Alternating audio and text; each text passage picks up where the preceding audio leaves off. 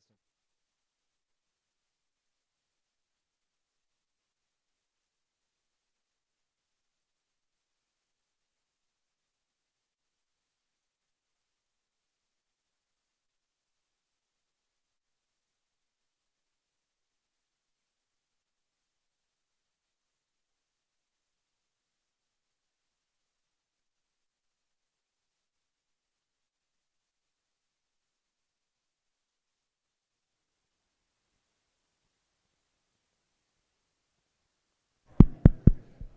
Hello, good evening, everyone.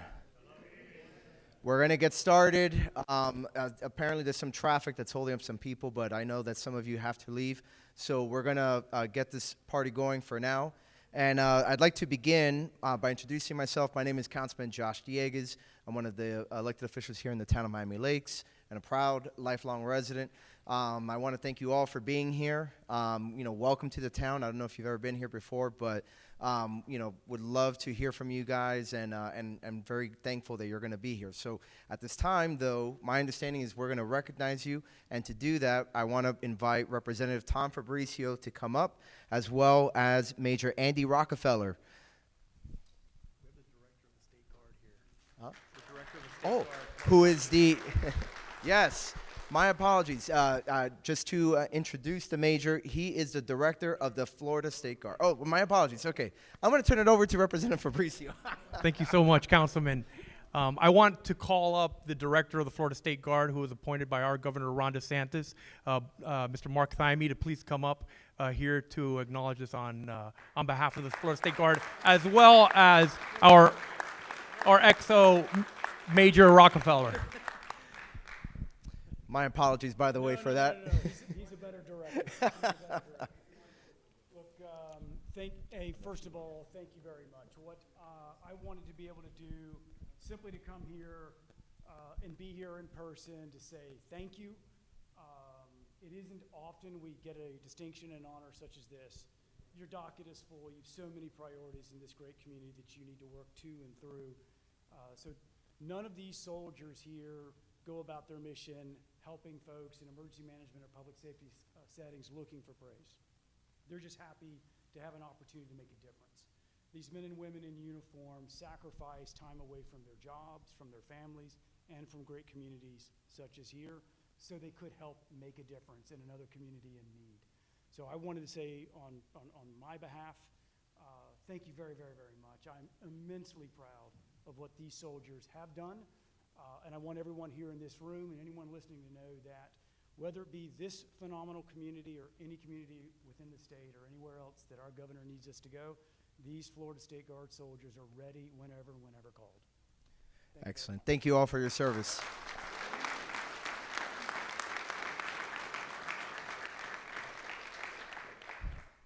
Actually, would you guys mind doing us a favor and coming up for a quick photo?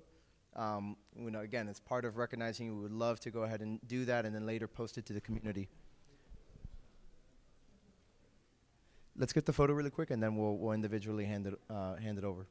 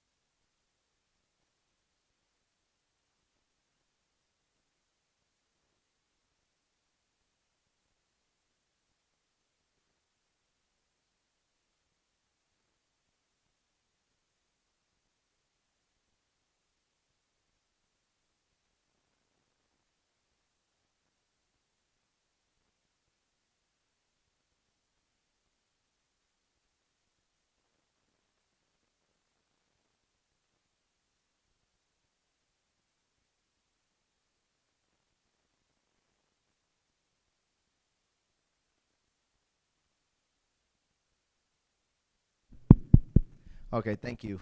So we do have some formal proclamations to pass out. So the proclamation that the mayor has issued proclaims today, Tuesday, July 9th, as Florida State Guard Day in the town of Miami Lakes. And it reads, whereas on December 2nd, 2021, Governor Ron DeSantis announced a $3.5 million investment to reactivate the Florida State Guard as part of his $100 million budget for the Florida National Guard, with further legislative support in March 2022, allocating $10 million, allowing for the enlistment of 400 troops and 6 full-time civilian employees. And whereas on June 14th, 2022, Governor Ron DeSantis announced the reestablishment of the Florida State Guard as an emergency-focused civilian volunteer force. And whereas on February 1st, 2024, Governor Ron DeSantis announced the deployment of the Florida State Guard to the southern border of Texas with Mexico to support Texan officials in handling illegal immigration, with an initial deployment of 5 members and consideration for 2 platoons of up to 60 members. And whereas on April 2024, the Florida State Guard was activated for the first time to assist another state, deploying to Eagle Pass, Texas, part of Operation Lone Star, to assist the Texas National and State Guard in building the border fence, with the first group of soldiers returning on May 31st, 2024, after a 35-day deployment, and the second group of soldiers returning on June 29, 2024, after a 33-day deployment. And whereas, there's a couple of these guys, sorry, since May 2021, Florida's committed reinforcements to support Texas at the U.S. southern border under the Emergency Management Assistance Compact, EMAC. In tandem with the Texas Department of Public Safety, our Florida state agencies have protected our country from approximately 2,700 criminals charged with dangerous crimes such as human smuggling, child endangerment, family violence, burglary, money laundering, drug charges and paraphernalia, unlawful carry of a weapon, terrorist threats, escape from federal custody, and a suspect with a capital murder warrant.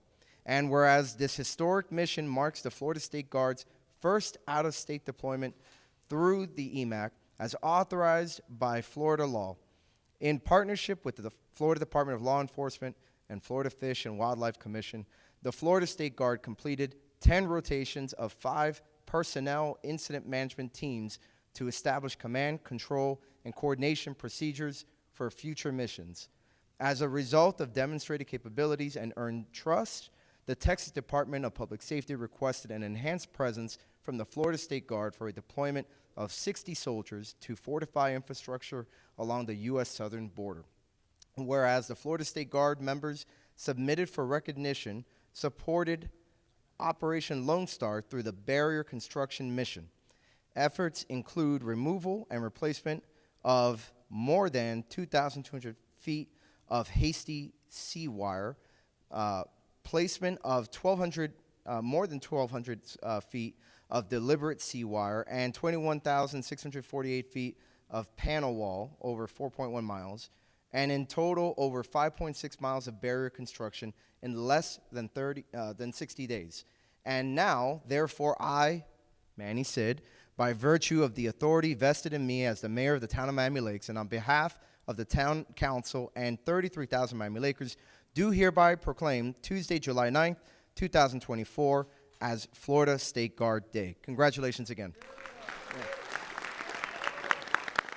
That was a mouthful to read. Get a photo of them?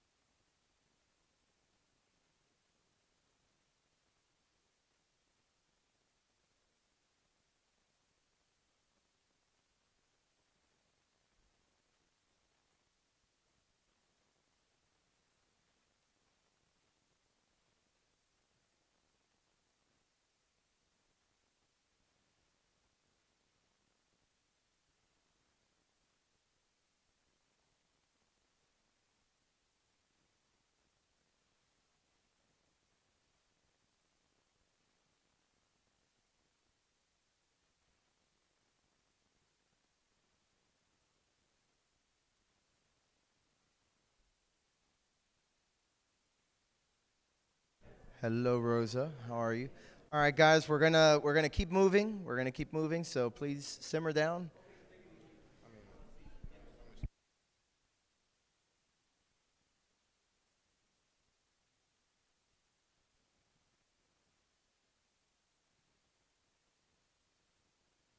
Hey, Jeremy, can you do me a favor and close the double doors?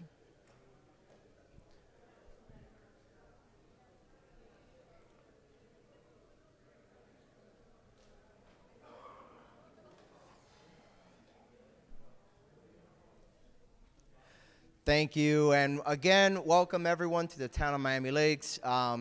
It was nice to recognize the Florida State Guard for all their efforts there on the border. But now we're going to honor someone more, much closer to home, Miss Anna Garcia, who recently retired from PACE. Everybody, shh. There we go. There we go. But in order to do the honors, I'm going to invite a fellow PACE alumni to come up and a former elected official here in the town to formally issue the proclamation to you. Welcome back, Mr. Vice Mayor. Thank you, sir. Thank you. So, wow, you look fantastic. I just, first I want to say thank you to you folks for running the town and everything you're doing. When the mayor called me last night and said he was going to be running a little late today and asked me if I would come out of retirement to do this, there wasn't a question. I just said what time. So I've had the privilege of working alongside Anna for a long time, either with the board of directors in PACE, then that was, I think it's been about 8 years now, or almost 7 years I've been on the board of directors. Then we did, you're hired, you're coming to work for PACE for Barry. I said, I haven't applied yet. She goes, no, it's already done.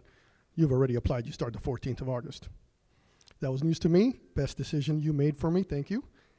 And then this year as a substitute. So I got to see the inner workings of PACE and what Ms. Garcia, for those of you that don't know, picked up a huge debt when she picked up PACE. And that debt was more than $16 million. And today, PACE is debt-free. Debt-free.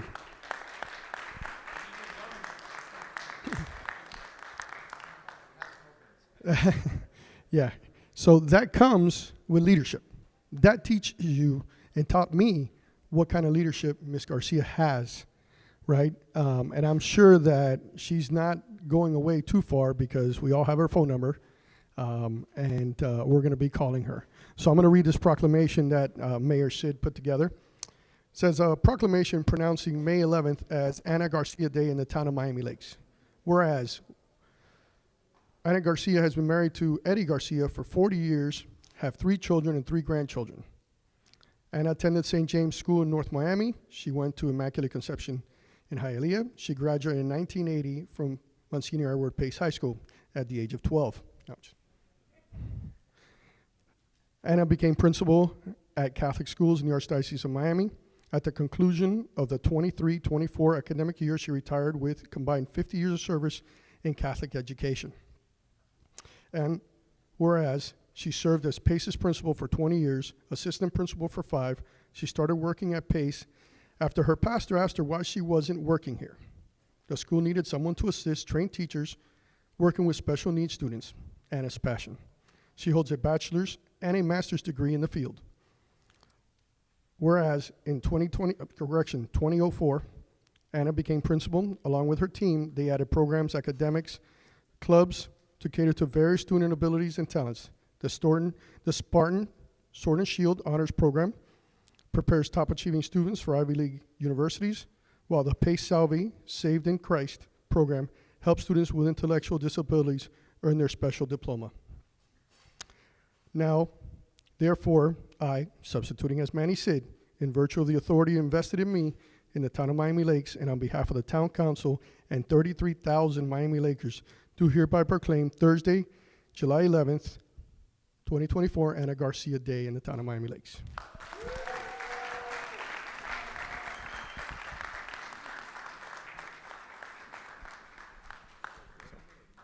Right in the middle, and you can say some words. Yeah, absolutely.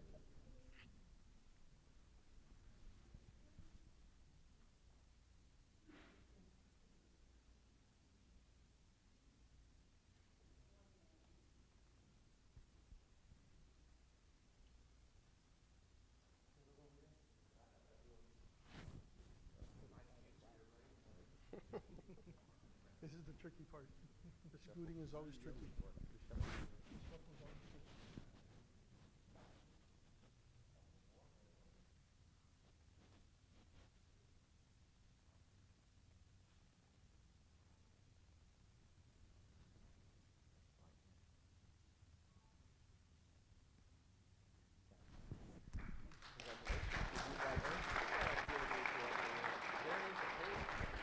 Before I give the microphone to Anna, I want you to know what kind of person she is. When I became the chair of the education board here in the town of Miami Lakes, I called all the schools in the area because we only dealt with public schools. So I picked up the phone and I called all the schools, all the private schools in the area, every one of them.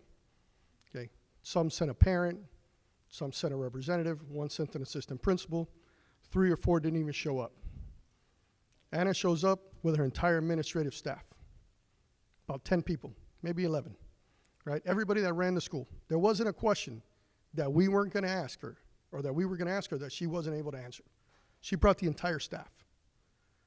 From that point on, as an alumni, it was automatic at that point after what I saw she's done with PACE that my children were going to go to PACE.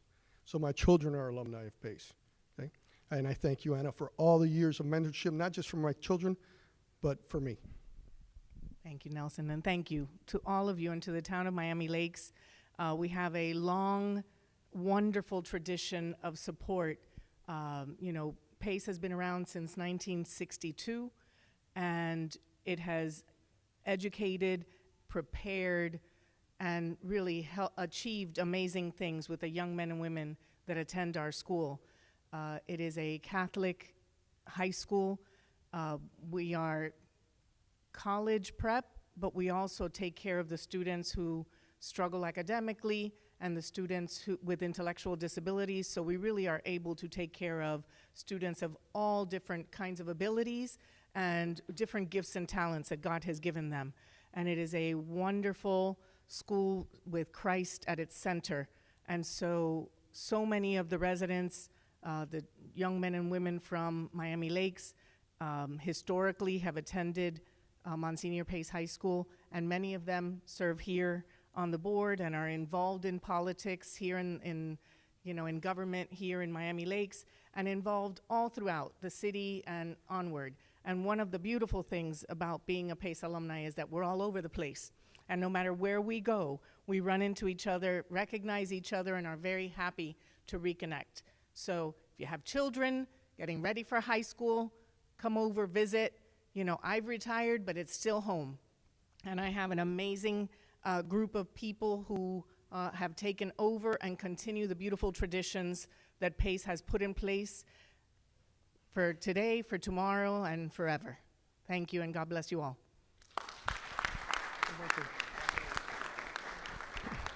And council, just so you know, the new principal is a PACE, is a Miami Laker.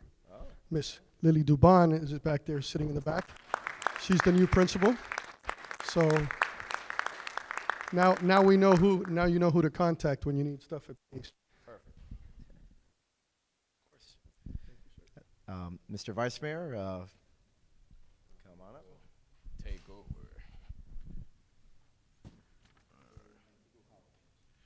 All right. If we can have Miss Dr. Dione Antigua to come up.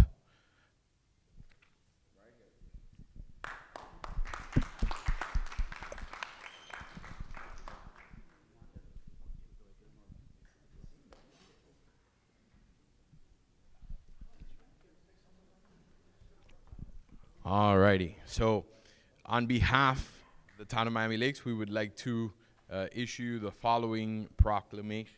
So I'm gonna, it's my first time reading one of these out, so bear with me.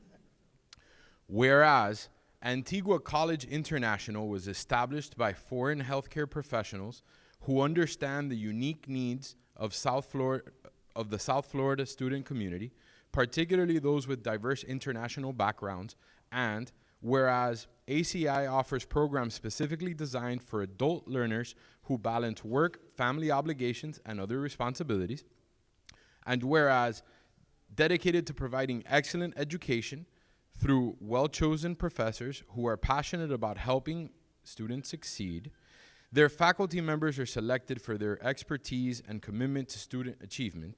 And whereas is a family-based organization where every member of their team takes a personal interest in assisting students, they provide a supportive and nurturing environment, ensuring that each student's needs are addressed promptly and effectively.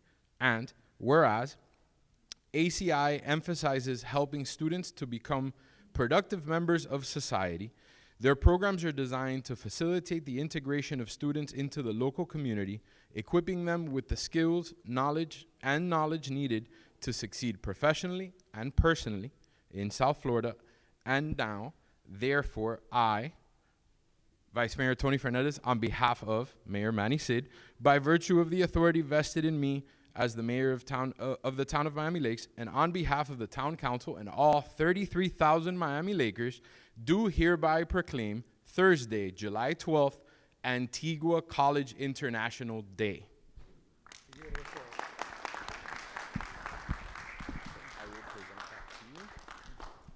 And please share some words. This is great for our college. This is great for our work. This is great for our students. We've been doing this for 10 years. We've been working hard with residents of this community, and we have been able to help hundreds of professionals to become licensed nurses, to work and to help their family to do better. We are here because we are educators. My brother and I, who created this organization, are medical doctors from a foreign country, hard-working individuals that came here with dreams, and at the end, we ended up doing what we love, which is helping others to achieve their dreams. Today, Antigua College is recognized, and we feel proud for this because we believe in what we do. Thank you, Town of Miami Lakes. Thank you, the mayor of this beautiful town, for giving us the opportunity to serve this community. And thank you to all of you members because of all the things that you do for us, all the support that you give us so we can continue doing what we do. Thank you, everybody.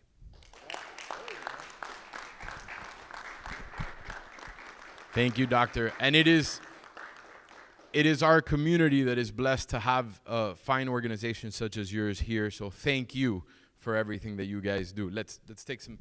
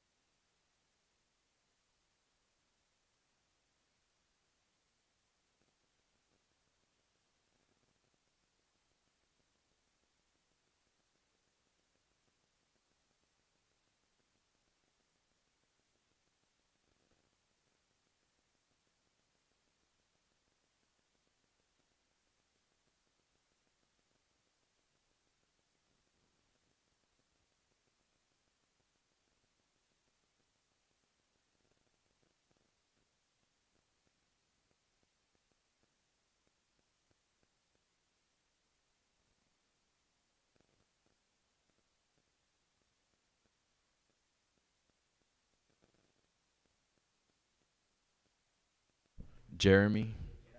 There we go. So I'm going to introduce our parks director. You want me to come in with this? Yes. You know how to read, right? I do. Yes. Oh, thank God. Okay. It's in Spanish, right? We're good? It's in Spanish. Where we at? All right, I'll go ahead and recognize. Good evening, everyone. My name is Jeremy Bagdown, Director of Parks and Recreation for the town of Miami Lakes. Today we are going to be recognizing the month of July as Parks Month. It's recognized nationally. We are probably have one of the most unique park systems. It's a fabric of our community. It's been part of the master planning of our community at its inception. And one of the things we want to do is definitely recognize the value that parks, not only as a space, not only as something aesthetic and something that you can see, but something that is also not tangible. The memories, the experiences that you learn, all of the different programs that you can be a part of, especially here in the town that we have such a vast repertoire of different programs through our committees with special needs programming, through our athletics and our parks. We pretty much have a lot to offer, and parks is just that. It's an offering to the community. It's what creates community and creates those bonds, and today's just one of the days that we want to kind of recognize that. I want to thank, obviously, all of the council who have been supportive, the mayor's office supportive through all the years of our parks department, of our parks system. They're all park champions, as I like to think, and today is just, this month is something that we want to make sure we recognize.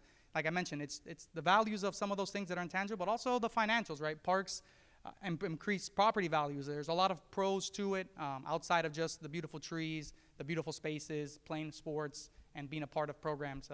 So that this month is just that kind of the things we want to go ahead and recognize this month. So with that, I also brought up some of my park staff that could be here. Andres Pinedo, who was our Parks and Athletics Manager. We have Ernie Soto, who is our Senior and Adults Programs Coordinator. We also have Dr. Jose Orellana, who is our Green Space Superintendent. So this is just a few of the members that can attend today from our department. They're the reason why our parks, our park system is where it's at right now and how we're going to continue to progress it. So I want to say thank you to them, and once again, thank you to the council, to the mayor's office, and definitely also our admin support with the manager and our deputy town manager, who's a parks guy, and who was my actual professor at one point, so Dr. Tony Lopez. So I definitely want to say a big thank you to that as well. So with that, I'll hand it back over. Thank you, Jeremy. Thank you. And, you know, great communities have great parks, right? And because of the work that all of you guys do, our residents and our entire community enjoys our great parks. So thank you very much for that. Did we have a... Yes, we did. Thank you.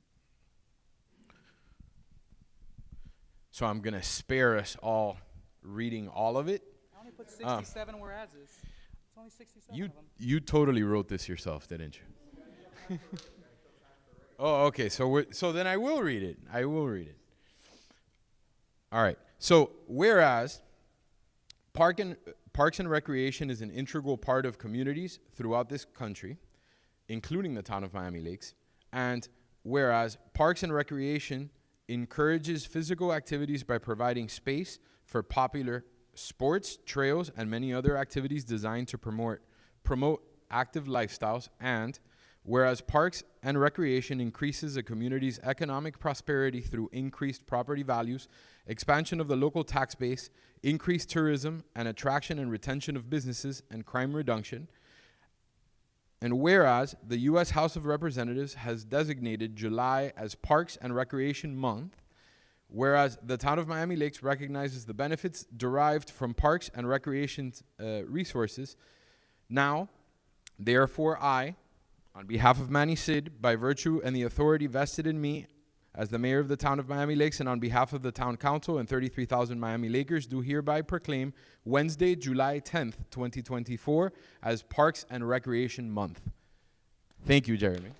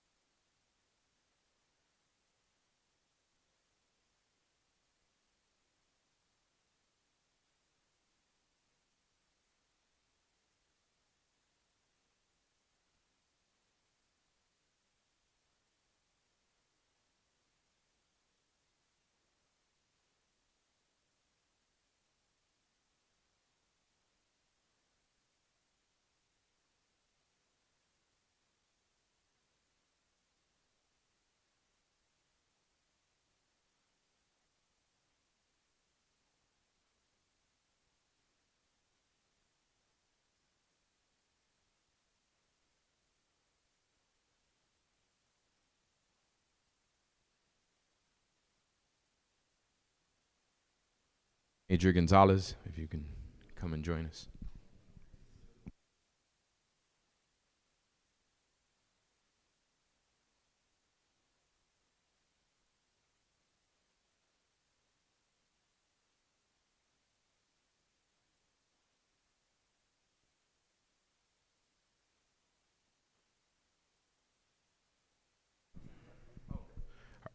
All right, so a man who needs no introduction, our very own Major Gonzalez is going to help us recognize two very special officers who did a fantastic thing. So I hand it off to you.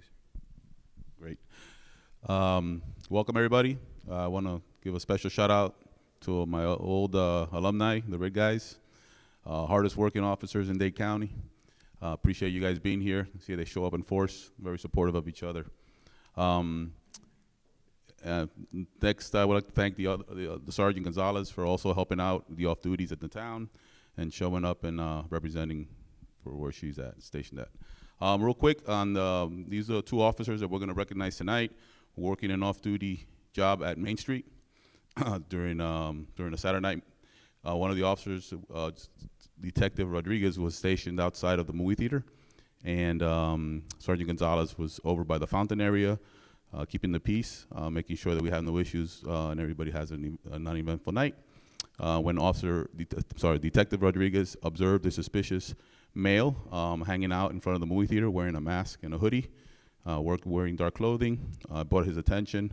He went to address the individual, and the individual took off running, tried to conceal himself. He gave chase towards the back of the movie theater, was able to detain him.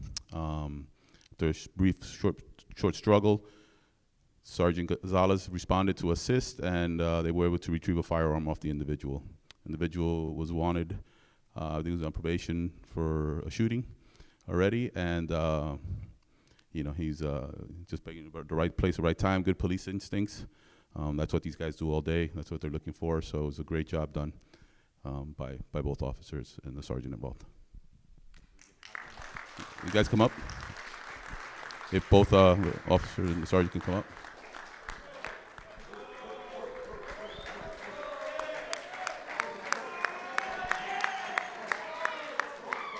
Great job, brother.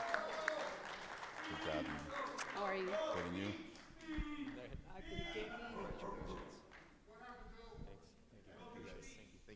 Speech. That's all you. There you go.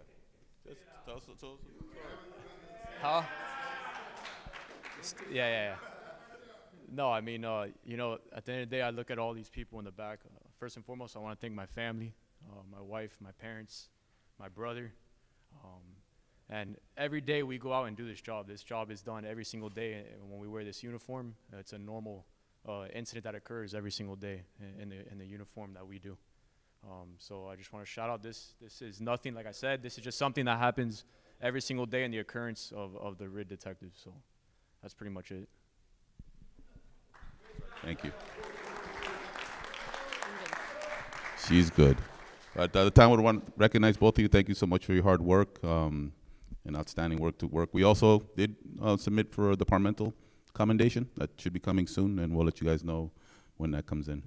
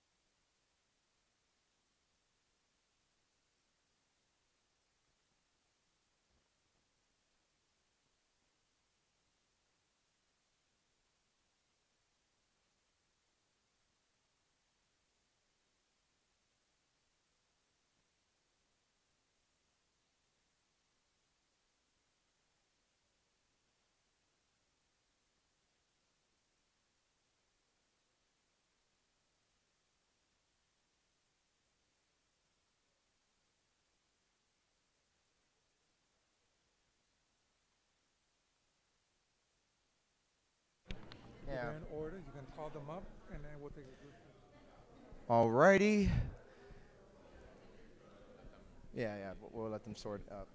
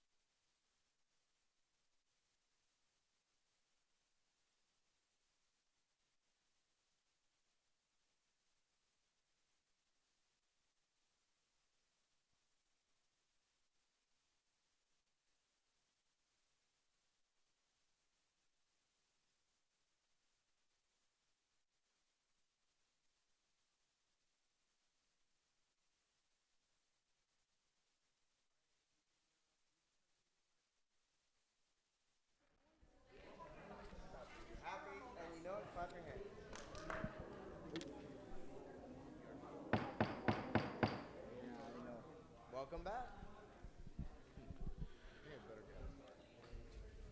Welcome, everybody. Welcome. So tonight we're going to be doing a little bit something a little bit different that the mayor's office has brought forth, and obviously here at the town of Miami Lakes, we always try to do everything we possibly can to engage the youth in our community and give them opportunities to be involved with government. I know it's a cause that I'm very passionate about, as well as my colleagues. So what we're going to be doing tonight for the first time in town history, we are going to have our 7 summer interns sit in the mayor's chair during the council meeting, right? And so they're going to be able to experience our council meeting from the mayor's perspective, right? And they're gonna get to see how this whole process happens. So I'm going to go ahead and bring them up to recognize them. They've already been interning in the mayor's office, and they've been doing a fantastic job from what Mr. Sosa tells me. But I want to bring up Melanie Alvarez from Hialeah Miami Lakes Senior High School. Alyssa Diaz from Barbara Goldman Senior High School.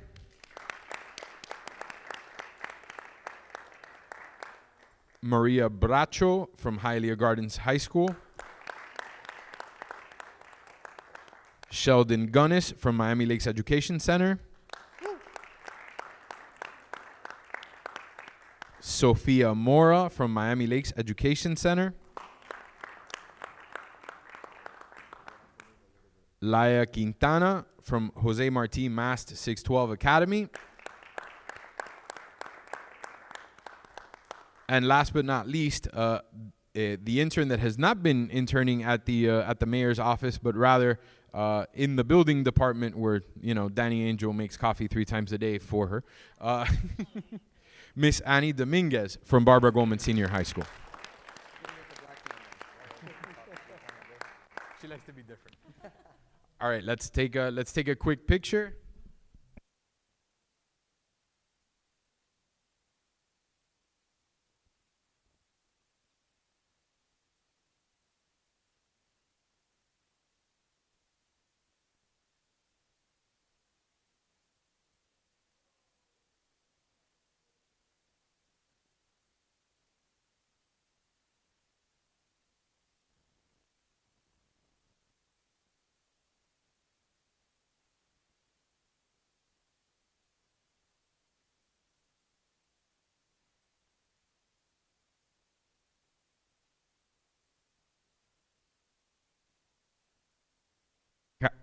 Council, if we can take our seats, we'll start calling the meeting to order shortly.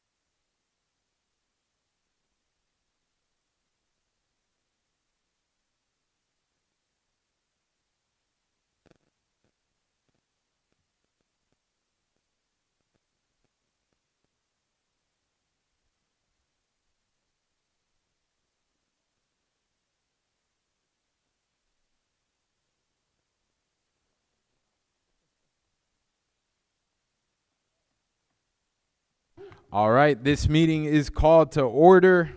Madam Clerk, please call the roll. Councilmember Collazo, Present. Councilmember Diegues, Here. Councilmember Garcia is on his way, Councilmember Morera, Present. Councilmember Ruano, Present. Vice Mayor Fernandez, Present. and Mayor Sid will join the meeting shortly. Vice Mayor, you have quorum.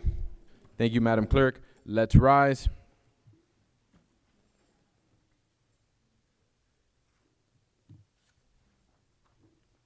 All right. First up, we have our prayer. Miss Laia Quintana from Jose Martin Mast 612 Academy.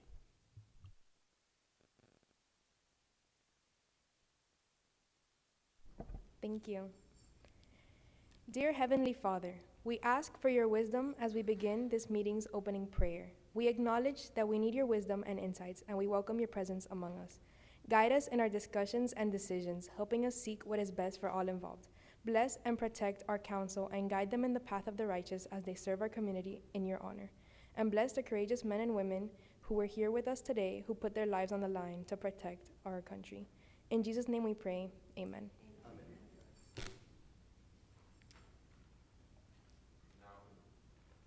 Now for the Pledge of Allegiance by Miss Melanie Alvarez.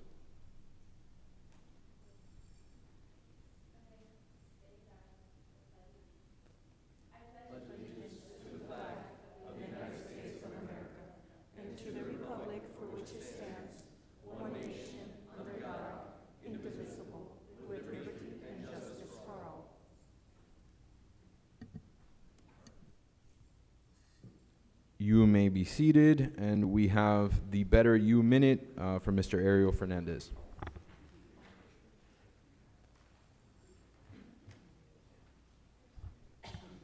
Thank you, Mr. Mayor. Good evening, council members, residents, and staff of the town that is growing beautifully, Miami Lakes. Political season is upon us. Political debates are taking place all around us, from social media to newspapers, television, the street corner, even in our neighborhoods. Family dinners. We love to give our opinions on what we think should be happening in our country and who we think are the best candidates to lead our country towards the future. The question is, how do we react and how do we respond when others are giving us their opinions? It's important to treat everyone with respect, regardless of whether we agree with them or disagree with them. We cannot use the political debate to be a thing that divides us as a community and as a country. We are all going to have disagreements. In fact, there's a good chance you will never find a single person who agrees with you on every single issue. You're going to have a disagreement on different issues with different people. The important part is to show respect when we're having the conversation. We all grow as individuals when we learn from others and hear what their opinions are. It helps us not only understand their point of view, but solidify our own. As we continue with these political debates leading into the elections, let's make sure to take into account that we need to respect each other and treat others with respect when they're giving their opinions. And together we will make a better country just by showing others respect. Thank you, Ariel. Moving on to order of business. Deferrals, additions, and deletions. I will pull item 14A, or rather withdraw. I'd like to pull and combine items 10F, G, and I from the consent calendar and have it discussed separately.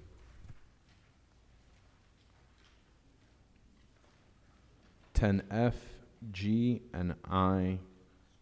Pull and combine. Correct. Withdraw 14A. Any others, council? I'll move the agenda as amended.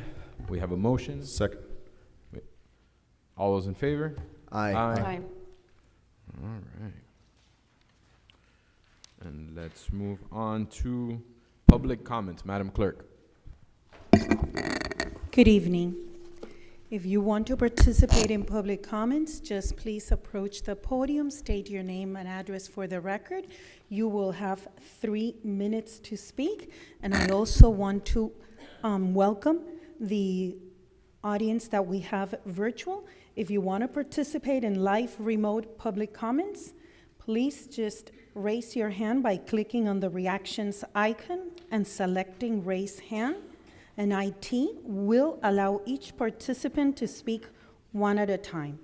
Also, if you want to participate by calling using via phone, the only thing you need to do is please raise your hand by pressing *9, and IT as well will acknowledge you and will allow you to speak.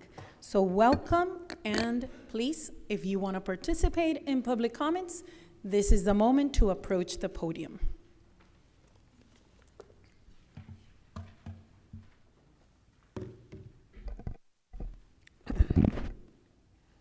Good evening, Council, and forgive me if I go over, but I think this is important. So I know today you have 13A, which is a big issue on the millage rate. So just to give you a few words of enlightenment of what's going on. Although I'm no longer on the council, I still get phone calls. And people are asking me what's going on in the town and why does the town look like it looks today, okay? So your number one responsibility as a member of the council is public safety. At the current millage rate, we're cutting police overtime, traffic enforcement, burglary prevention, okay, and a huge reduction in park maintenance, okay? If you do the rollback rate, we're talking about worse service, okay, elimination of the Veterans Parade, elimination of the 4th of July, or reduction of 4th of July, and a complete cut to our committees. This is incredible.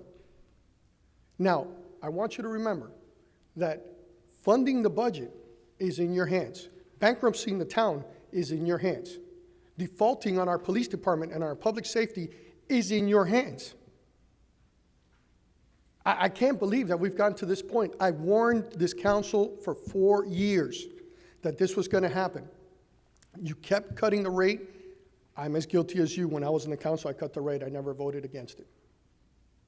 I take that too. But now as a civilian outside, I'm seeing it. I see the swales, how long the grass is, how dirty the town is, okay? We are burying this town. We are $104,000, if not more, I haven't gotten the exact numbers yet, okay, in the red with just the taxes that we get to pay for our police department. We're going to start, we're talking about laying off people. We're talking about no holiday decorations. We're talking about elimination of services through our committees. By the way, the committees are free and they do the work for free. The council just pays for some of the budget and they get a lot of vendors and a lot of sponsors. And they're huge events for this town. The social events for the seniors. What are we talking about here? Please, I ask you to fund the town properly, regardless if you're running for office, if you're not running for office, if you're leaving, if you're not leaving. I ask you to grow a spine, which I didn't do. I take full credit. I voted for every budget cut. I'm the first one to admit it, and I was wrong. But at this point, our town is deteriorating. We cannot continue to have the level of service that we expect at the rate that we're paying. I hope that you go to 2.444 so you can fund everything that we cut last year. If I you leave need you with those additional thoughts. time, No, I just thank you, Vice Mayor. I just want to leave you with that thought that it's going to be on you. It's going to be on you when the town goes bankrupt. It's going to be on you when we don't have money to pay our employees and we're cutting employees. And you're expecting volunteers to come work in the town. It kills me to see the conditions that the town has deteriorated because you had to cut the budget for the millage rate that was there before. For those of you that are leaving, this is a perfect time to walk out with your head up and leave the town in great shape. You're supposed to leave it better than it was when you found it. It's not going to be that way. For those that are you running for office, Stand up and say, hey, you know what? I had to do this because, and here are the reasons why, and justify it to the residents. They're on a budget too, I understand, and that's what they're going to tell you.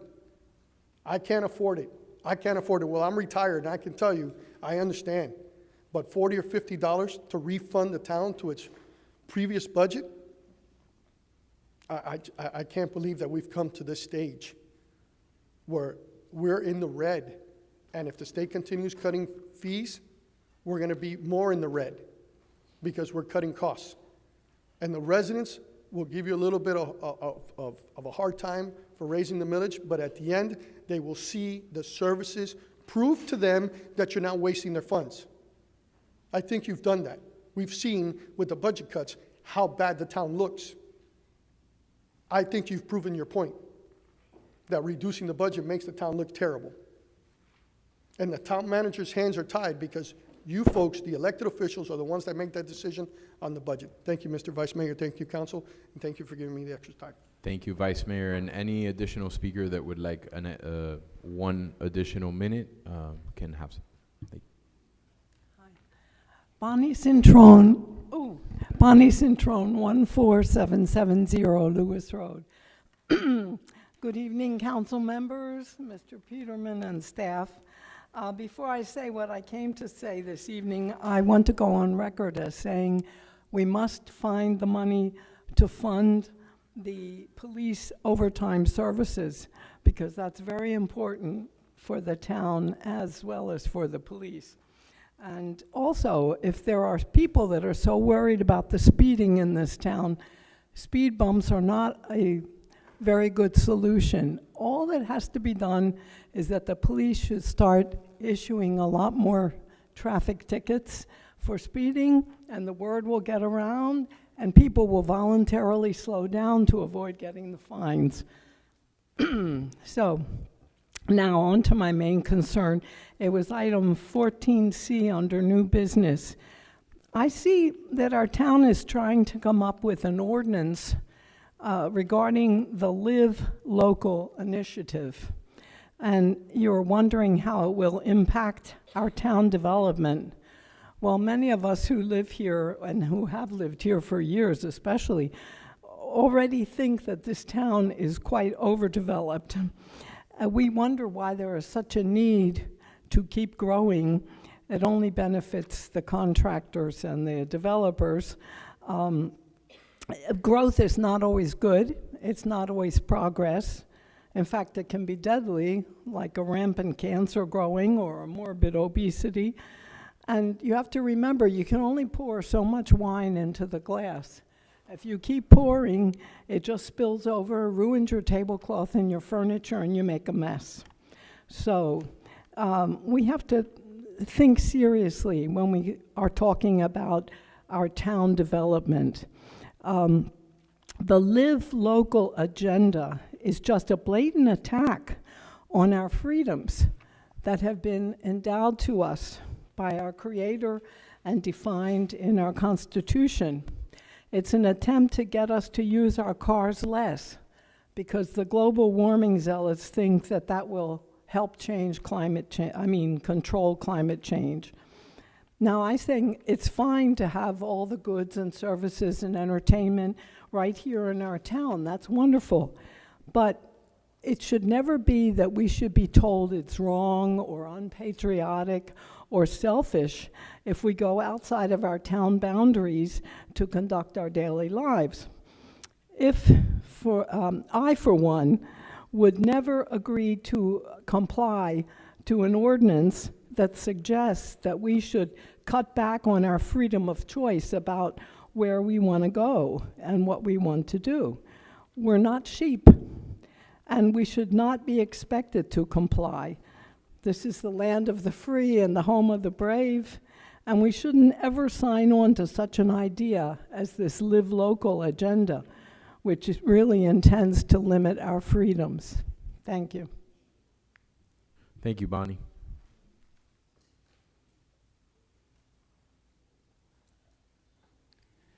Good evening, Acting Madam Mayor, Town Councilman, Town's Councilwoman, Town Manager, town clerk, town attorneys. William Perez, 7167 Ballantrae Court. I'm here to speak on 10C, naming the pavilion in honor of Gary Cardenas. Sergeant Gary Cardenas is a member of our community who I could list the things he volunteers for: the Veterans Committee, the American Legion Post, Mental Health Task Force, which I'm going to be talking later on about that. And he's a crossing guard. He does so much. And I think it's fitting to be naming Pavilion B in the park after him. That's where the American Legion Post has its 4th of July barbecue. And so I hope you consider that and vote on it favorably. Second issue is our budget. I agree with the previous speaker, and I think I said this before. You need to keep up with inflation. I lived my whole life in the federal service, and I went through every different administration. And there was a time, and I know this is going to sound like a hilarious story that I'm making up, but I'm not making it up, where we literally had to lock and chain toilet paper rolls in the barracks because we had no budget for more toilet paper for the Marines. Ridiculous. Ridiculous.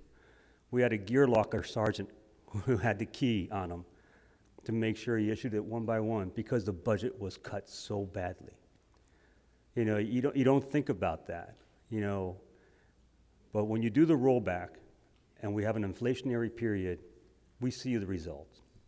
You know, you decided to, and I think actually kind of smartly, to show folks what would happen if we rolled it back. Now we see it. And what I said was going to happen is going to happen. You got to keep the budget up with inflation. Whatever the CPI rate is, if you want to make it less than 1% of that, then fine.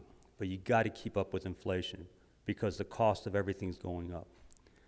And this town deserves that funding and that taxing to make sure we have a quality of life that we enjoy here. Thank you very much. Thank you, Mr. Perez.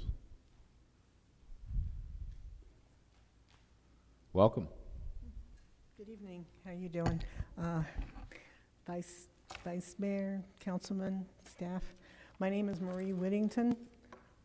I've been living in Miami Lakes since 1982. I know people that are still here from the 1970s that are still living here.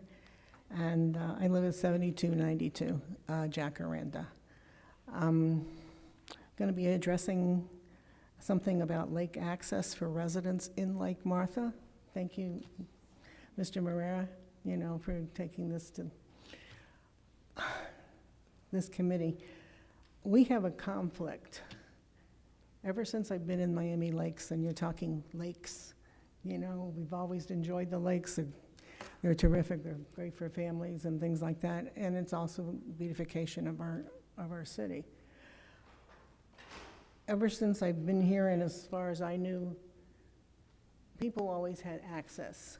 Lake Martha, if you did not have, if you were not on the lake and you were a dry lot or you had just a view, you still had access to the lake.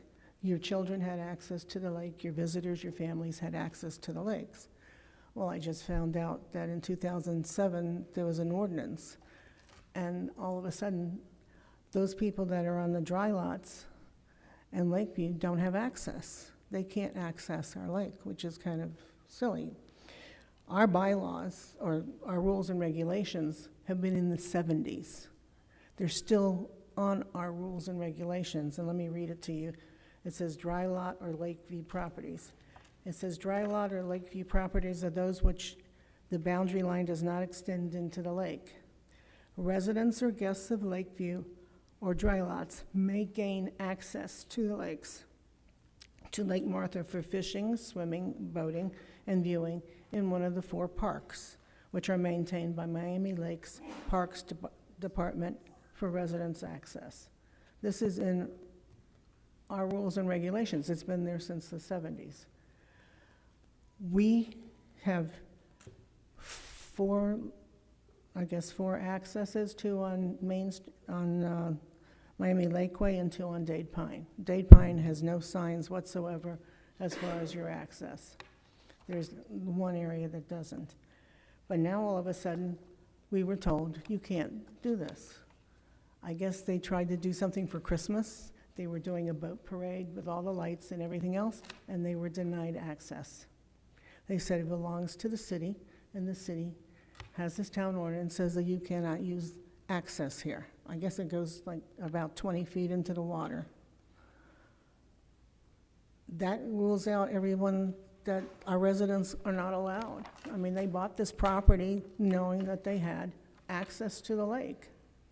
And Lake Martha is very different than most associations. We don't have walled areas where you have to climb over walls. We have 4 areas that you can go into the lake.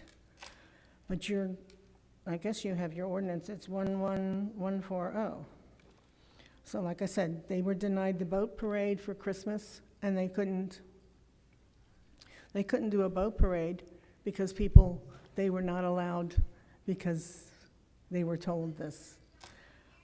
I'm sure that this was not the intent of the city when we became, Miami Lakes, and to take this away. I mean, why would Lake Martha homeowners on a dry lot or Lakeview property be restricted from access to their own property?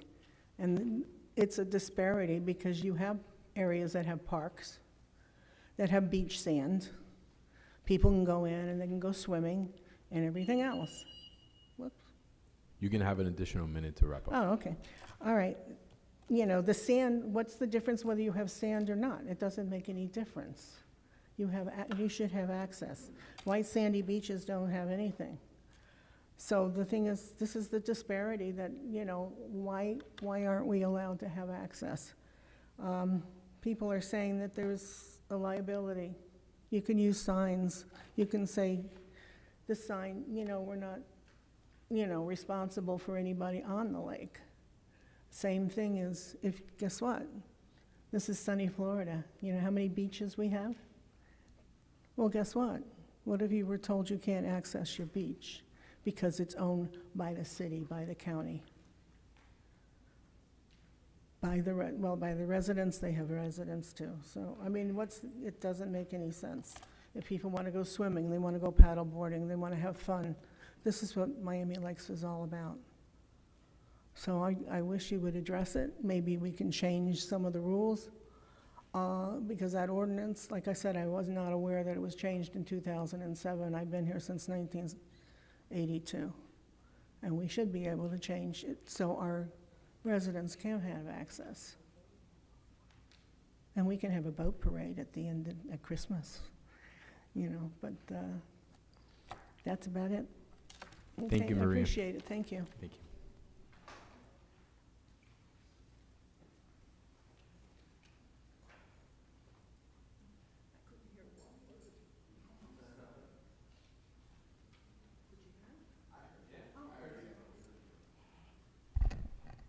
Good evening, Claudia Luces, 8220 Menteith Terrace.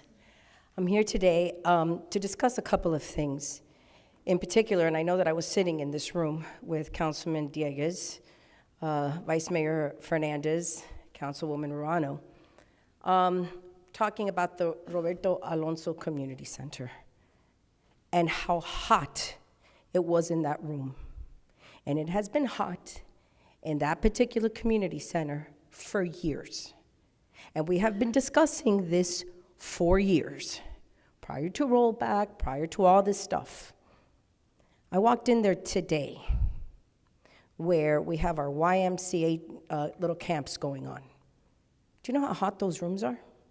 There's 20 kids in those little partitions. Has anybody taken a walk through this community center? Has anybody seen the conditions? It is hot. And we continue, at least for me, I continue to hear excuses about the AC. Well, I guess we're finally going to repair it. In the meantime, we can't order portable AC units to cool down that area? Is it that difficult to do? Stop having venues there. Stop having these classes there. Because I can guarantee you that not one person in this building would sit in those conditions. But we as taxpayers are expected to accept this level of service. The AC's broken, you don't have parts. I don't know where we're getting the AC from. Maybe it's, coming from Saturn or something. Okay, in the meantime, find a solution. Find a portable AC unit. Those kids should not be in those conditions. So, while we're worried about all these other things, we can't handle what we already have. And this goes back to, I'm hearing about the expenses, and I know, guess what, I'm experiencing it too, okay? And maybe there's some cutbacks here. We all have to cut back. That is life. That is inflation at this point in time. We're not going to be able to live at those levels. Welcome to reality. I got to cut back, so do you. This is just the way it works. But what I don't understand, okay, is why that particular building continues to be in the condition that it is in. In addition to that, and I wanted to see how long this was going to take, I walk into the very room where we had the awards of excellence, and I walk into a door that is covered with black craft paper. Can we not afford a bottle of black spray paint to spray paint a door? Are these conditions that are okay? I have a picture of it today, by the way, that I took. Craft paper is covering up our door. That's embarrassing. That is absolutely embarrassing. Don't tell me we don't have money for I'll donate the $10 bottle for spray paint. How's that? So you guys don't have to dig into your budget. That's ridiculous. Moving on. The NSD. Okay? We all know what happened with the LPRs, and I'm not going to play games because this is a year of holding people accountable. I'm sick and tired of hearing campaign promises. People come up here and tell us they're going to, they're worried about the residents. What the LPRs did was you passed on something that the town wanted to do, and you passed it on to a select group of residents, similar to what was going to be done with the Optimus Park. Only Town of Miami Lakes residents were going to foot the $25 million park bond, while everybody else in the county got to use it. Guess what? Similar situation. Everybody gets to benefit from the MPRs that the residents in Section 1 are paying for. Why didn't you guys pay for it? Madam Why Clerk, didn't you she put gets an additional minute. Sorry, Claudia. It's okay. Do I go? Okay. Why isn't it? Why didn't you put it in your general fund? And I go back to your little pet projects. Focus on what needs to be maintained. Focus on the services that are not necessary. I, quite frankly, as a resident, this is going to sound really, really bad, could care less about what pictures you put on your campaign flyers, whether it's new or not new. How about you just maintain what we have? But every time we try to create a new little project, that's a new little project that has to be taken care of. That's an additional cost. If we can't figure that out, then we have bigger problems in this town. If you can't maintain what you have now, then you have no business creating other projects. And you know that I've been up here. Yeah, you had a 2-month reprieve because, the Panthers were in the playoffs, so, okay? Yes, I'm sorry. They won the Stanley, and I'm back. So, but the reality is, okay, that we do, okay? We need to focus on what are our necessities and stop focusing on all of these other pet projects that we have. Okay, let me know if you need the bottle of spray paint. Thank you, Claudia, and go Cats. All right, next up.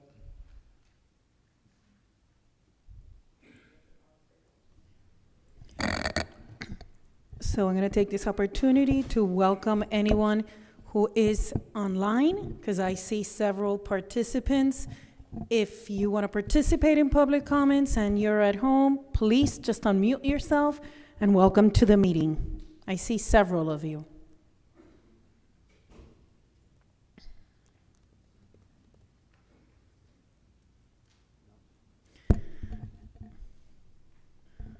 Okay, and I also need to state for the record some written public comments that my office received. I do see Harry Bollinger. Okay, IT. Allow them in so that they can speak, and welcome to the meeting.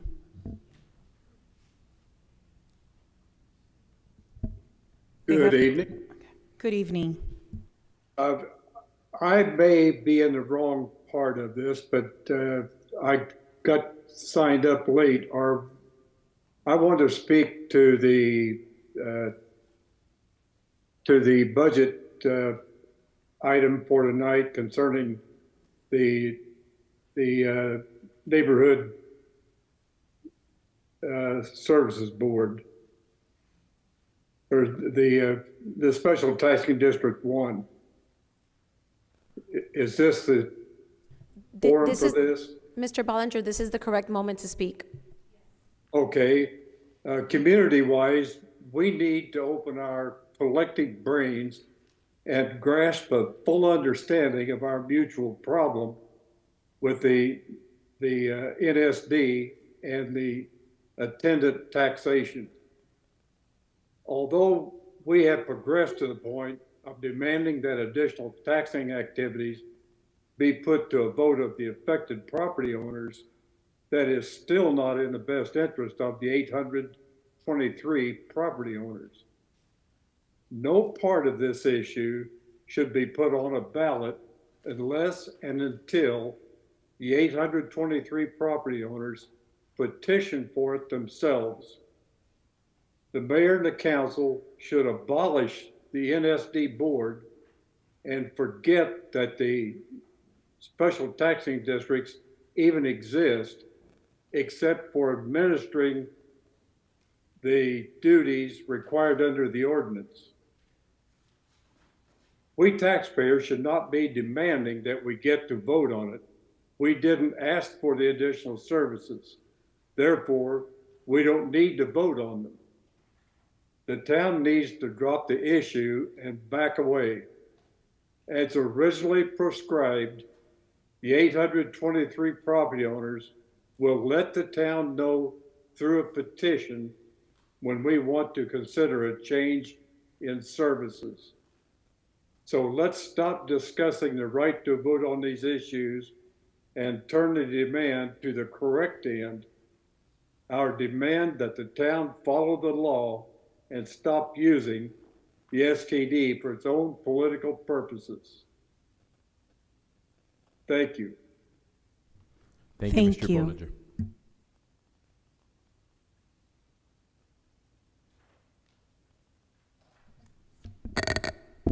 Madam Clerk, is there anyone else? Balance of time. IT, if you see someone else, any participant hoping to speak, just please let them in.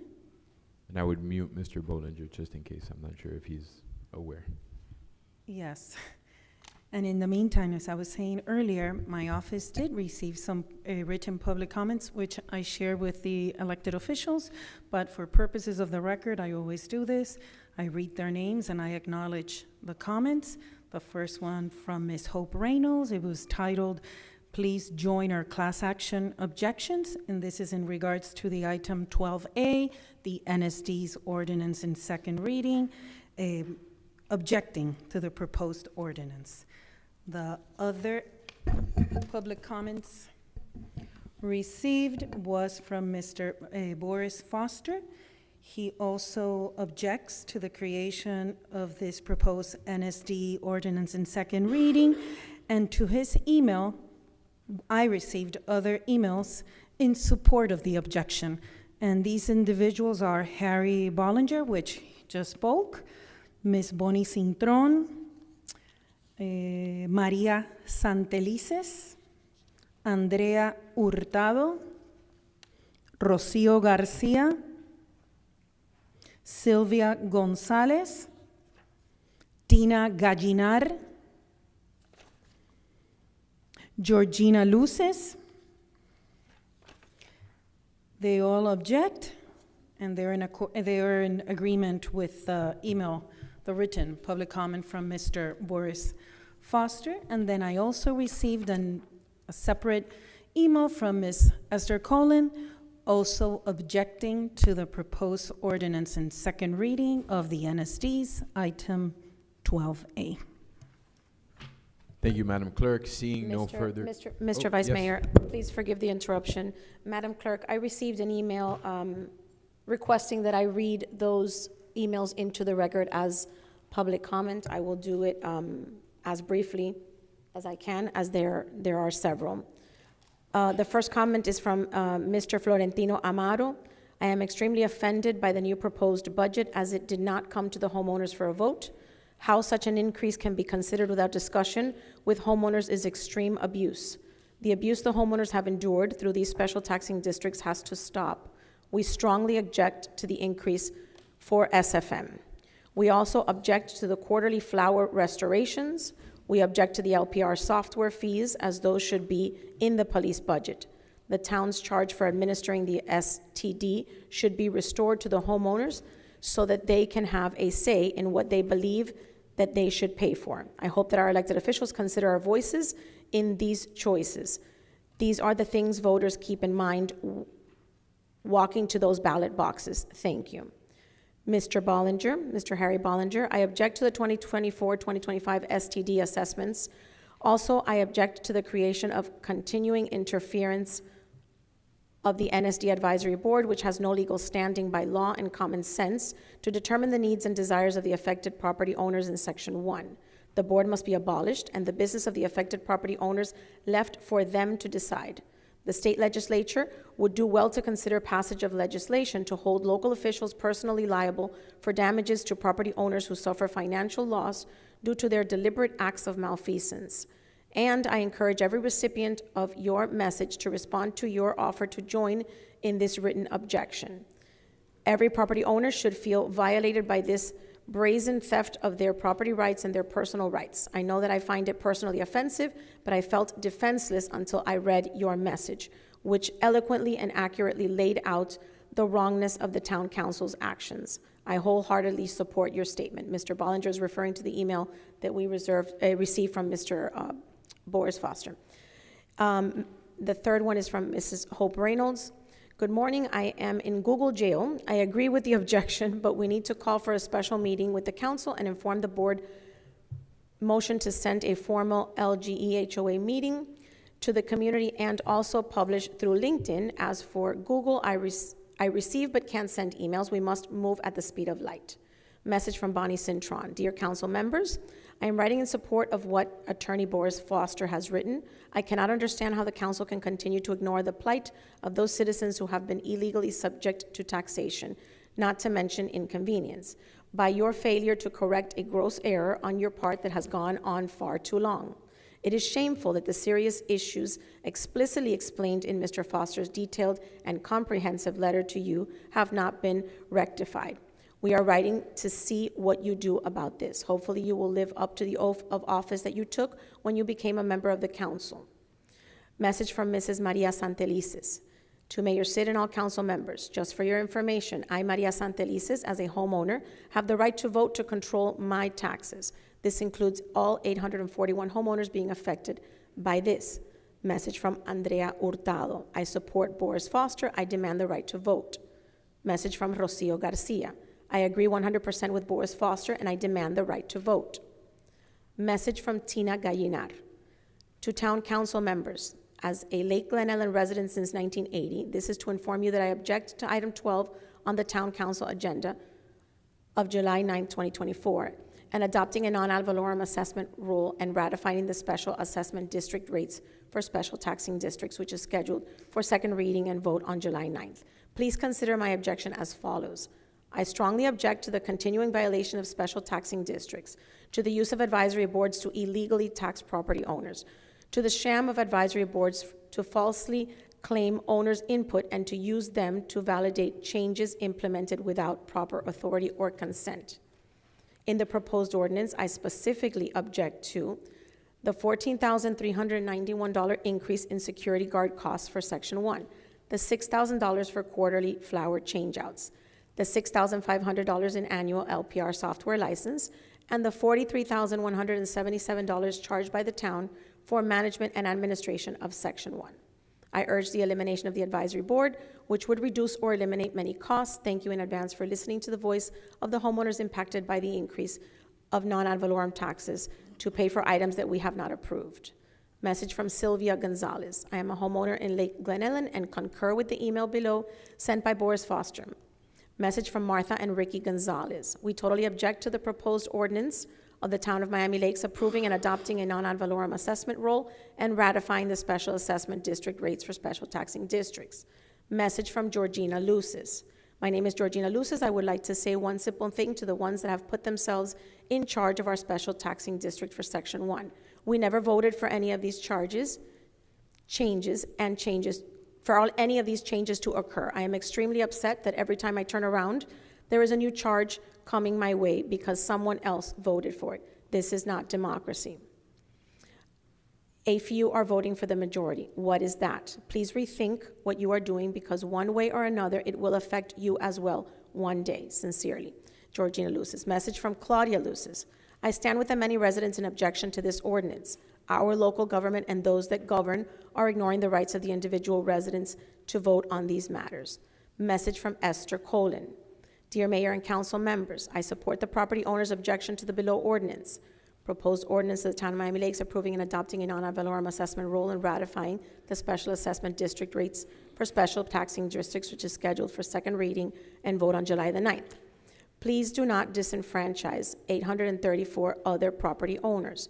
As previously suggested, we put the proposed Section 1 special taxing district assessment increase for Section 1 on the 2024 November ballot and allow them to vote for the proposed special assessment district rates. This approach will ensure that the rights and financial well-being of district property owners are protected. Kind regards, Esther Colin. Thank you so much for allowing me to read these into the record. Thank you, Councilwoman. Seeing no further public comment is closed. All right, I would, if the sponsor of the item 14G is amenable to it, I would like to reopen the order of business so that we can move up item 14G. I know there's people in the audience that came here on that. I'll second reopening up, or opening up the agenda again. We have a motion and a second. All those in favor? Aye. Aye. And then we have a motion to waive section 7.2. Do we have a second? Second. We have a motion and a second. All those in favor? Aye. Aye. Aye. And then we can move up Vice 14G. Mayor, I'm so Yes, sorry ma'am. to interrupt, but I just got notification from IT that Mr. Abel Fernandez was waiting to speak and he had his hand raised. I have just been informed. I'll move to reopen public comment. Yes. So we Second. already have a hold on. Oh, we have a motion on the table. So let's dispense with that, and then we'll get with Mr. Fernandez. So on moving 14G up, and we can move it to right after consent. Do I have a second? I'll second. All those in favor? Aye. Aye. Motion passes. And then I believe we have a motion to reopen public comments. I will second. All those in favor? Aye. Aye. Mr. Fernandez, we apologize profusely for that oversight. You have the floor. Thank you, Vice Mayor and Town Council, Town Manager, Madam Clerk. Thank you for allowing me to speak. First of all, let me start by saying I'm extremely happy with the work that our Town Manager has been doing. He's been extremely receptive on phone calls and texts that I've made to him regarding flooding issues after the drainage project here in Royal Oaks. And even though I'm still waiting for the repairs that were supposed to be conducted, but he's been very receptive in answering back to me. I do want to speak about the LPRs a minute. When we here in Royal Oaks West, I think you all call it Section 1, which is different from the other Section 1. We did not vote, and the LPR cameras were placed in our community. They worked excellent in catching vehicles that have a police lookout on them, and I'm extremely grateful for them. The issue that I have with the LPR cameras are the following, that those that have been installed on public streets in Miami Lakes have been paid through the police budget. I believe it's been impact fees that have gone to the police department, and every resident that lives in an area does not have to pay for it as we do. Meanwhile, the homes that are in our area and have to pay the guard gate fee through the special taxing district are being charged for these cameras. It was supposed to be a one-time charge. After extensive request for public information, I found out that the cameras were being leased. And in speaking to a couple of the special taxing district members, they were under the impression that we were supposed to be purchasing them. Regardless of that, we should not be affected with paying the lease of these LPR cameras if it benefits the entire community. And I believe, as Ms. Luz has said, we're saddling certain taxpayers with the benefit for everyone else, because the streets in Royal Oak are public streets. They're not restricted streets, as in some communities do have restricted streets. Therefore, I'm asking that this be visited, and it can only be visited by this town council. And I'm asking that you look at this, because I believe it's unfair that we are burdened with paying for the lease of these cameras when it benefits the entire community. Thank you for your time, and I appreciate the hard work that everybody on the council is doing. Thank you, Mr. Fernandez. Seeing no further public comments is now closed. All right. We shall move on to committee reports. We have the Special Needs Advisory Board. Oh, I'm sorry. Yep, we have appointments. We have 2 appointments to announce.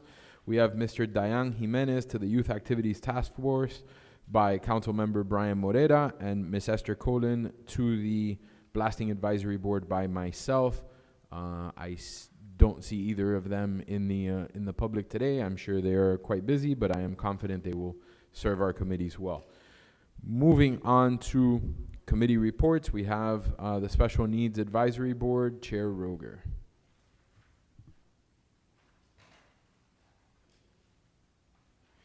Hello, everybody. How are we doing? Good to see you all again. I know it's been quite a crazy July with all the weather, but I'm excited to meet with you all. I know it's only been a couple of months since we were last in here, but we have definitely accomplished a lot in those months, and we have a lot more to accomplish. In your packets, you should have the standard normal stuff that we present to let you know what we're working on, what we haven't been working on, what's been the plans, and the budget for everything, which is the same as it was back in February. I know that was what was recommended to us, is to remain the same, because we're just adding in the check that we got from November, and that's pretty much all there was to it. But as far as what we've been working on, I do have a little sheet in there that you can read over. I'll give you a synopsis of it as well. So we always try to make sure that you guys are fully aware of what our team is trying to do. It has been a great year. The last couple of years have been really good for the board. We've done a lot. I would say some of the major achievements that we have so far for this year includes the launch of our non-contact karate program, the dojo program, which was widely accepted. We are definitely going to work on better promotioning for it, because I think folks in the community just weren't aware still that we had it, even with social media. It seems like we still need to do some flyer campaigns. But otherwise, we did have a full house, and the sensei was extremely happy. And everyone, not only are they looking forward to coming back, and we're petitioning to bring it back in August, but the sensei actually opened up his summer program at a different location to all of our residents, and most of them came. So definitely it was exciting to see. This is something they want to do on a long-term basis. That's not the only one. Many of you were here. I know Josh and Tony were here, and so was Marilyn, for the presentation we had with the animation classes and the work we've done with Miami-Dade and all of the groups that were involved. That was incredible. The looks on their faces, the adults with autism. This is something we've been talking about since beginning of time. When I started on this board, back before I started on this board, when Vivian was here, we had that FIU review, and we've been trying to find things that we can do for the adults that are stuck at home doing nothing. And she worked very hard to steal this program away from Hialeah, and she did, and we got it, and it was highly successful. So we're excited about that one. It is definitely going to return, and the discussion we're having with Miami-Dade is the possibility of not only bringing back the original team and the students that were in that team, but starting a second one as well for new people to come in, which would be exciting. That would basically put us at about 20 students, and we can continue to grow from here. A lot of that is the partnerships we've talked about for years, which our board is, we've always looked at things as, first, what could we do to make things better, and how can we do it ourselves? And then we came to realize that it's a lot easier and a lot better if we partner with other agencies that can do it. Arts for Autism has been one of our longest partnerships, and we continue to research and find more groups that are interested in making that a reality. These partnerships are fantastic because it allows people that are already doing this work, whether it's directly in our community, usually it is, or just outside of our community, we can bring them in and they can offer these programs through us to our residents, and that's what we want to continue to work on. I will mention that we have a lot of galas that we're involved with this year, not just our own, but we were involved in one just a couple days ago that was hosted by the Chamber of Commerce, which was an amazing event, helping to raise money for some of our special needs groups here in the town, including Gigi's. We work with Gigi's quite a bit. And we are also going to be having ours coming up in September, so make sure you mark the calendar. This will probably be, well, I know it's going to be Mayor Sid's last one, but this may be the last one we do in Robert Alonzo's. We're still in negotiations with the possibility of moving it to the Miami Lakes Hotel. Definitely after seeing what the Chamber of Commerce did, we definitely see that that venue is a good way to grow the Mayor's Gala and to allow people to really enjoy their evening, which also in turn gives everybody the opportunity to help us raise more money for what we do anyway. So we are looking forward to trying to work on that and put that together coming up in 2025. Our Painting with a Twist event in February was also record-breaking. I put that down for a reason, because usually we only do a small amount of students, individuals, not I say students, but children and adults with autism on the spectrum. And this year we said, look, our goal has been inclusion. Our goal has been to allow more of the residents to participate with us. So we opened up the entire building of the old facility, and they've now moved, so this will be interesting to see how we do later. But they had two separate rooms. One room is a bigger room, one was a smaller room, and we divided that up to make it so that we had the younger children in one and the older adults in the other, and we opened it up to the public at about an 80-20 and allowed people to come join us, and it was a wild success. Everyone had a great time. It was packed, and I imagine that we're going to be able to do more with that. We're still working on a possible holiday one. That's something we want to do, and we've been wanting to do since last year. And we also did a sensory-friendly movie, which turned out really well. We had a large group, and I failed to post on social media the pictures. I don't know why, it just dawned on me I haven't done that, but I will definitely have to do that because we had a very large group of people come to watch Garfield, and it was amazing.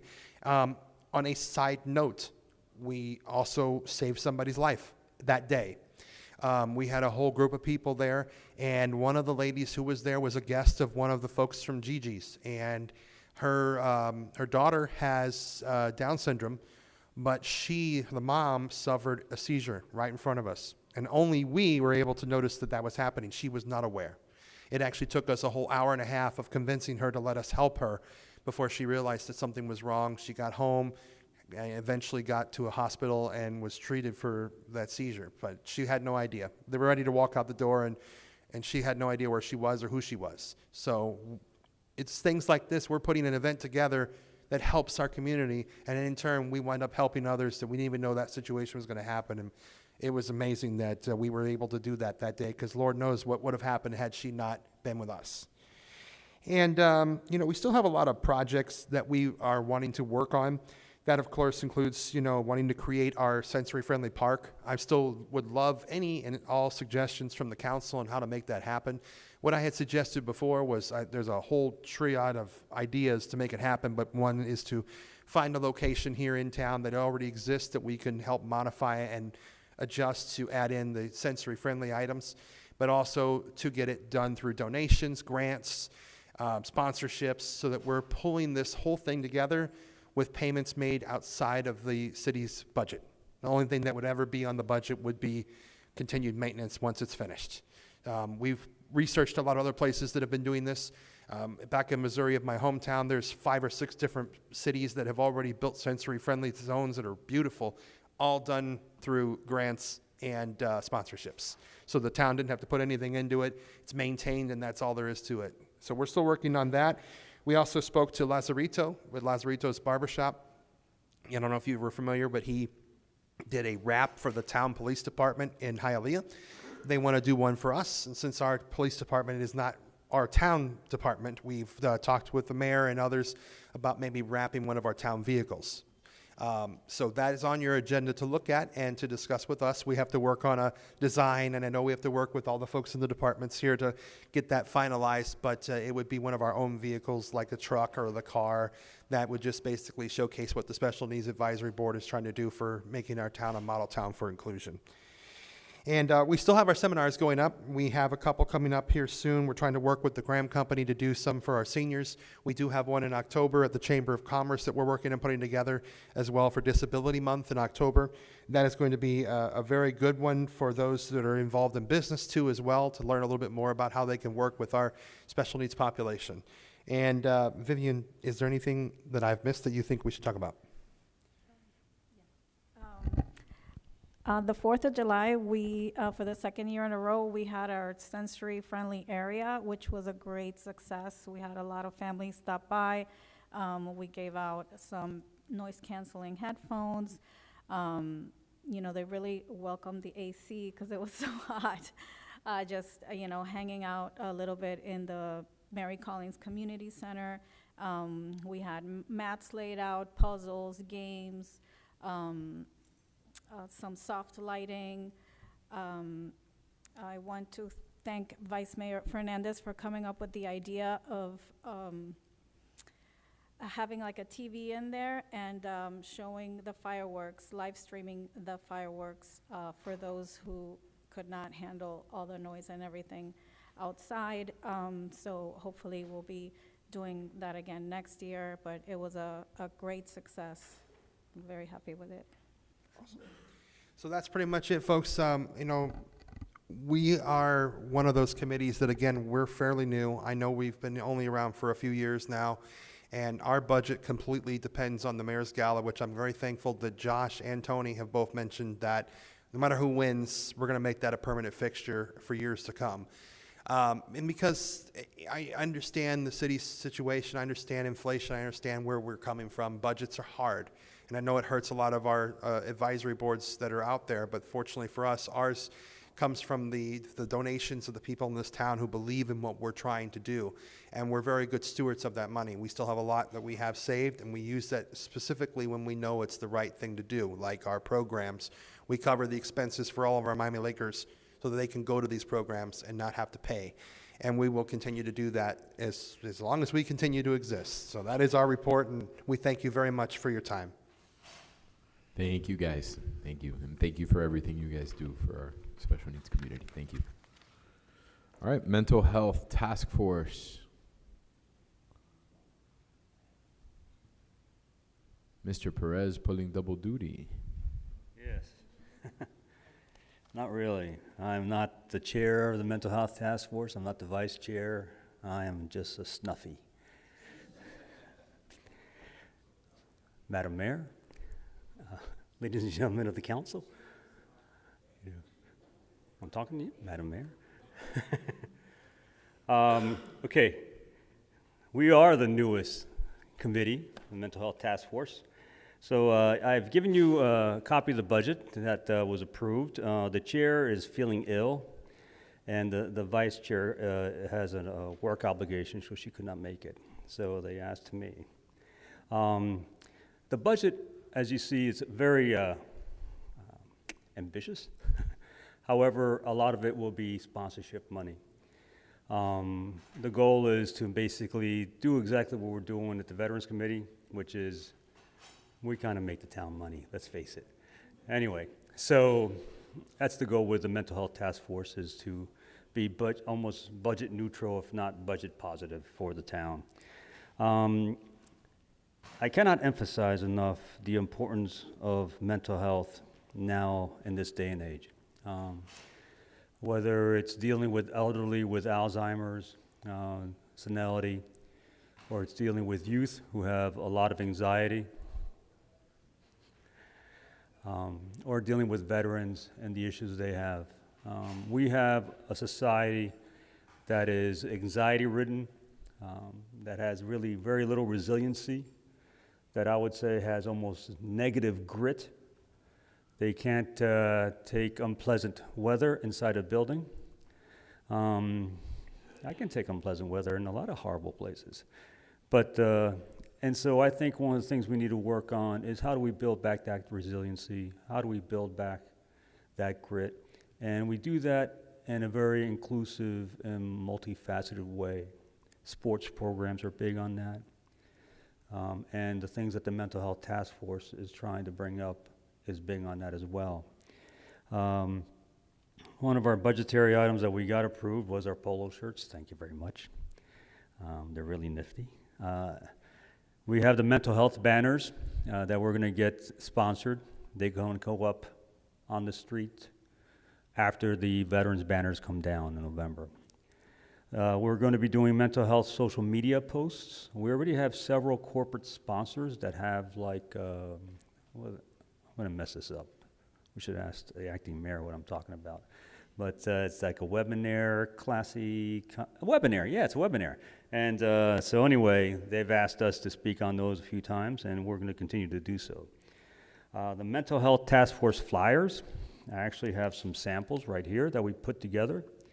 And what we do is we have the farmers market where we have a table and we do an event. And of course, you know, if you say to people, hey, we're the Mental Health Task Force, you might as well say, hey, we're a table full of COVID patients. You know, no one goes up to you, you know what I mean? So you got to have something to bring them in. And so what we usually have is pastaditos and croquetas. You know, I mean, that brings them in. And donuts for the occasional American that comes by. But anyway, so, and that has worked real well. And we're also going to have probably add to that a little bubble makers and little games, because really what gets the attention, and then put a little balloons and little giveaways for kids, is the kids sees us, the parents come, and then we can provide information or resources. So that's what we're trying to do, is how do we bring them in? You know, because let's face it, there's still a huge stigma around mental health treatment and mental health care. So we got to kind of overcome that stigma by making talking to us fun. So we're working on that. And we did one farmer's market, and it was really kind of successful. And we didn't have all the ideas fleshed out. We had the pastelitos and croquetas, so, you know, we had that fleshed out. But we didn't have the kids events and stuff like that. So we're going to start doing that. And the farmer's market has been fantastic in supporting us, giving us a tent, giving us a table, and doing all those things. So it's been zero cost to the town, basically. The next big project we want to do, we want to have really one key event of the year, you know, one pinnacle event for the year. And then one event that is a event in which we cooperate with the Miami-Dade Police Department, our police force, Responding with Compassion workshop. We had several police officers from the county, and along with our liaison, who was just here a second ago, police liaison, and it's incredible what they're doing. It's absolutely amazing what police officers are doing. You know, you think just Baker Act. There's so much more now. They've done this initiative that basically brings police officers in who are specially trained, and they even wear something, they wear a different outfit. They wear like a blue polo, a bluish gray polo, and they try to diffuse the situation, get, you know, understand what the person's going through, and try to get them resources, and then they do follow-up. And then I asked about the what is the interoperability, how they are working across agencies, because that's the key, how you're working across all the agencies, you know, the mental health agencies. And they laid out a very detailed, you know, agency plan, you know, working across all agencies. So I was very impressed, and I think it's something that we should be having a workshop on, to share with other mental health providers, to share with other professionals, to share with people who have family members who have those mental health issues. That way they can be more aware. And so the goal is to do that October 10th. The Suicide Awareness Walk in September is Suicide Awareness Month, and we want to make that the pinnacle event for us.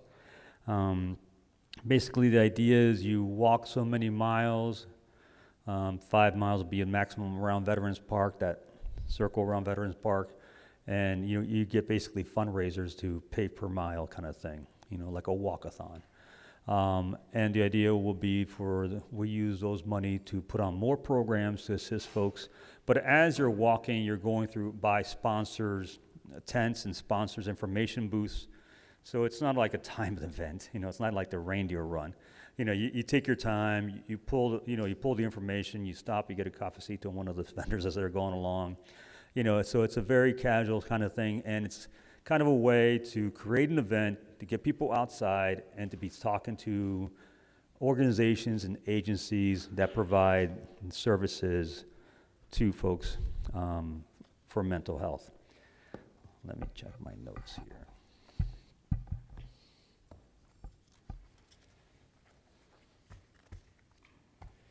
All right. Lastly, on a semi-different topic but related, this past 4th of July, the Veterans Committee, and thanks to the town manager, thanks to Jeremy, thanks to Isle, thanks to Jonathan, we were able to not only feed 150 veterans and their families, but we also hosted orphans from his house. And those orphans were from Central America, basically unaccompanied minors from Central America, and Haitian children whose parents were killed during the Civil War in Haiti. Jeremy and the Parks Department, I asked, hey, listen, I got 40 kids coming, and we need 40 chairs, and we need 5 tables so they have some place to eat. And we want to set up right there the best view area so they can watch the fireworks. And they said, sure, and they made it happen. That's the kind of town we are. And I gave them like almost 0 notice, and they still jumped all over it, Of course, I told them, unless you don't care about orphans, but no, not. But they jumped all over it. And I just can't thank you guys enough for creating that kind of atmosphere in this town. Thank you very much. That's all I have. Thank you for I have some. for filling in. Yes. Yeah, Councilman. thank you. Bill, thank you so much for the work that you guys are doing. And you're kind of like the Gary Cardenas now, so to speak. Yeah. Right? Yeah, you're coming in behind, and you're all over the place. And I heard, you're pulling double duty. You were all over the place on the 4th of July, and the work that you guys partnered along with the Knights of Columbus to do by bringing in his house and that orphanage was really touching and beautiful work, and I commend you. Thank you. Just as a human being, right? Yeah. And you really walk the walk, and you talk the talk, and I think that's important. So one of the things that I heard you doing is you're doing great work, and one of the things that we're doing is we're coming into some money. There was an opioid settlement. Every city in Florida has gotten some money to deal with the opioid crisis. I know the town is looking to do some workshops, some type of educational activities. I couldn't find a better partner for them to kind of lean on with regards to what they want to do. So I would encourage you to have the conversations with the town manager and the town to see what we can definitely run with that. That's a great idea, Councilman. I think that's an opportunity for you guys to work with the town manager and see what they want to do. And also partner with Thriving Minds, the bigger organization that's gotten a lot of opioid dollars as well. So if the town money runs out in the work that they're doing, I'd be more than happy to show you some other organizations that need some partners like you to help them spend that money. Fantastic. You got it. Thank you. Thank you. Anyone else? Thank you very much. Thank you. Mr. Manager, do we have any special presentations this evening? No, sir. All right, then we shall move on with consent. We had 3 items that were pulled from consent, 10F, 10G, and 10I, that were pulled from consent and combined. Councilman Morera. And do we want to read them? Well, they're resolutions. They're resolutions. Okay. So the reason I had these items pulled were just because it's the same item. We just revised the language of the resolutions themselves to more closely fit the original motions that were considered and passed here on the dais. Obviously, here on the dais, we're kind of working with a lot of things at once, but that's actually why when we were passing those motions, I was making specific references to items that were referenced in the BAB report. So following up on that, in making these revisions, I kind of cited a little bit to some of the wording used in the BAB report, just to make it a little bit neater, make it a little bit more powerful, frankly, because obviously these are resolutions that we are sending out to other municipalities, other county governments, and also to the Florida and Miami-Dade League of Cities, and also to the state fire marshal. We don't want to be sending, poorly worded or poorly formatted, for lack of a better term, resolutions. So prior to the meeting, you guys should have all received a copy of a red line version that shows the changes that were made, just for easy reading, and then a clean copy.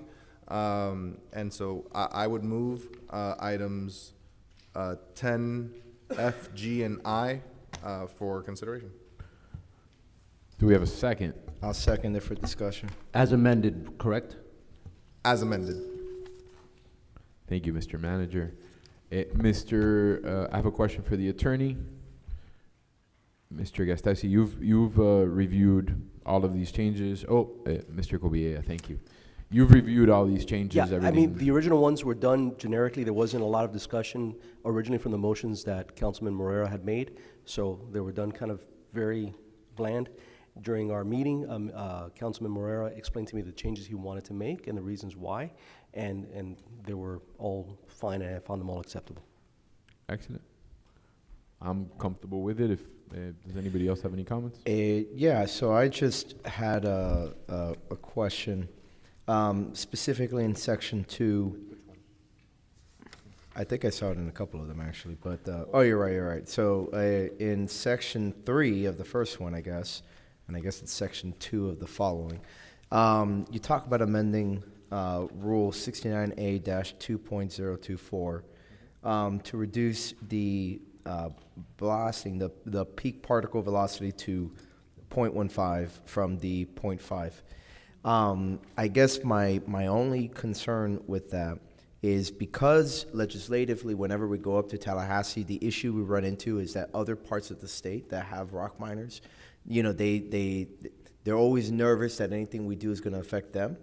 I guess my suggestion would be perhaps to include in the language, I don't know what exactly it is, but perhaps something that for areas in which the soil is made up primarily of limestone, in those areas, perhaps that's where the new reduced PPV would affect. So I'm just trying to look for ways to not get more opposition than we already do. And again, one of the common things we always hear about is that many other legislators in other parts of the state do not understand what we go through because of the different soil. So I'm just pointing that out as something that we may want to consider changing, or if you're just or if you already consider that and maybe I'm just reading it wrong. Again, remember, we got this a little later. Of course, no, and I definitely understand that you guys got it a little later. I can actually probably alleviate that concern. So yes, Section 2 does ask for amending Florida Administrative Code Rule 69A-2.024 to provide that blasting within 1 mile of an urban development shall not exceed a PPV of more than 0.15 inches per second. Just so you understand, right now what the rule says is within 2 miles of an urban development, it can't exceed 0.5. So we're both reducing the distance and also reducing the PPV. Now, this is the way that entire sentence from its first line is drafted is we're urging. We have no right to demand. They're the ones with the power, and they're the ones who have the authority to change the rule as they see fit. We're urging, we're doing our ask. Now, as to what you mentioned, that's actually mentioned in section 4 towards the end, where I mentioned, or where we mentioned that hey, I kind of modified a prior provision from one of the other resolutions that talks about, telling the other municipalities, hey, we have resources at our disposal that we can give you so you don't have to start from scratch. Well, I kind of modified that one and included it here to let the state fire marshal know, hey, we have these materials, you know, we have all this information, but also we have information, resources, and materials ready to share with you to provide data-backed evidence. Because again, I know what goes on up there in Tallahassee at this point. You know, we've made the trip 2 to 3 times just in my time in the BAB. They're gonna say, well, where's your data? Where's this? They try to poke holes, like you said, right? So I'm letting them know we have the ability to show data-backed evidence of, amongst other things, 1, the need for the immediate relief, so that's the damages. 2, that a peak particle velocity of 0.15 inches per second for blasting activities within 1 mile of an urban development is a reasonable blasting limit that will prevent further property damage without causing significant economic impact on the rock mining companies, because again, we're not trying to put them out of business. We need what they do. And 3, this is the one that answers that part, that the effects of blasting are uniquely destructive in South Florida due to the way the Biscayne aquifer allows the blast wave to carry further and stronger than in other parts of the state. So I mean, I think it's carried out, but I mean, if we want it, but again, like I said, I think that here what we're doing is putting our ask. We have no right to tell the state fire marshal what to do, but I think we might as well ask for what we want and then see what they come back with. Yeah, I think you've addressed my concern adequately. Thank you, Councilman Morera. Councilman Garcia, Councilman. Yep. Yeah, thank you. Thank you for your hard work on this. Going back to what Councilman Diego said, specifically South Florida and the Biscayne aquifer, any language that focuses on our issue might be something that other representatives in the northern states would be a little more inclined to say, okay, they're focusing on South Florida, right? It's not the entire state, you know.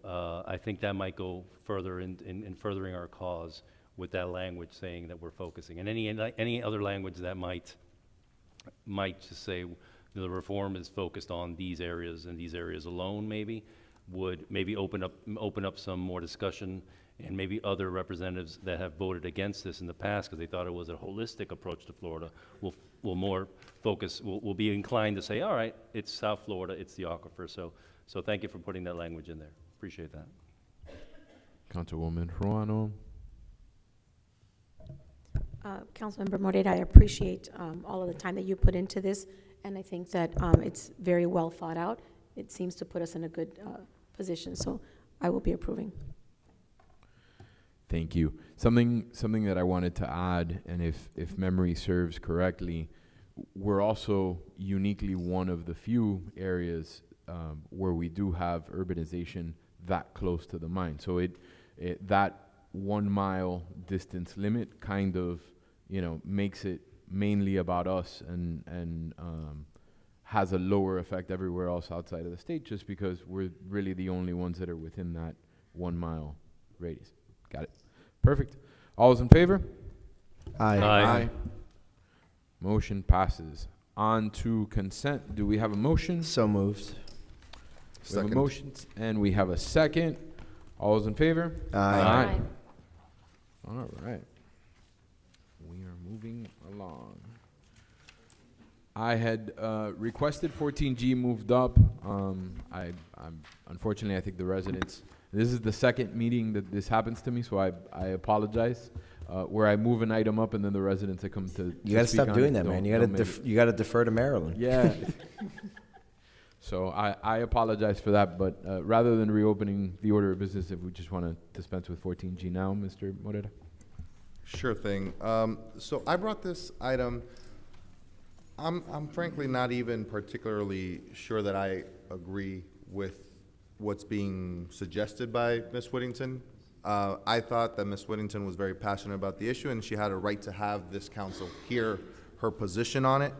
That being said, obviously, there is a price that people pay for lakefront homes and for the peace that comes with a lakefront home and the use that comes with a lakefront home.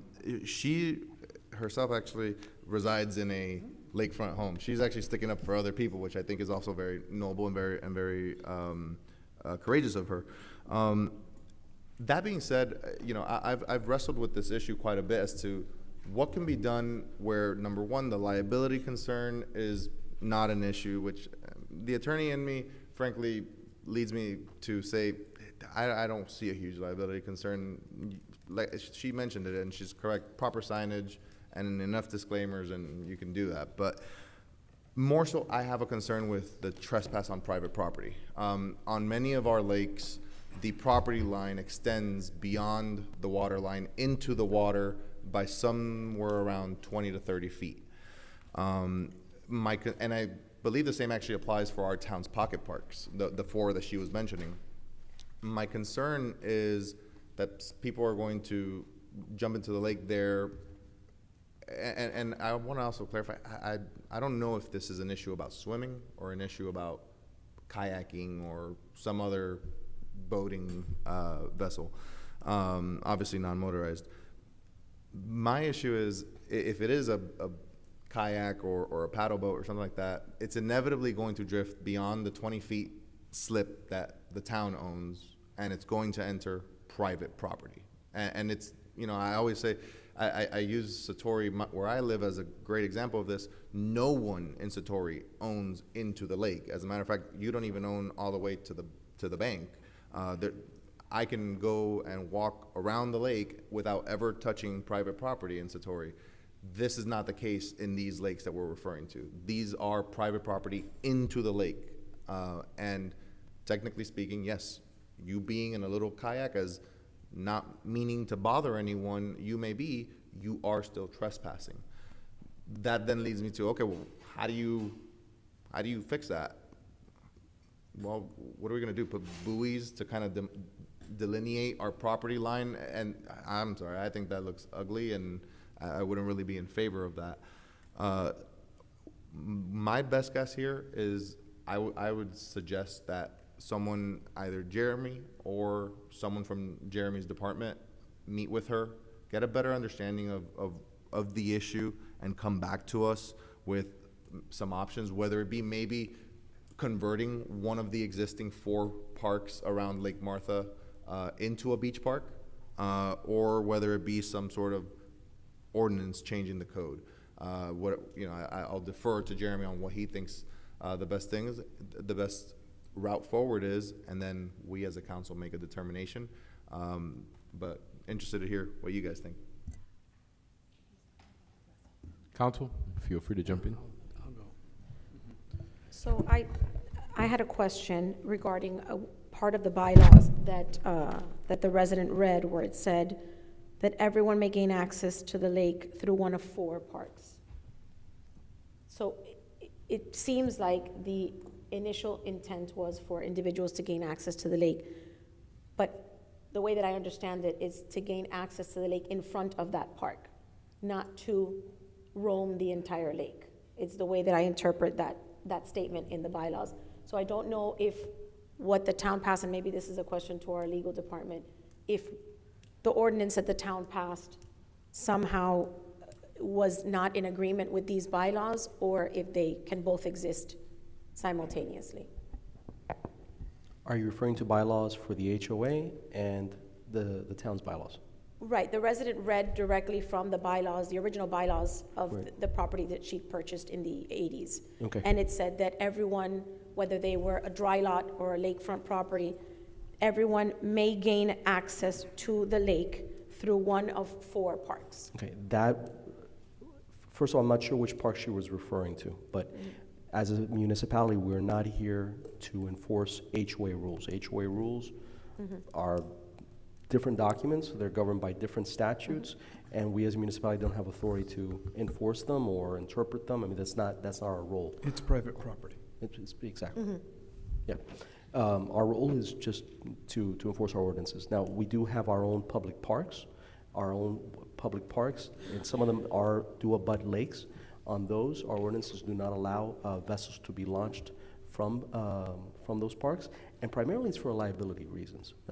Once that vessel leaves that public parking goes out into the lake, if somebody gets hurt, there could be exposure to the town. Second of all, a lot of those lakes are also part of private property. Some of those property lines extend out into the lake. So for those many reasons is the reason why the ordinance that we have right now in the town doesn't allow for vessels to be launched from those parks. So the ordinance that we passed in 2007, I believe, is the year that she mentioned, that ordinance then supersedes or is enforced before any of these bylaws exist? The ordinance that we have is with regards to town property, not with regards to the private property, as far as I understand it. I think I can shed a little light. The HOA has no right to say what we can do or not do with our parks. And essentially, if I read the HOA bylaw correctly, my interpretation of it is they're pushing the can to us. That they have their problem. The way that community was platted, it was intentionally platted to have zero common area. There are places in that community that look like common area that are not common area. They are actually private property. And I don't know why they did it that way, but that's how they chose to do it. And then, so you have one of those like dead end streets that ends on one of those little cliffs and then lake, right? So you would think, hey, I can stand here and fish off of this thing. No, you cannot. You are on private property in there. Even though you're on asphalt, you're on like street asphalt. That is private property according to the surveys. That is part of someone's parcel. Yes. So what the bylaw is doing is getting rid of that problem by saying, go to the town park. Leave the HOA, go to the town park, make it the town's problem. That's part of why I saw it as like, you're asking the town to fix an issue that it didn't create, and that's partially one of the reasons that I'm hesitant on action, because again, every action has unintended consequences. We make a change in the code now, and then suddenly we have issues going on in a different lakes elsewhere in the town. But yeah, I definitely think the provision of the bylaws that you're looking at were a self-serving provision made to be like, it's someone else's problem. Perhaps it's the county's problem, because as she said, that is a provision that predates the town. So at the time they were like, it's the county's problem. Now it's the town's problem. Well, perhaps that was included in those bylaws in an effort to make the dry lots more, I guess, attractive for individuals. My initial instinct on this is that I don't believe that people that are on a dry lot should be able to trespass or enter private property. I don't see how we can fix that, but I'm willing to let our legal department take a look at it and come back to us with some suggestions. Well, to be clear, sorry. Hold on, and before you go, Councilman Collazo has been itching to interject. No, So I don't itch, but I can tell you. In 1972, I did live here, right? Around 1973, and I can tell you how we used to do things, right? All the kids would go to the park and go into the lake, and we would play in the lake, right? And some of us would have canoes, and some of us would have water toys, but everybody who lived around the lake, whether you lived on a dry lot or on a wet lot, would go out, and that's what's in those bylaws, right? The kids would go out and play in the lake, and yes, we swam in the lakes, and we have, did all kinds of outrageous things that are now illegal, right? That are not being permitted by the town, right? So I think that's the issue that she's bringing forward, and that's really not the issue that's bringing forward. All of the homeowners that lived there, right, wanted to have a boat parade. They wanted to have a nice thing on the holidays until they tried to figure the logistics of it, right? Say, well, how do we get the boats in the water?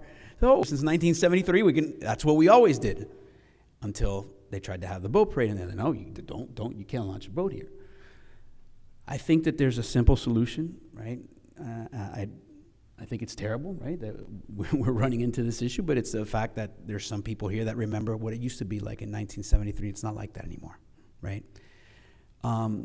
We've granted easements in the past, right, for individuals to run electricity. In this particular homeowners association, we've allowed them to traverse, or maybe there's a special permit that they can pull. Maybe they can pull some insurance so they can have their boat parade, right?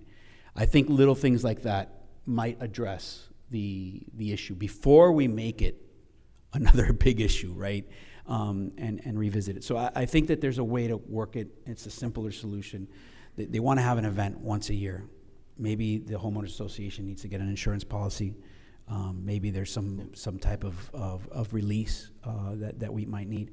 But I don't want to overcomplicate it. I think it goes back to a different era that some of us remember, Josh, and I think you and I are Miami Lakes Yeah, I was going to lifers. say, you don't have to go all the way back to 1973. I also played in Lake Susie, which has a public access lake, and in addition to my So own. and again, it's just, I think that's really what the issue is here. There's a document that's in existence from a long time ago. It just doesn't match up now, but it's really what they want to do is use their lake. And Councilman, I too remember sailing on boats in Royal Oaks and the lakes and going to Loch Lomond and getting in the lake and swimming as well. But my understanding of what Councilwoman Rano was saying was talking about an HOA document. The other thing is a town ordinance. I'm happy to talk about town ordinances all day long and figure out how we can make them different. Yes, right now our ordinance is very restrictive as far as what you can do on parks that abut lakes. Can we look at changing to that? Sure. Can we see what that would be as far as a fiscal impact to the town? We can do that as well. And if that's your direction, I'll be more than happy to look into it. Before we go in that direction, I think, frankly, that Lewis probably encapsulated the issue really well right now. And that's kind of why one of the first things I suggested was, let's just have Jeremy meet with her. Let's understand that is the issue, the parade. Because if we can issue a temporary easement and a special permit or something so that they can enjoy the lake and use it, then that is the path of least resistance. And it doesn't create all those unintended consequences on other lakes and stuff like that. So, if, I don't know if that needs a motion to direct Jeremy to do that, but we can make This lake has approximately 4 or 5 public access points where people can go, be in the park, get right to the water's edge, enjoy the park, enjoy the view of the lake. What they cannot do is swim or launch a vessel at those public parks. Correct, and I think that's what we were just saying, like to kind of temporarily ease that, like once a year or something, is what may be suggested. Can we? Yeah, maybe we can't do that. Maybe, because I know some of our lakes, the property line actually, they all converge in the center of the lake, and then there's others where the center of the lake is actually not owned by any of us, not the town, not the property owners, but actually I think South Florida Water Management or someone. Lake Ruth, only Lake Ruth. Okay, yeah, I knew one of them was like that. So there we might not have any say, but on the ones that we do have a say, we can look at doing it. Yeah, so I definitely agree with Councilman Collazo's perspective. I think we should refrain from trying to paint this with a really broad brush. I think we have a lot of very different lakes.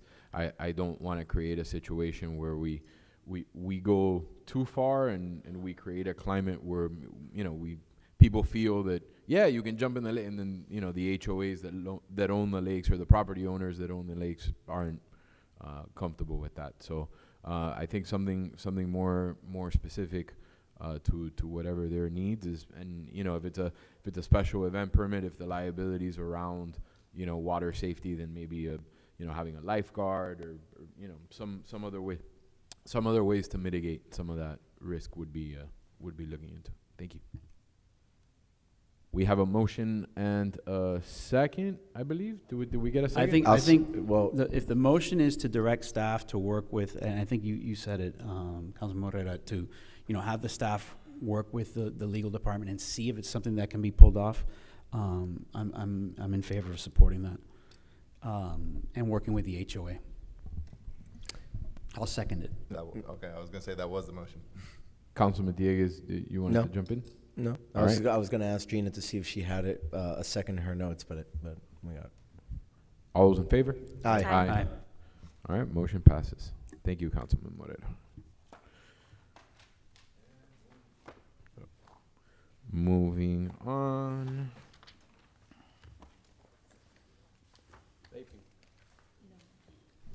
So the consent calendar, the remaining. Nope. I don't have. Ordinances in first reading, did? item 11A. Did you pass the Oh, consent yes, calendar? yes. Yeah. Okay. Yes, we did. All right. Item 11A, Mr. Attorney.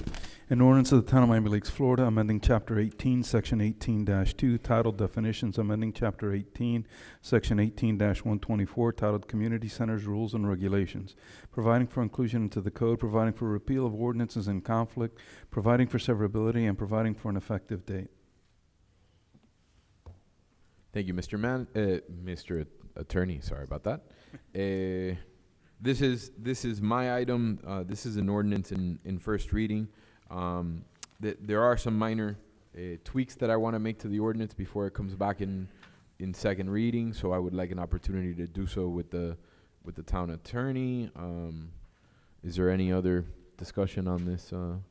We usually don't do discussions after first Exactly. reading. It's a yeah. So I will move it.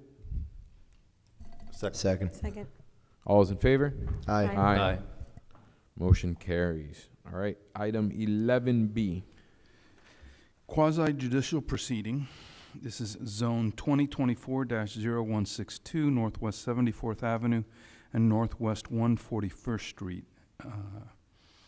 This is a quasi-judicial proceeding, or public hearing. Please be advised that the following items on the board's agenda are quasi-judicial in nature. An opportunity for persons to speak on each item will be made available after the applicant and staff have made their presentations on each item. All testimony, including public testimony and evidence, will be made under oath or affirmation. Additionally, each person who gives testimony may be subject to cross-examination. If you do not wish to be either cross-examined or sworn, your testimony will be given its due weight. The general public will not be permitted to cross-examine witnesses, but the public may request that the board to ask questions of staff or witnesses or on their behalf. Persons representing organizations must present evidence of their authority to speak for the organization. Any person presenting documents to the board should provide the town clerk with a minimum of 10 copies. Further details of the quasi-judicial procedure may be obtained from the clerk. And this is going to be an ordinance of the Town of Miami Lakes, Florida, approving the modification of previously approved Ordinance 07-91 to remove considerations regarding the relocation of property lines for a 0.9 plus or minus acre parcel divided into two tracts with folio numbers 32 2023 001 0473 and 32 2023 001 0474, providing for incorporation of recitals, providing findings, providing for direction to the administrative official, providing for severability, and providing for an effective date. The applicant is and I'm going to struggle with this a little bit, Peter Philippou Panayi and Sufian Naji. All right, and correct me if I'm wrong. This is a public hearing. Exactly, and we will be swearing in anyone who would like to be sworn in and give testimony. You do not have to be sworn in, but if you choose to speak, your testimony will be given its due weight. Yes, the town attorneys are advising me that we need Mr. Peter Panaye, who I see in my screen, a picture of him. I need to swear him in, as well as anyone who is going to testify. And I see him in my screen, but we need to see him in the TV. I see him. I thank you and welcome to the meeting, sir. Everyone who's going to, yes, everyone who's going to speak, just please raise your right hand. Do you swear to say the truth and only the truth, so help you God? I do. Thank you, sir. Madam Clerk, I'd like to disclose that I have not had any communications with anybody. Thank you, regarding Councilmember this Collazo. I item. was just going to remind all of you to please state your ex parte communications. Noted. Madam Clerk, I also have not had any communications with anyone regarding this. I have not had any communications regarding this, Madam Clerk. Dieguez? I have not had any communications with the applicant. I have also not had any communications with the applicant. Thank you, Madam Clerk. Thank you all. Noted.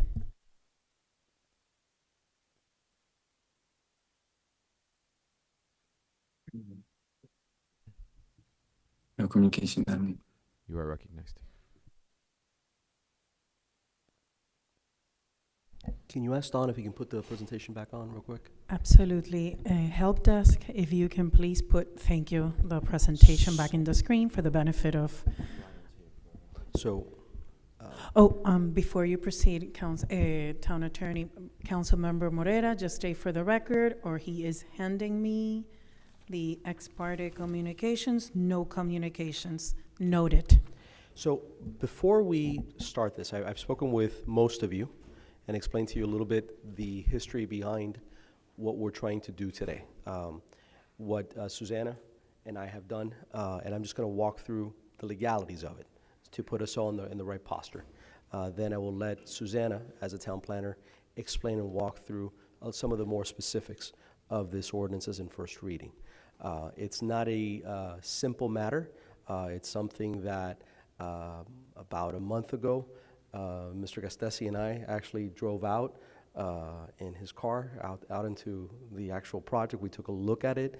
We looked at all the ordinances, at all the law, at all the documents. There's a lot that has happened between the time that this was first came to be, 1983 more or less, the time that the town first passed an ordinance in 2007, trying to rezone this section, and today. And so what I'm going to try to do is give a little bit of an explanation because it's something that is very unique to our town, but at the same time, we feel also it is very important for all of you to give some attention to and some thought. So this is zone application 2024-0162. First thing I want you to take note is, what are we talking about here? We're talking about a zoned area called GU. That's very something we don't hear a lot about. We hear a lot about industrial, IU, RU, residential, BU, business, but GU not a lot. What is GU? GU means general use. It could be called miscellaneous. It is the area of town that really was never platted per se. There's not much GU. The GU is the area that's in light blue, or we can call it Miami Lakes blue. We have all the way towards the Palmetto is the zone in question. It's that little area that's an upside down L. If we move further east, you're going to see along 67th what is Miami Lakes K through 8, and across Miami Lakes Drive you have the Congregational Church. You move further east, you have Elevate Church, and then you have a little sliver in between the Gratney and 138th, 84th, that is also designated as GU. There's not a lot of area. Now, what does the code say you can do in an area that's GU? Well, and this is kind of hard to see, I apologize for that, but it basically says that you can have a build on a property that's you can build a building that's 17,500 square feet, or you can also build on property that is more than 5 acres in size, and it has all these different setback provisions. Back in 1983, the original, let's call applicant, decided that they wanted to build a home on this land, all right? And what we're talking about, and you're going to see, and we'll hear a little bit more from Susanna, is that we're talking about here about a tract of land, all right, that's on Northwest 144th Street and 74th Avenue. That was one land. The land abutted 74th Avenue and was intersected by Northwest 144th. Now, what's important about Northwest 144th is that Northwest 144th is not even a right-of-way. It's pointed on the map, but it's never been dedicated as a right-of-way. Town has never received it as a right-of-way. In reality, if you go out there, it's just a gravel road. And we know this because, again, Mr. Gastesi and I went out there. We physically saw what that is. So back in 1983, the original owner decided that they wanted to do what the county calls a waiver of plat process. Now, we can't find the waiver of plat process, but we were able to find this survey that discusses that waiver of plat process and split the property. The property estimated is about 30,000 square feet. They divided and split it up a little bit over 30,000 square feet. They divided it up into 17 and 17 at the time. Now, fast forward to 2007. In 2007, new owner, Mr. Lafont, decided, who's with us today, and if you decide to hear from him, he can be sworn in and give his testimony, came to the town deciding that he wanted to build a home. I believe the home was already in the process of being built. He wanted to be legalized. He hired counsel, came before you, and an ordinance was passed. All right. Now, this ordinance, what it did was to rezone the property. The property would now be zoned from GU to RU1. All right. RU1 is residential. All right. Now, as a requirement, as an aside, Mr. Lafont also wanted the property line to be moved back some because he had built a pool and other accessories which are not on the map but encroached into the other property that had been split by that 1983 waiver of plat. And certainly at that time, Mr. Lafont, from what we can tell, owned both of the property lines, so that certainly could have been done. And could is a very important word because, as we're going to see later, it wasn't done, and we're going to see why it wasn't done. Okay? In order for Mr. Lafont in 2007 to properly rezone this property from GU to RU, there were various conditions that needed to be met. Among these conditions, the property needed to be replatted. It needed to meet DERM requirements. It needed to meet public works requirements, many of which we will see were not accomplished. If the applicant was also responsible to record at his own expense a copy of this ordinance with the Public Records Office, which was the public recorder, which was never done. This ordinance was never recorded. As you'll see in Section 6 of the ordinance, it says that failure to adhere to the terms and conditions of the ordinance will be considered a violation of the town code, and the persons found violating conditions will be subject to penalties, including but not limited to revocation of the ordinance. Because these conditions were important, conditions precedent, this ordinance never met its goal, which was really to rezone this property. Section 13308 of the code discusses platting and discusses what platting is. And it talks about water, but more importantly, it talks about easements, but more importantly, what it talks about is stormwater and streets. Stormwater, in order to make sure that those streets have the correct stormwater retention systems, and also to make sure that the streets are properly paved and create necessary right-of-way access for both properties, the property that was in the front that Mr. Lafont owns and the property of the applicant, Mr. Pinaggi. Simply put, as we will learn today, because of this situation, this property was never properly zoned as RU. So we have a property that is zoned GU. Mr. Pinaggi desires to be able to build a property, and as a city we would welcome that, as a town we would welcome that, but in order to be able to do so, the property needs to be zoned properly. And in order to be zoned properly, we need to make sure that it is properly platted. And part of that plat process is to make sure that the necessary infrastructure is put in place.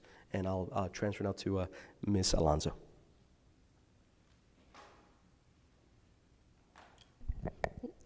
Good evening, everybody. And if you're all confused, welcome to the club. This was one of the most confusing issues I've ever had to deal with in 20 plus years of doing what I do, and my head is still spinning. So by all means, don't try and pretend that you understood, because you understood what you understood, and that's fine.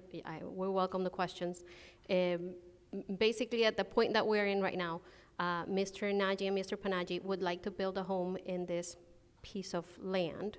I hesitate to call it a property because in the opinion of staff at this point, this is not a property where you can build a single-family residential unit. In the sense, it's not that it couldn't ever happen, it's that the road to get there has never been traveled, if that makes any sense. So basically, if we were buying a shirt, we have fabric, but we don't have stitches, buttons, and all the other things that make a shirt a shirt. We do have fabric, we do have a piece of land that has dirt, plants, fences, and some sort of access, but this is as far as the town is concerned, a property that does not have access to a right-of-way, because 144th was never taken in by the town or acquired by the town. It was dedicated at one point by some instrument of the county, but it was never incorporated because it was never asphalted. They never put in the streetlights. They never put in proper stormwater. They didn't do the things that we would require them to do in order to take in the streets. So, and that's where we sit at this point. So, and I'm gonna let Lorenzo explain the rest of it, and we're here for questions. Look, I do believe, though, that the applicant is online, so maybe we want to give them a chance to yeah, but speak. let me just. Go ahead. Okay. There are two property owners here. This was all one property years ago, and my dates will be off. But in the 90s, this was one property. At some point, they sought to divide the property, somehow in half or not. Then, after they divided it, the one gentleman where there's a house actually built basically onto what would be the other property. Pool, house, everything. Now he has a problem because now his house is actually over the boundary line. So they entered into some sort of an agreement where the part that goes over the property line, they did an easement. This has all been an issue back and forth. At one point, we grant them the right to build, to take. Actually, on GU, you can build in GU, but the requirements are, the one that basically would prohibit them from building on GU is that it would have to be a 5-acre plot, which it's not. So theoretically, on GU you could build, but not this property. So then we run into the issue of, okay, they come to the town, they want an ordinance, they want to be able to build. We grant them that, hey, we'll change the zoning, but you've got to do X, Y, Z. You've got to build a road, stormwater, you've got to do a bunch of things. For whatever reason, it wasn't done, but yet the house was built. The ordinance was supposed to be recorded. It wasn't recorded, but it's here. In other words, that's something that's here. Certain other documents were recorded prior to the gentleman's purchase. I feel for this homeowner. I really do. He bought this property, but he has lawyers. And there are things that are supposed to be done that have not been done. And it's not necessarily the gentleman's fault, but it may be the other gentleman's fault. It's somebody's fault. It's not ours. So it needed to be built, and it hasn't been, none of that stuff's been built. Those were the preconditions of being granted the zoning change. Correct me if I'm wrong. This is like the bottom. I'm trying to like really get to the meat of the issue, because if not, all of the things, all of the deviations are a problem, but I'm trying to get to really the heart of the issue. And that's why the gentleman's here. And he's upset, and I don't know that I can necessarily blame him. But it's not necessarily, let's just say, a discrepancy that's our fault. That's something that those two gentlemen are going to have to sit down and resolve, in our humble opinion. The issue is just making it right and making sure that if we allow a project to go forward, it's a project that meets all the infrastructural needs that are necessary for a house, to be able to be built. And that's simply, in a nutshell, what we're requesting, and for it to follow the proper planning process. Would Susana, would it be, and I'm thinking outside here, because I really don't want to see the guy get hurt either. Is something that we'd be amenable to, that if he wants this zoning change or whatever, that as a precondition he has to do X, Y, and Z, which was supposed to be done? Correct. Well, is that at the something very we could live least, with? Proportional, right. And that's something that can be, so there's many ways to accomplish what can happen here. Obviously, the best solution for everybody would be that the entire neighborhood comes together and they all sort of create their own either private easements, association, development where they pave their own roads and they maintain their own roads, or they they dedicate the roads to the town and then we take them on, or like all these things get done. Unfortunately, what we have right now is a lot of homes that have been put into this area back in the 60s, 80s, before town incorporation, that were put into what was basically fabric, not shirts, right? Mm-hmm. So, and they're basically like wrapped them, which works for them. They're happy like that, but we cannot, in good conscience, add additional structures and additional homesteads to this area without putting in the proper infrastructure, because new owners come in and properties get sold and get acquired by somebody else, and new people are expecting us to take care of their facilities like we do other areas of the town, which we can't because it's not ready for us to take it on. So here we are on the what comes first, the chicken or the egg, right? All right, I guess the next step is to hear from the homeowners. Okay, we're done with our presentation, right? Yeah, okay. Is the original homeowner here? I believe so. I believe they do want to speak, but they were not sworn in, so we need to swear them in, if you don't mind. Yeah. Yes, please rise and raise your right hand. Do you swear to say the truth and only the truth, so help you God? You may be seated. No, you need to come up. The only thing I was going to say is our procedures do require that before we hear from the applicant, and then we can hear from anybody else. So unless you guys want to waive that procedure, and that's fine. That's up to you as a council, but I just want to. The applicant is the gentleman. Correct. So yeah, I think we should hear from the applicant first. Unless you want to change, and you're free to change as a body. I see no reason to deviate. So there's an original homeowner, which is not here. That homeowner sold it to Mr. LaFont, who is here, and then Mr. LaFont sold it to the property someone else, who then sold it to Mr. Panaji. That's my understanding. Mr. LaFont, let's call it half. He sold half to someone else, who then sold it to the gentleman on the screen. My question was, there was a gentleman that made an initial agreement with the town of Miami Lakes. That's this gentleman, Mr. LaFont. Okay, and he's here representing himself, but the applicant are the individuals that are on the screen. Correct. They're the ones that are desiring to build. Okay.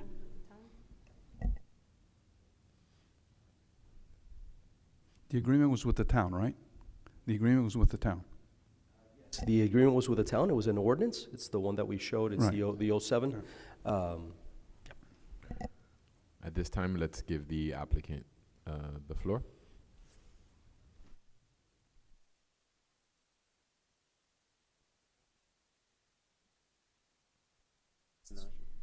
Mr. Panaji? Hi, thank you. Sorry. Yeah. Okay. I'm going to let my business partner, Mr. Naji, speak on my behalf. If you'd like him to swear in, he's willing to do so at this point. Yes, please. Please raise your right hand. Do you swear to say the truth and only the truth, so help you God? I do. Thank you. Okay, so I have few comments from the conversation. I've been studying this case for a long time. I've been seeking a lot of assistance from professionals, experts, engineers, architects, and I have spent significant amount of time, money, to find out what the issue is. So when I heard the attorney, Mr. Lorenzo speak, he had mentioned that there was he had mentioned that 144th Street does not have a right-of-way since there is only a gravel road. So the deed that we have upon purchase outlined that the property does, matter of fact, have the right-of-way. And it stated that, and if it stated otherwise, why did the other people build next to us? There is a house north, there is a house east, and there is a house west. They were able to build. Some of them don't even meet the minimum of the GU. So Despite all of this, we already have reached an agreement with Mr. and Miss Lafont that we are not going to enter into any discrepancies or any issues. We are not going to disturb their lifestyle. We're not going to interfere their portion, despite if we own it, as long as the town approves our permit.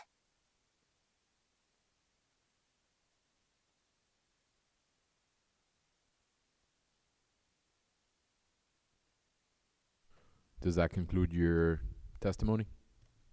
For now, yes.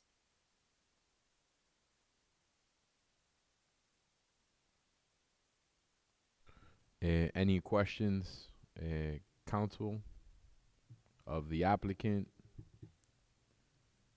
of staff?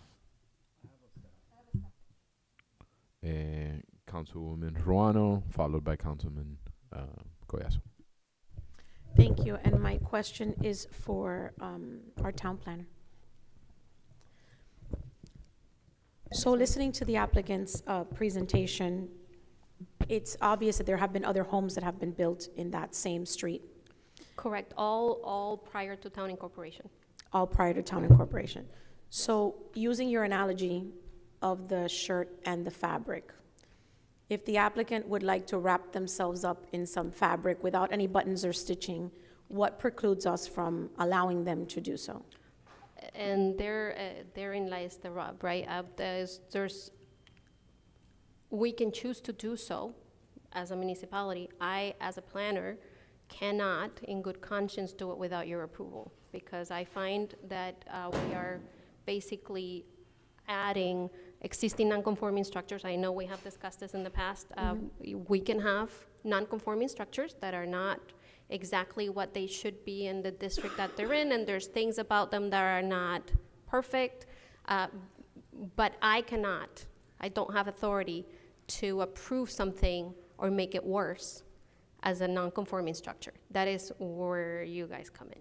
No, and I follow the very strict letter of the law. If it reads exactly like that I approve. If it's not exactly like that, then I bring it to you all. And I completely put you on understand. the spot. I appreciate that. I don't see how it would be okay for us to require the applicant to install all of this infrastructure when there are existing homes that are there now that have not installed it or have not complied with what is required, and they sit on those lots currently. If I may, when we're talking about all those lots, understand that not all of them are built out. I think that less than half of them are built. The majority of them are empty lots. So, and they're quite large lots. We're not talking about small ones either. They're 17, 18, 20,000 square feet.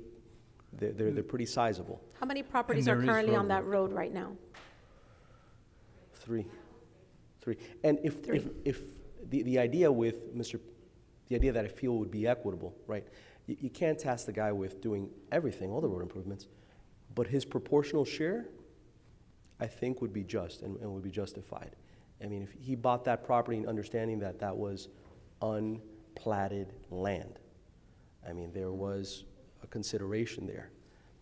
In order for that to come up to town standards, and it's got to start somewhere. And what would that look like? Like a proportional share, for example, of a road where there are 3 existing properties, 1 property that the applicant will build, and perhaps other parcels that are not built. What would that proportional share of that road look like? That's something that we could discuss with the applicant, and there's various ways. I was just discussing with Director Angel one method that the county uses, which is a particular type of an agreement. There's many, I don't want to get quite into it, but we could come up with something to come back. This is first reading. Okay. So again, this has got to come back before planning and zoning and for a second reading before all of you. So if it gets moved for us to enter into that conversation, more than happy to discuss what that would look like as far as a proportional share. That's something that I would engage, talk with Susanna, with Danny, with Omar, and the manager, and come back. Okay, and my other question was with regards to the property owner that is currently there that has an existing agreement that was entered into, I believe, in 2007? Yes. With the town of Miami Lakes. Who is responsible for making sure that whatever's written in the agreement, who was responsible for following up on that and making sure that that was done? Because clearly at this point, it hasn't been done.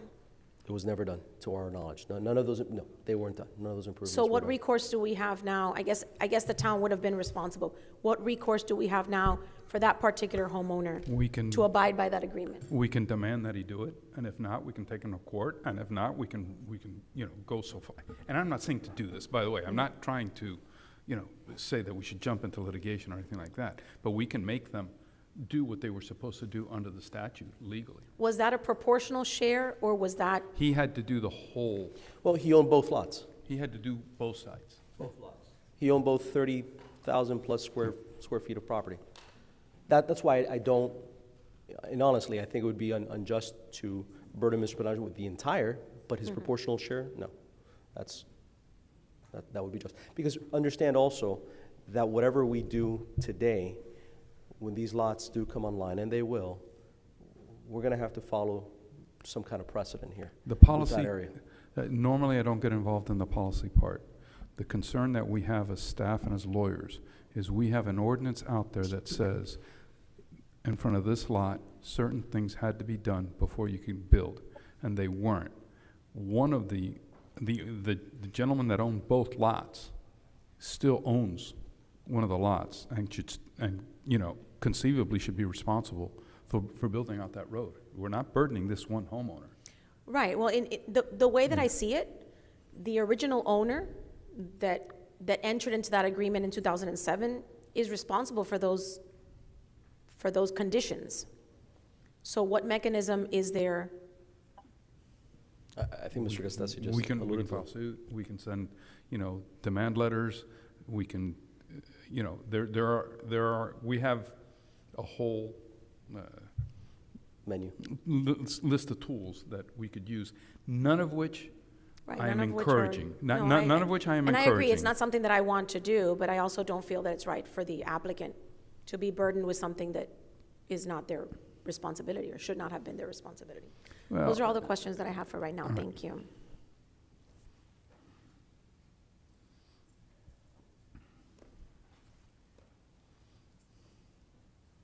Any other questions? Councilman Cuevas. Thank you. Yep. Prior to 2007, I understand that we didn't really have any involvement on that property. During 2007, after 2007, have we issued or authorized any building permits or agreed to any of the building that's happened on that property?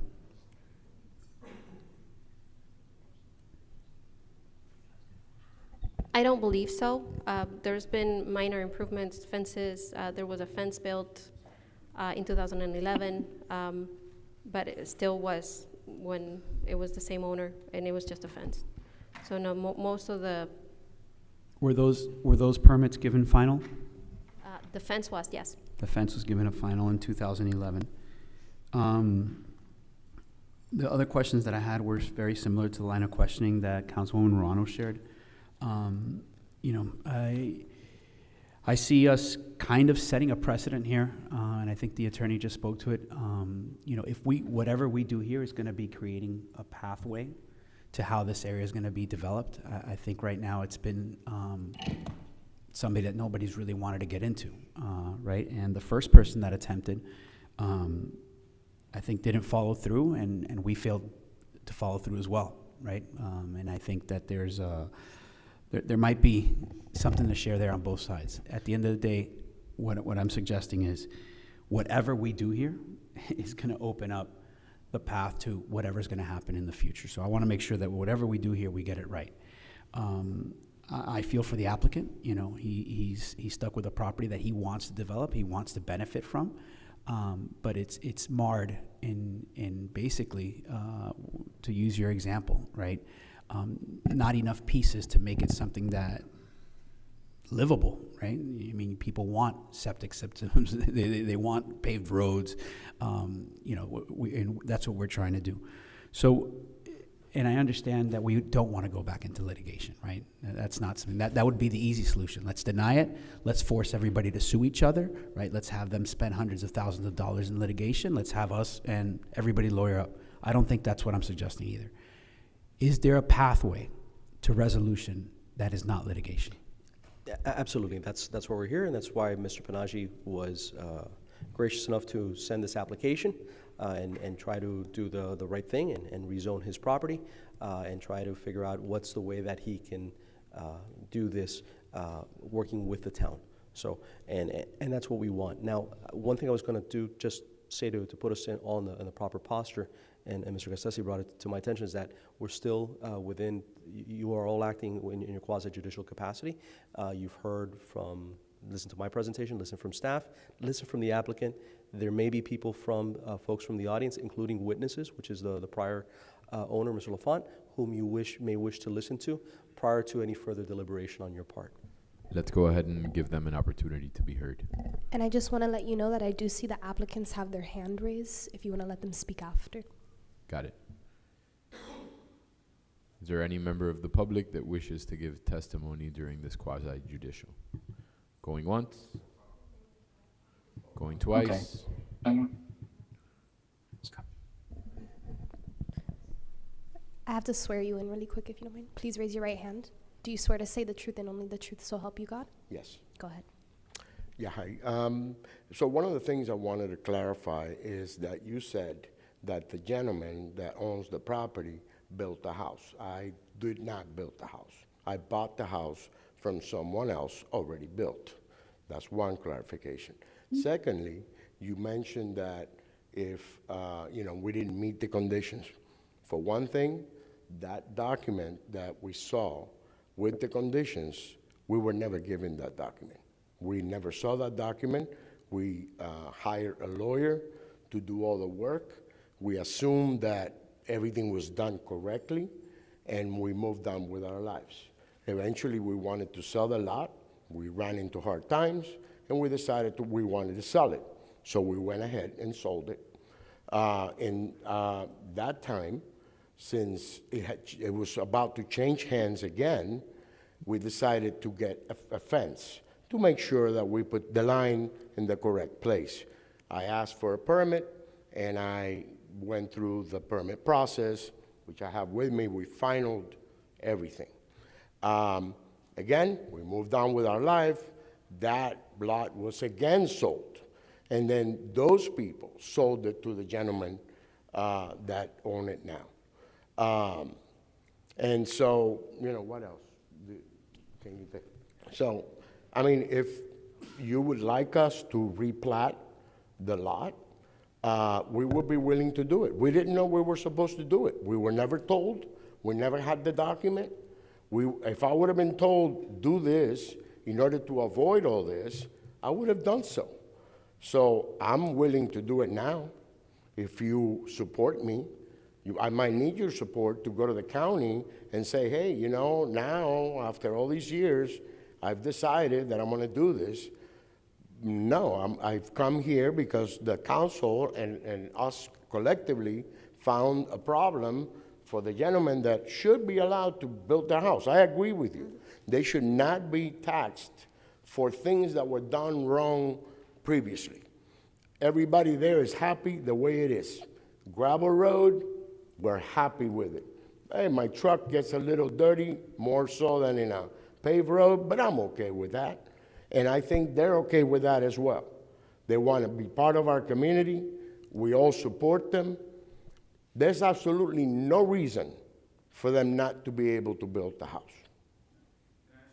Yes, sir. Let me ask you a question. And Susana may have to answer this for me. If he goes to the county to replat, which I hope you would do, are they going to make him build that road? They are. Yes, sir. Part of the process of platting is making sure that the proper infrastructure is available, and part of that infrastructure is going to be stormwater systems, streetlights, road infrastructure, signalization, lines on the road, blah, blah, blah. Look, I don't think you should have to put, this is my personal opinion, I don't think you should have to put streetlights and things like that in there. But let me ask you the question outright. When a new subdivision comes in to be replatted, it's usually the process that we go through. Is what we did with Lennar, is what we've done recently with the 37 homes on Dunhill Cove, now called Do we whatever have the a name. say-so? Right, this is the process that we use whenever there's a big piece of fabric that we start to cut up into smaller pieces that are gonna be something else. We just Do make we sure. do we have input or a say-so on the infrastructure that he would, in other words, as part of the plating process, is the county going to say, Miami Lakes, what do you think he has to do in terms of infrastructure or something like that? They do have to approve it. We are the first ones that hear it, and we are the ones that say, we give the first sufficiency approval, basically, Okay. and it's one of those things that comes for preliminary plat first, and then we send it to the county, and then we do final plat. So it's sort of like a sandwich Right. process. So But they yes, come we to do us? we do the first part. They come to us, we say these are the infrastructure improvements we would kind of like to see. And then- and then it's taken to the county, and Correct. hopefully they go with our word. they go with it, all yeah. right. Let me ask you this, sir, the $1 million question. Are you willing to build out the road? Not myself. Okay. And I could tell you that the other neighbors may not be able to afford it. This is not a cheap thing to do. We actually entertained that at some point. At the beginning, when I came to that, when I bought the house, I came to the town and I asked the question. I go, listen, I'm new in this area, why don't you guys pave this road? The answer was, that's a private road. Which brings me to another, issue. There is an easement that the city claims in front of all the properties. So my question is, it's a private road. Why does the city have an easement? And if you have an easement, then why don't you build the road? These are things that are here for you to discuss and decide on, but these are issues that affect the whole decision-making process. We should not be taxed. I can tell you, they cannot afford it, to build. And then why should I and them be the only ones that contribute for the road? When the house was built, that should have been enforced. Yeah, but that was a Not condition. now. Yeah, but that was a condition. Yeah, but I didn't build the house. You approved All right. it, obviously, because the house is there. So it might have not been you, but somebody else in this body of That was one government. of my questions for you, Mr. LaFont. You purchased the property and the property was built. Yes. So that ordinance was not, Well, was no, not- that ordinance I pursued. I bought the house, in 2001? He's the one with the ordinance with the conditions. and the ordinance was issued for what purpose? For separating the lots, because there were two folio numbers when we bought the property. It had 35,000 square feet. And I just wanted it to make mine a little bigger. Right, So that's the reason why we did this way. So and look, in the end, this is all your decision, obviously, but I just want to make sure that we're clear. The house was built when you bought it, but you're the one, and when I say you, through your attorney or whatever, I don't mean to be accusing, but you're the one who came to the council and said, we want to divide this land up. Right. The council said yes, and as part of that condition, the council said you had to build these roads. No, it did not. That doesn't say that. That's exactly what it says, right? It said that you had to meet certain conditions which were required from replatting. For the lot, but For not replatting your lot, right, which required a resection. So you're saying that Paving if the I- section of your road and doing the right. improvements to your area, yeah. So to replat, I have to build the road? They're probably going to make you do that. But you agreed to do that's- that in 2008, 2007. You agreed to do I that. never got that. I never got that document. How can I know if I'm not told? But you're the one who came to, No, you an went on your attorney came. behalf. An attorney came. I in. understand, but they're the ones who came to the council and said, please let us divide up this land, and please, in return, you, Mr. LaFont, are going to do the following. Let's be fair. I mean, that's the And it truth. says that I have to build a road? Where does it say that? I never saw that. I can't talk. He can talk. Look, you guys are in a jam. Both homeowners here are in a jam. I agree. I'm not trying to say you're not. You're both in a jam here. I understand. but let's put the blame where the blame lies. You were supposed to do it. Well, I think we should kind of refocus, because I don't think we're arbitrating, arbitrating where the blame is. I'm not. I think we have an issue before us. I think let's concentrate on the scope of the issue before us. I understand it's very difficult to do, because both things are intertwined. We're not going to settle whatever other issues are happening. So let's try to refocus on the issue that we have in front of us and try to make the best decision possible with all the information that we've heard thus far. And Vice Mayor? Yes. Mr. Coviella made a good point, which is this is first reading. So it may be something for you to consider, is pass it on first reading, allow them to continue doing a lot of this conversation between both parties, Mr. Lafont and the new applicants, and have these conversations and bring back to you a revised plan, holistic plan for second reading that you can consider, so that the applicants don't have to continue to wait. I know they want to build. The plans that they have submitted to the town it's a beautiful home that they want to build. Mr. Lafont can develop a plan to move forward to kind of resolve any outstanding issues. So you may want to consider passing on first reading, allow the town attorneys to work with both parties and develop and bring back to you a revised plan, which would include the second reading of the applicant's ordinance. I would be amenable to doing that. Do I hear a motion from someone to that effect? I will go ahead and move to approve the application with the town's conditions and direct staff to work with the two homeowners on a solution that works for all parties. Second. I have a motion and a second. This is a roll call vote, correct? Yes. Yes. Ordinance in first reading, item 11B, Councilmember Dieguez. Yes. Councilmember Goyaso. Yes. Councilmember Garcia. Yes. Councilmember Morera. Yes. Councilmember Ruano. Yes. Vice Mayor Fernandez. Yes. The motion passes. Yeah, and to the applicants, and I'm sorry, I'm horrible with names, Mr. Panay and Mr. Naji. Just so you understand, here in the town, there's some things that are called ordinances, some things that are called resolutions. Resolutions are passed just one time and it's done. This is an ordinance. It has to be done 2 times. So today was only the first reading. The town attorney and the town planner will work with yourselves and Mr. Lafont and Mr. and Mrs. Lafont. And then next month, it has to come back for the second reading.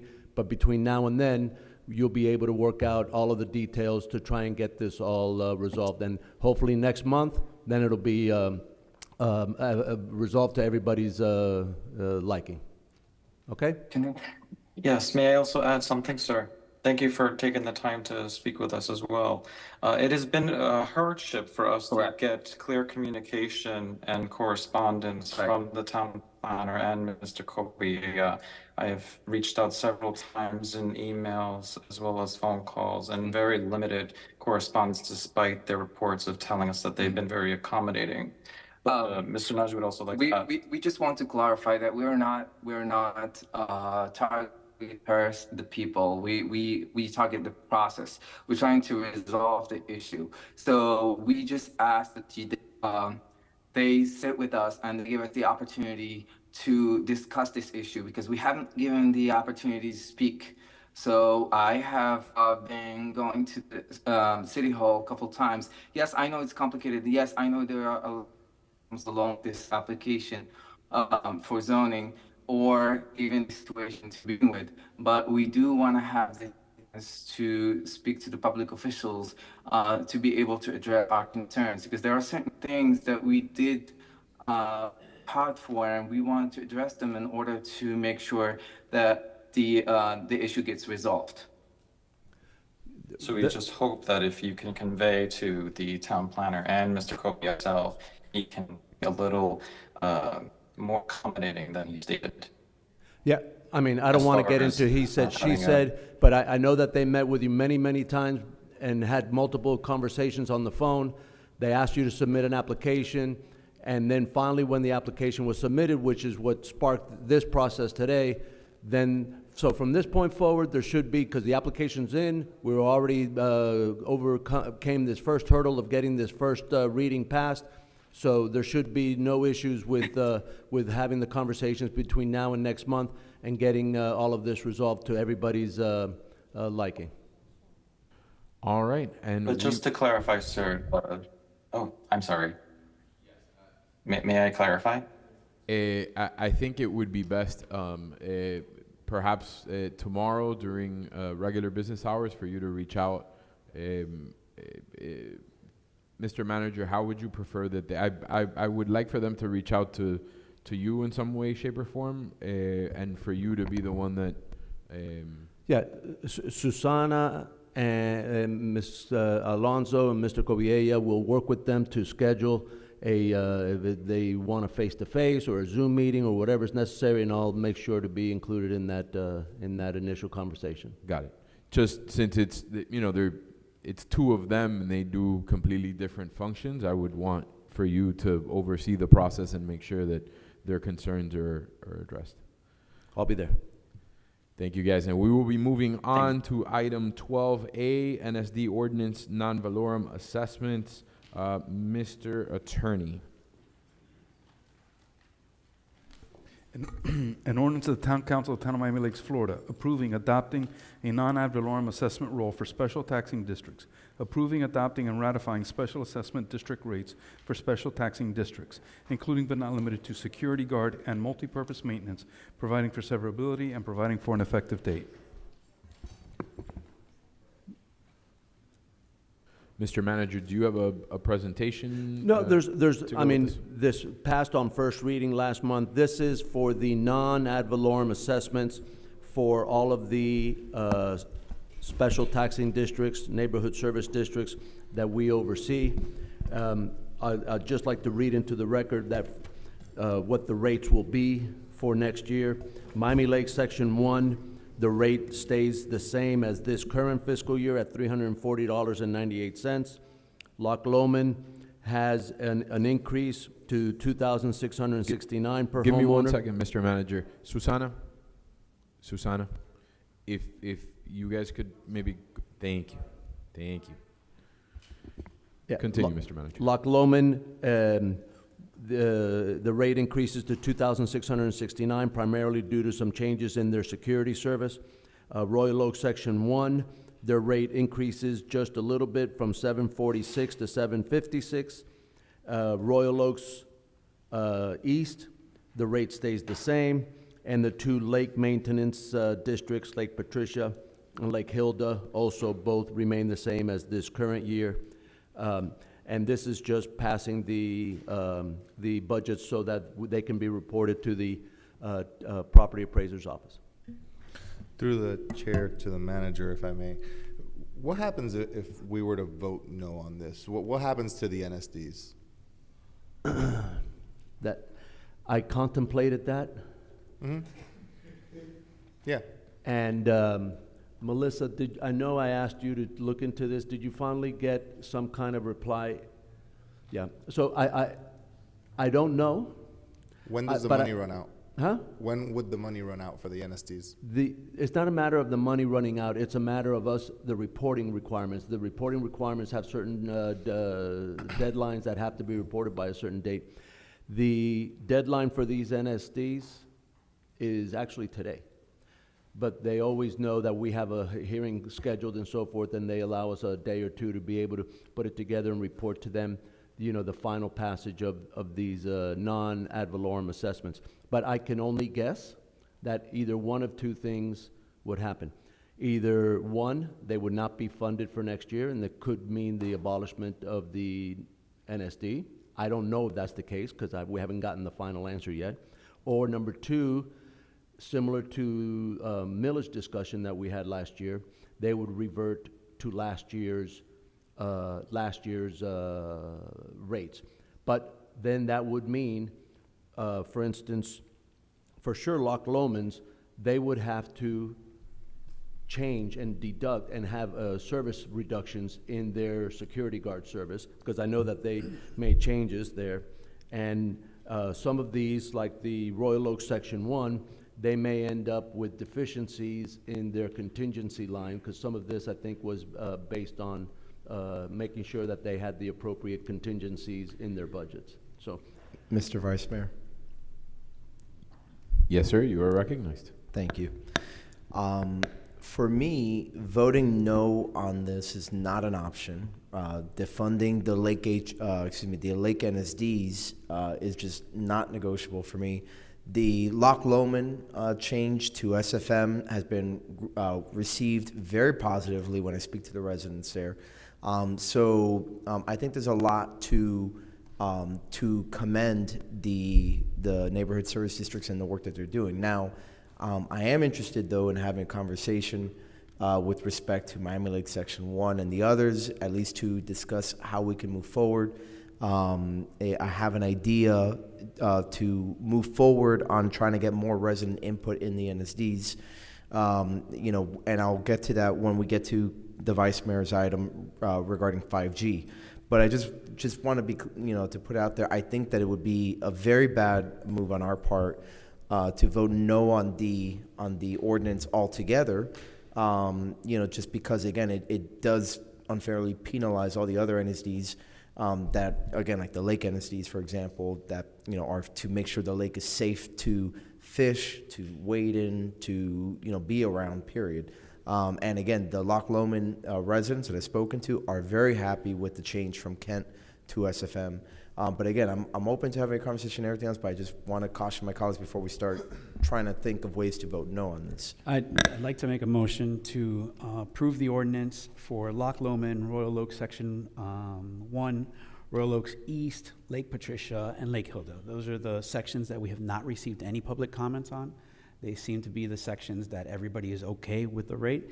Miami Lake Section 1 is the only one that I received over a dozen emails, whether it's process related or budget related. So I wanted to get that off the table, which is basically pass the rate for the ones that we haven't heard back from the public. Can we do that?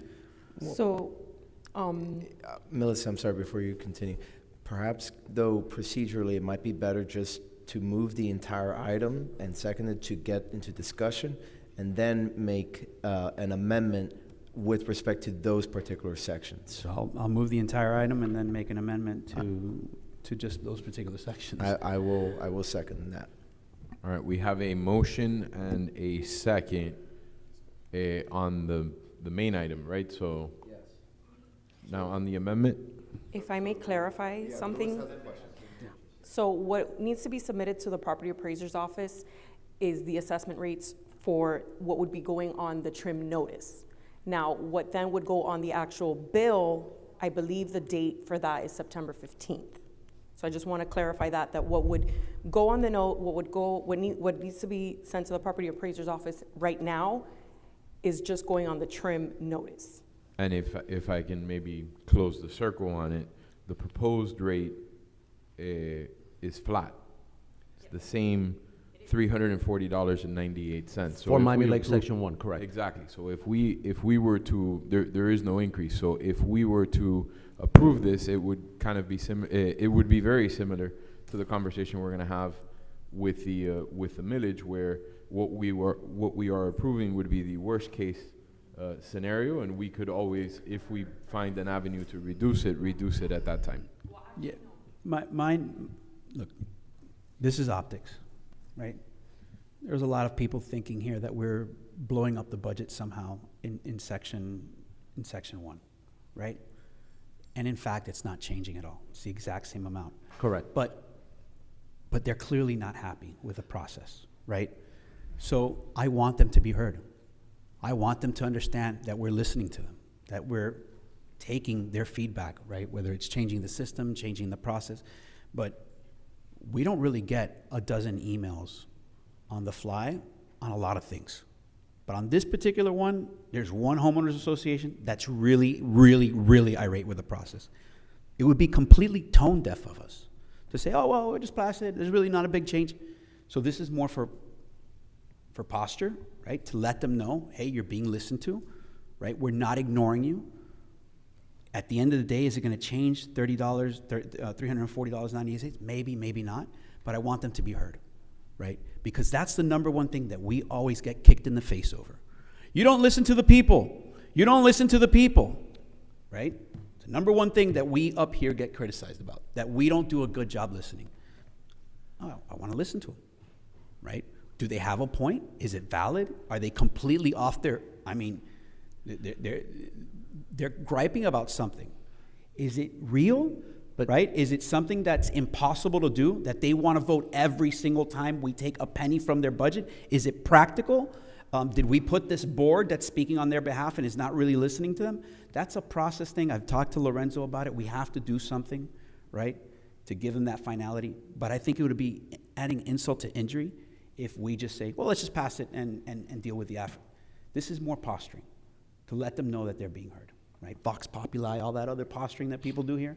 Well, it's kind of the same thing, right? Letting them know that they're being heard and that we're doing something about it. Now, what is that we can do about it? I have no idea. I have no idea. But I can tell you one other thing. I have not gotten one single email about the process, the number in the budget, or anything. So what I don't want to do is vote no on this altogether and not pass what at least we know is okay, right? And at the same time, let the people know that they're being listened to. Am I crazy? Maybe I'm a social worker. Right? Council member, if I may, Vice Mayor, a couple points on Miami Lake Section 1.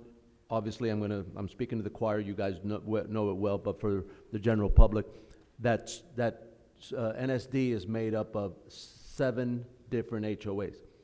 6 of the HOAs had not chimed in. They're fine with the budget, by their silence, just as is. The one Lake Glen Ellen representative on the advisory board has no issues, voted in favor of forwarding this budget for you for approval.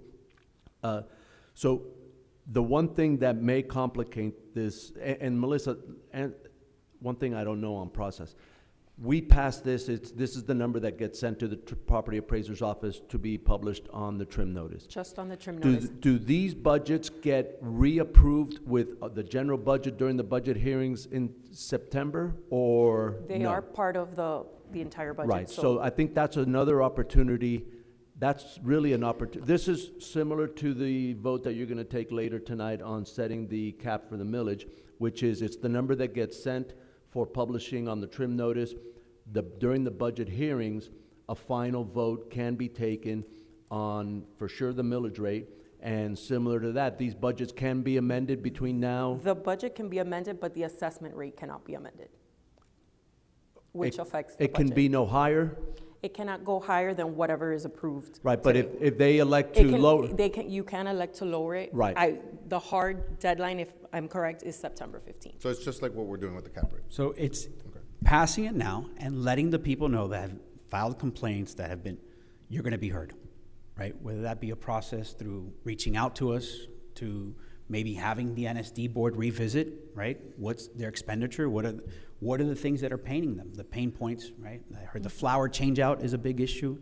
I heard that but what I don't want to do is vote no altogether on this issue, and then we're back to square one. Right, and I think it's a philosophical difference of opinion between at least majority or some members on this council and the one HOA, the Lake Glen Ellen HOA, which deals with, for instance, the LPRs, right? The LPRs, this council took action, we ordered them, it was an affirmative vote to employ the LPRs.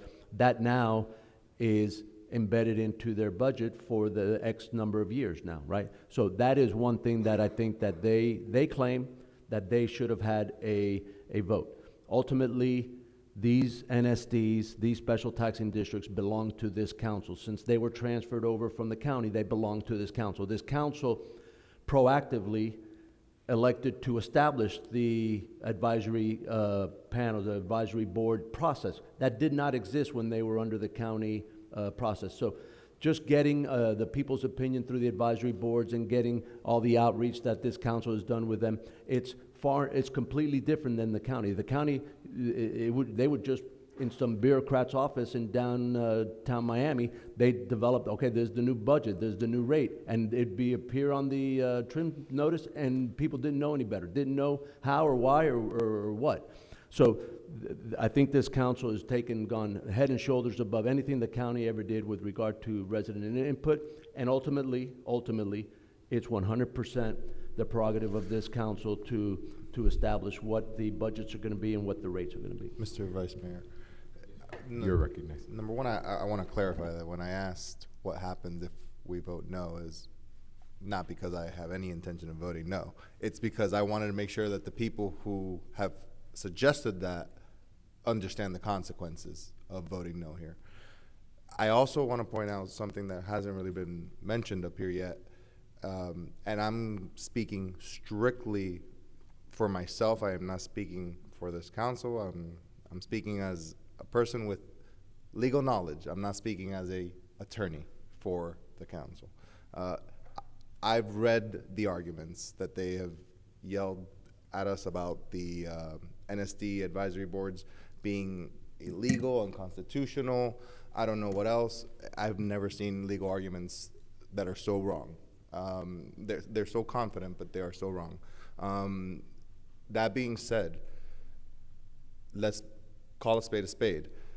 The NSD boards are there to suggest to us. They have no power whatsoever. It is this council who is the governing body of these NSDs, and as its governing body, I do believe we have a responsibility, just like we have a responsibility as a council to all 33,000 Miami Lakers and all of our constituents.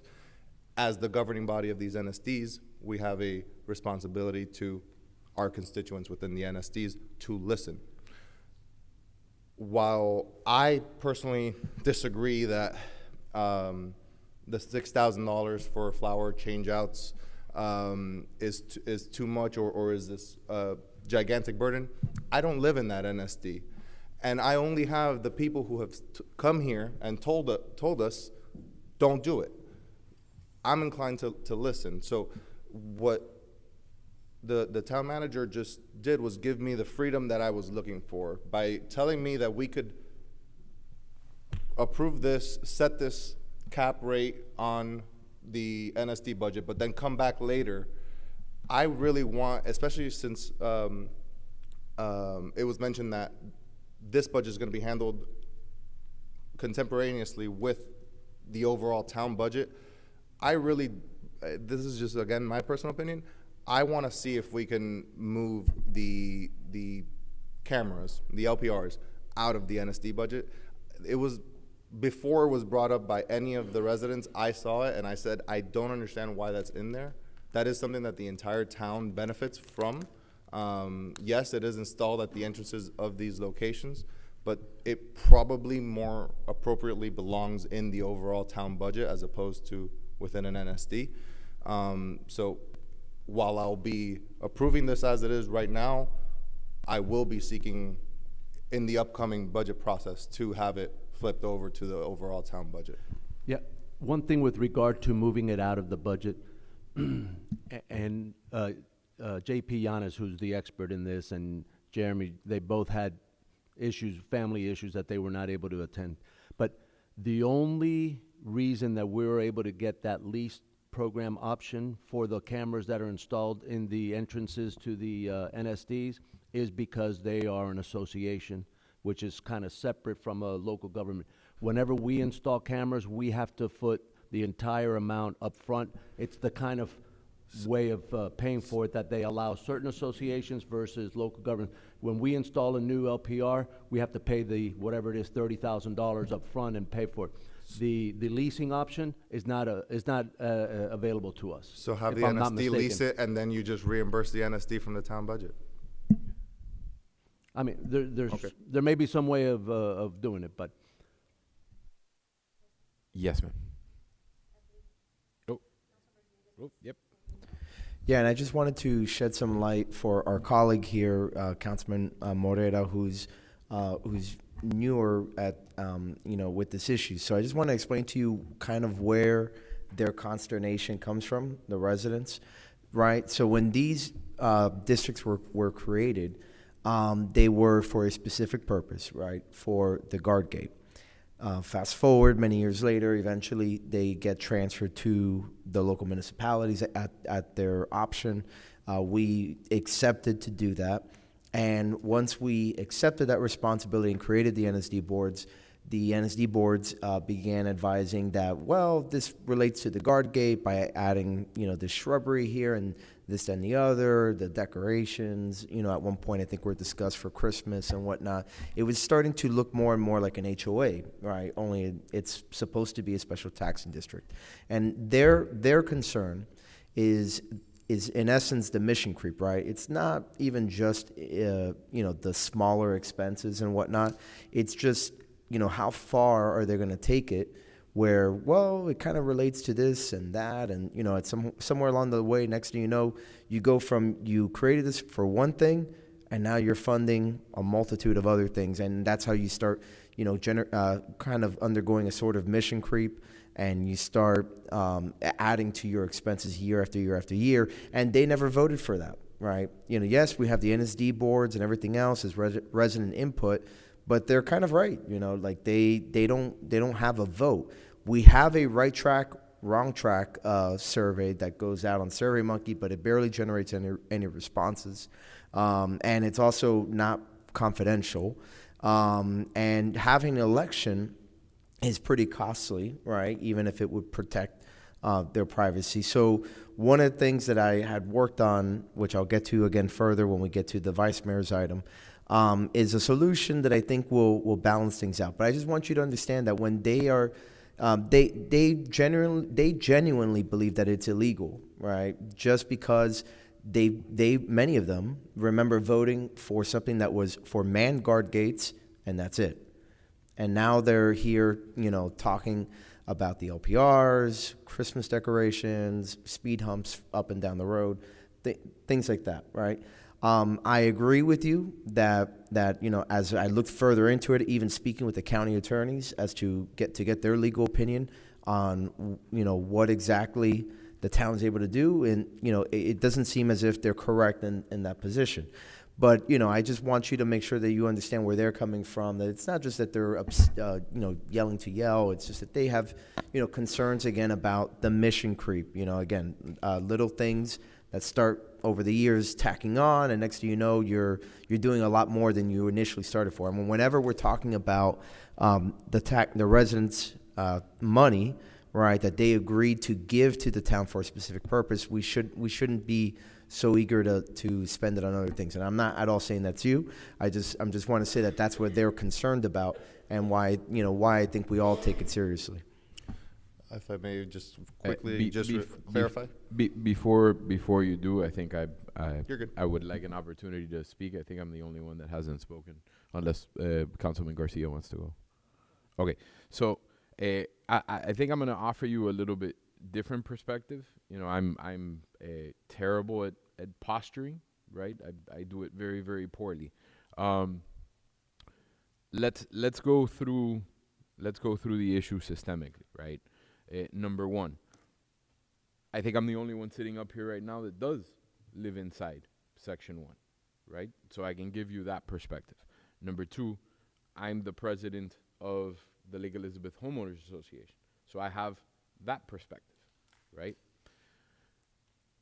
The average resident that lives inside that HOA, at least the ones that I have spoken to, are very happy with the guard gate, very happy with the LPRs, and very happy with everything else that is going on, right? I have, over the course of the 3.5 years that I have been here, I have these concerns that you heard earlier this council meeting are the same concerns from the same group of people that I have heard for the last 3 years. It is not for a lack of listening. I am a very careful listener, but I am listening to the same things that I have already listened to before, and they failed to move me then, and they failed to move me now. And to indulge a group of people, right, with the appearance of an opportunity that does not change the reality that is most of the people that live there are happy with those services, and though that select minority of people is not happy, right? To give them an additional audience. We had a workshop on this that lasted several hours. We heard the same things we heard tonight. And we may continue hearing those same things. I don't think it behooves us to go down that the second I hear something I haven't heard before, my ears perk up. But so far, it is the same thing. I think we need to move forward. The assessment that is in front of us is exactly the same assessment that it was last year, right? There is not a monumental shift of services going on here. There is not a change of the guard services. There is not none of that is being considered. The budget is essentially the same budget that it was last year. Furthermore, the 7, including the representative on that NSD board from that HOA, they all voted in support of this. Now, to what extent that's representative or not, I guarantee you that those 7 are far more representative than those 12. Right? Ultimately, it's our decision to make. I don't, respectfully, I don't believe in posturing for the sake of creating an opportunity for people to think that they are being heard when we're going to get back to the same conclusion, because ultimately it is, in my opinion, the right course of action to go forward. So that's my point of view. Again, I posture bad, right? But that I think is my perspective that I needed to share with everybody. I think you've said it clearly. That group of people, those 12 people that have written to us, they're not people that are going to move you, because you already know how they believe, and you haven't heard anything different from anybody else. And I understand that. Their I arguments. understand that. Their arguments. I understand that. But it is unfair to say but those hold on a people. second. Hold on a second. I didn't interrupt you in your entire tirade here about how you're bad at posturing. So that group, I know, is not going to move you. They're not going to move you. But to me, the only thing that we're up here to do, the only thing is to listen. Now, because you know that community better than anybody, I live there as well. My mom lives there. Okay? And I've heard from them as well. And sometimes they may be looking at this completely different than you are. But I'm not discounting them because they don't agree with me. That's our only job, is to listen. And sometimes they might not agree with us. And it's not a false sense of listening to them to listen to them. It's us doing our job. Now, I know you might not care to do that part of your job because it doesn't suit the narrative that you believe is the right one. But hold on a second. I feel that we should listen to them. If they don't want their flowers, right? And what happened at the NSD meeting? What happened at the NSD meeting when some of us wanted to install cameras?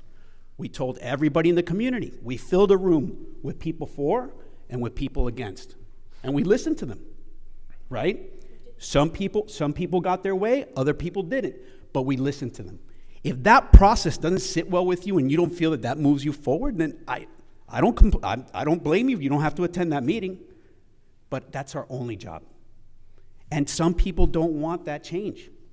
That's what I'm hearing. And if the rest of the community wants it, do what you did last time. Encourage them to come to the meeting and say, hey, Lake Glen Ellen, I'm the president of your association. People here are saying that we're doing a terrible job. Write in favor of us. And just like we've done before, we have 12 people for, 12 people against, and then we deliberate. I don't think this is a big change. Keeping the money exactly the same, to me personally, is not a big change. I really don't think it's a big change. I'm willing to move it forward. But I've heard overwhelmingly, when have we ever gotten over a dozen emails that something is wrong? This time last year. This time last year, but let me tell you. Okay, I think I'll be done. Let's move forward. Yeah, Councilman Garcia, I don't believe you've spoken, and Councilman. Thank you, and I think we're all up here to listen first, of course, and part of listening is recognizing arguments that have been made in the past and decisions we've made in the past. The argument that any changes is unconstitutional or illegal has already been disproven. Our lawyers have told us that is not true. So we can dispel that, right? So although these arguments keep coming, I think it's, since we do listen, and we also listen to staff and our lawyers and ourselves, we need to understand that these arguments are no longer valid, and yes, the emotion is still there from these residents. Got to respect that. But the argument that we're doing something illegal or doing something wrong doesn't, for us to say that up front, say it's, you know, we've shown that we're in the right in that sense, doesn't mean we're not listening, right? Doesn't mean we're not opening ourselves up, right? It just, we've heard it before, and everybody up here has spoken to residents and given, and let them know, listen, this is not how you think it is, even though you feel adamantly about it and you send us 12, 13, 15 emails. I totally understand that. However, what I think we need to do to move on is, and the LPR situation, that, you know, I'm open to taking a look at that, absolutely, absolutely. But as far as passing this right here, there's no change from last year. We're not raising anything, and I think for prudence and not saying we're not listening to residents, but I think we've listened enough from the vast majority of the residents in this district that they're fine with this. So I'm going to be voting to pass this as is without any motions or amendments. Yes. Thank you, Mr. Vice Mayor. I appreciate Councilmember Dieguez's walk down memory lane, and I'd like to take my own little stroll. When this first came up, I was approached by one of the original individuals that petitioned to create special taxing districts. We call them now neighborhood service districts, but they were special taxing districts. So residents in any particular area petitioned and went to the county and requested that they wanted to be taxed for a very specific purpose. And that purpose is written in ordinance. And that ordinance doesn't talk to LPRs. It just doesn't. And that's the reality. And whether our legal team has told us otherwise, I do believe that these residents are correct and that there are things that we have added to these neighborhood service districts, like flowers, that were not part of that original ordinance. And my brother lives there, and my brother wants flowers because he loves flowers, but I can't give it to him because it's not part of the original ordinance. And in order for me to give my brother flowers, I need to put it up for a vote. And that is the right thing to do. And sometimes what's legal and what's right is a really thin line that we need to figure out when we cross over it and when we don't. So I disagree with the argument that we've talked this over and that we've agreed that we're in the right. I still think that we're in the wrong. That's how I see it. And I will continue to fight for these residents as long as I'm sitting up here, which is not for very long. So for me, the question of the LPRs, it should have never been included in neighborhood service districts.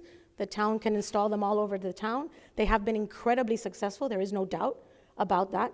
And for the record, the gentleman from the Lake Glen Ellen HOA that sits on the neighborhood service district committee is a law enforcement officer and very firmly believes in LPRs. And he is a wonderful gentleman, but he may not completely understand the ordinance and what it is that we're talking about, just like 90% of the residents that live in that area do not understand.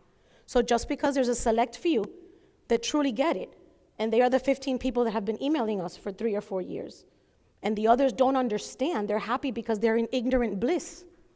They just don't know any better.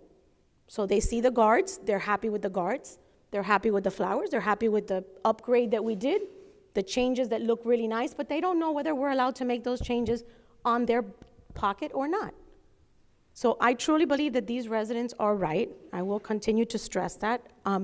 For me, moving forward, what I wanted to do was well, Jeremy's not here and JP's not here, but I really wanted to ask the question, what happens if we remove the $6,500 of the LPR licensing fee, yearly fee, from the budget? What happens if we cannot fund that? And I think Councilmember Moreira had a great idea, which is moving that into our police budget. But what happens if we don't fund that? Number one is you could still do that even if you pass this assessment, because as we stated, that this assessment is to be published in the trim notice, that you still will have opportunities to slice and dice the budget, take a very finite look at it, and then you can take things out and we can reassess. We'd have to check with the contract that was signed with the LPRs to see if it can be converted from an association-type financing scheme to municipal financing scheme, where then we'd probably have to pay from our municipal budget the entire amount. What I would recommend, if we do consider moving it, or moving the funding from the NSD to the town's general budget, that then they be relocated based on the recommendation of the police major to somewhere else in the town. Maybe the intersection of 87th or 82nd and Miami Lakes Drive, 87th and Miami Lakes Drive. There are certain different locations internally, because we know the network that we want to build out that covers all of the perimeter of the town, but then I know the major's already been brainstorming to see internally what are the locations to know if a bad guy's taking a car and he goes left or he goes right or makes changes in direction. So I would recommend, if that is something we consider, I would recommend relocating it away from there. But there's some other hurdles that we have to do, and we can go and investigate that between now and whenever you approve the final budgets at the September budget hearings. Okay, and how do we know at this time, or those of us that are in this room, do we know how many years are in that licensing agreement that we are? I think it's a 6 or 7 year agreement total. And I think it's been funded 1 or 2, max. Correct. So my intention this evening was to amend this to remove the LPR line items and the flowers. I know that I spoke to Jeremy during this last conversation that we had about putting some landscaping in that did not have to be changed out quarterly.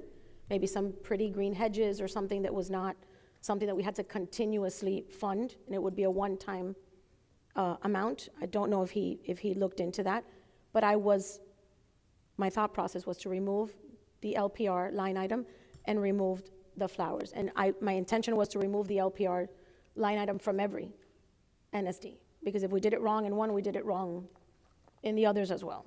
So I know that I won't have support for that, but I will move to that anyway, because that is what my intention was for this evening. And if it doesn't pass tonight, then perhaps in second reading. And I just want to clarify one additional thing. And that is that absolutely the original founding ordinances would not have permitted the LPRs, right?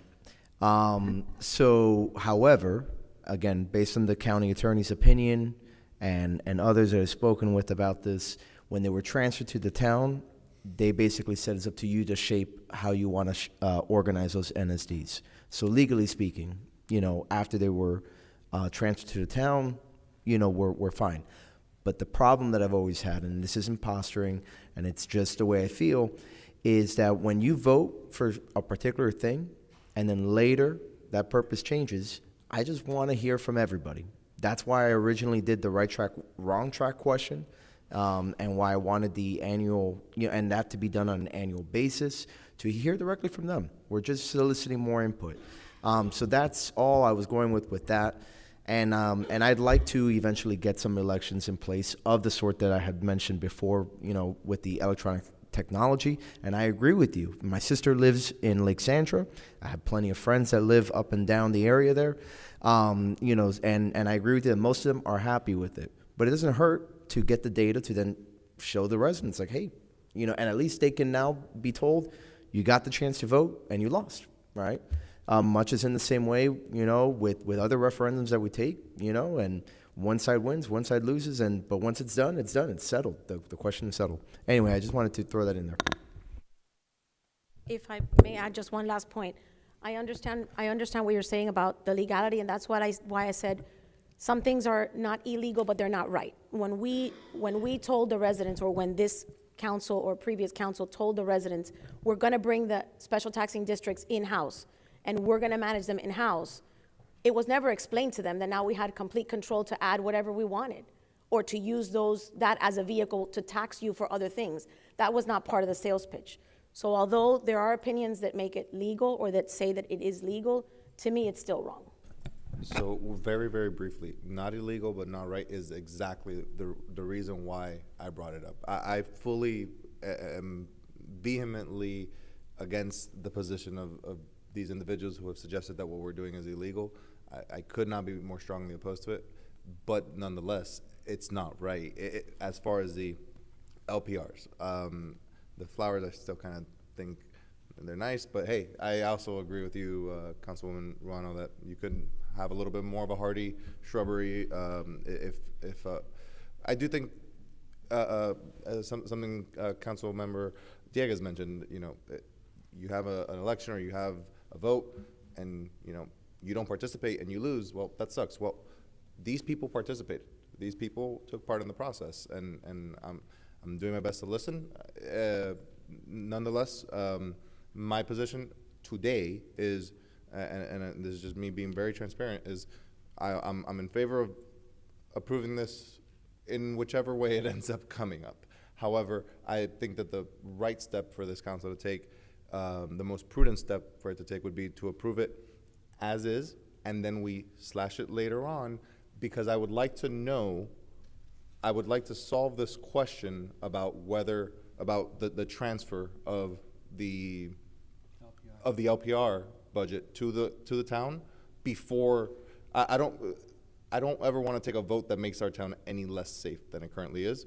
So I don't want those cameras not functioning. I want them functioning. So I want to answer that question about, do I need to simply transfer it to the overall town budget? Do I need to keep it in the NSD budget and then have the town somehow reimburse the NSD? If that's illegal, then somebody tell me. But we'll figure it out. But we can answer that question. I know that today we need to get an answer so that we can provide something for the trim notice by today or tomorrow. But that's kind of why I just think it's more prudent to go with as is today.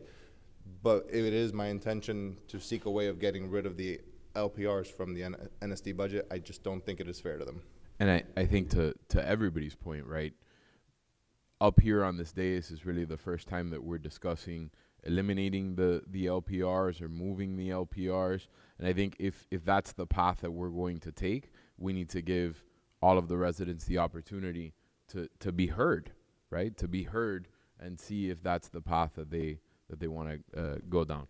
To avoid using the word that we've beaten up, Madam Clerk, just to make sure that we're in the right posture, what is the motion that we have on the table at this moment? So we have a main motion, and immediately thereafter, Councilmember Collazo, seconded by Councilmember Dieguez, made the following first amendment, and that's what we really have. Motion to approve all the NSDs except Miami Lakes Section 1.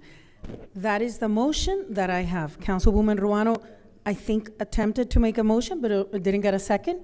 But okay, and I know Councilmember Morera right now elaborated on like what seemed to be a motion, but there was no second. I'm gonna clear it up to put us in a better posture to continue to beat up the word.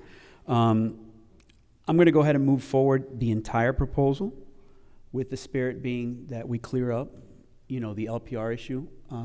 It's legal, but it's not right, and I think that's the main. It doesn't feel right, right? It doesn't feel right to those residents that continue to complain about it, right? It doesn't feel right to the people that say, hey, maybe this is a whole town function, right? So I think we need to, because that would give me a lot of relief, to be quite honest with you. This doesn't come down to $340.98. This is more an issue of principle to hearing that, airing out that grievance, right? That it sounded good, right? Let's put in LPRs. The reality is we're dipping into these NSD budgets because they had the money. It was an easy lift, you know, there was money there. And really, it's a town-wide function. So if we can find a way to have both, and I appreciate Councilwoman Rano's notion that what we do to one, we have to do to the other, right? And that gives the residents some relief. I'd definitely like to pursue that. So I'm comfortable moving this forward as it is, and letting the residents know that we're working on a path to kind of bring some relief. So I'm completely in support of that. So just to be clear, and I think I understood what you just mentioned, but to be clear on parliamentary purposes, you're withdrawing your first amendment. Correct. Okay. Madam Clerk, please call the roll. So ordinance in second reading, item 12A to approve as is. Councilmember Collazo, seconded by Councilmember Dieguez. Councilmember Collazo. Yes. Councilmember Dieguez. Yes. Councilmember Morera. Yes. Councilmember Garcia. Yes. Councilmember Ruano. Yes. Vice Mayor Fernandez. Yes. The ordinance in second reading passes.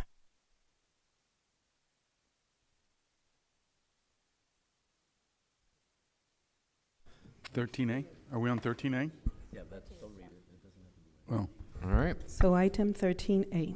Item 13A, Mr. Attorney. Yeah, it's a resolution, doesn't have to be read in, yeah. All right. Do we have a motion to get us started? We have a motion from Councilman Collazo. I'll second. And a second from Yeah, Councilman. if, under explanation, if I can detail it, Vice Mayor. If the council can turn to page 3 of this item, page 279 of the agenda. We were asked to provide information dealing with 2 scenarios. One would be leaving the millage rate flat. One would be considering the rollback rate. What we did in here was provide the item with the recommendation to approve the leaving the millage rate flat, which is at 2.0732. But I felt it necessary to make it clear and have everybody understand, both the public and the council, that, and I want to make sure that we're all completely aware of exactly what it is we are doing today. And I know you're all experienced on this council.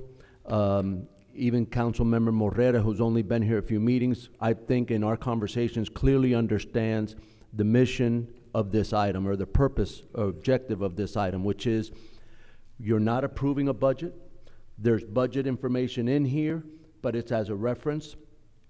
You're not approving a budget. You're not even setting the millage rate. All you are doing is setting the cap, the maximum that the millage rate can be in this upcoming fiscal year. So based on what we know, and there's a lot of variables, a lot of information that we still do not know. We do not have any revenue estimates from the state of Florida for the revenues that we get from them. We don't have any revenue estimates from Miami-Dade County. There's a lot of variables that are completely unknown, which I'll talk to you about before I finish this item, which is we have a workshop that is scheduled for next week that I would like to postpone till the first week of August, because I think it's going to be much more fruitful and much more logical to postpone that workshop till the first week of August, because by that time, we may not have them all, but we're going to have a lot more of the revenue estimates from the county and the state by that time. So unless there's an objection from this council, we're going to move forward with moving that workshop to the first week of August, and I'll ask the clerk's office to coordinate with you to find the date that works for all of you. So back to my point with regard to leaving the millage rate flat. If you look on the page that I referenced, the second paragraph is one that I need to highlight, stating that even if we leave the millage rate flat, there's going to be some challenges in next year's budget.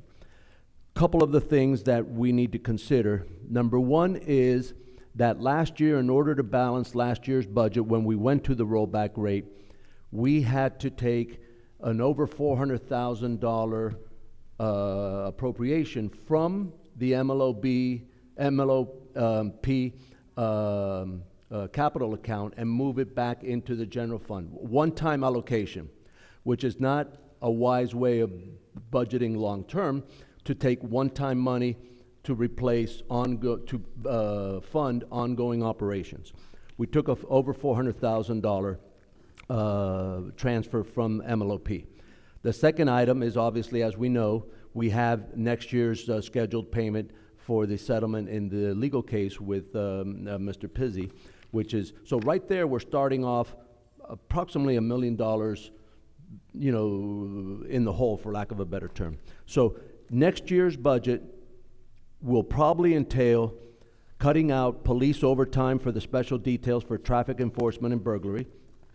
It'll probably have to be changes to our maintenance of the parks with regard to fewer motorcycles, fewer mulch applications, fewer top dressing, fewer aerations, fewer fertilizations. the maintenance of our right-of-ways with regard to the FDOT supplemental maintenance agreement that we have, the quarterly change-out on the flowers. We're gonna have to reduce tree trimming, eliminate the wood fiber mulching of the playgrounds, eliminate beach sand replacement. There's a list on here. It would also include eliminating education and training, eliminate travel and per diem, including Tallahassee, eliminating our holiday decorations, reducing our social media plan, and eliminating our pop-up events, including the culinary bike tour. If we were to, if you go over 2 pages to page 5 of this item, page 281 of the agenda, if you look there, under the graph at the top shows the historical millage rates. And when you look at the fiscal year 07, which was really 06, 07, and then look at fiscal year 07, 08, there was almost a 0.3 reduction in our millage rate. And we started scrambling. We didn't remember exactly what happened, and we discovered that the reason that that millage rate was dropped was a state law in a special session was passed that required cities to go that year to the rollback rate.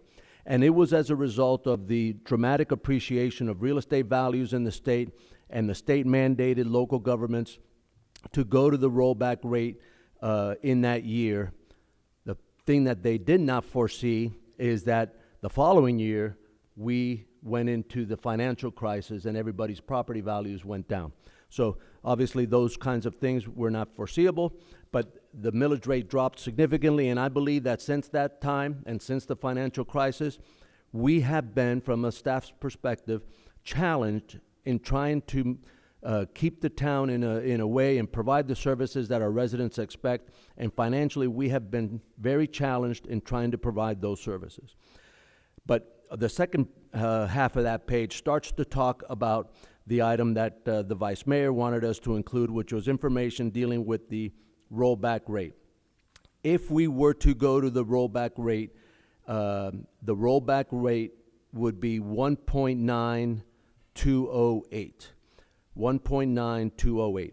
So in addition to all of the cuts that I talked to you about leaving the millage rate flat, in addition to that, we would also have to consider no COLA, so no COLA adjustment for the entire staff, eliminating all part-time staff, eliminating all training and education, eliminate all travel and per diem, eliminate all miscellaneous expenses, eliminating operating supplies, eliminating uniforms, reduce the police overtime even more to not guarantee minimum staffing, reduce facility repairs and maintenance townwide, eliminate all community park programs like we have the senior programs and the kids programs that we have sponsored in the parks, eliminate all committee budget expenses, eliminate completely the social media plan, eliminate Veterans Day Parade,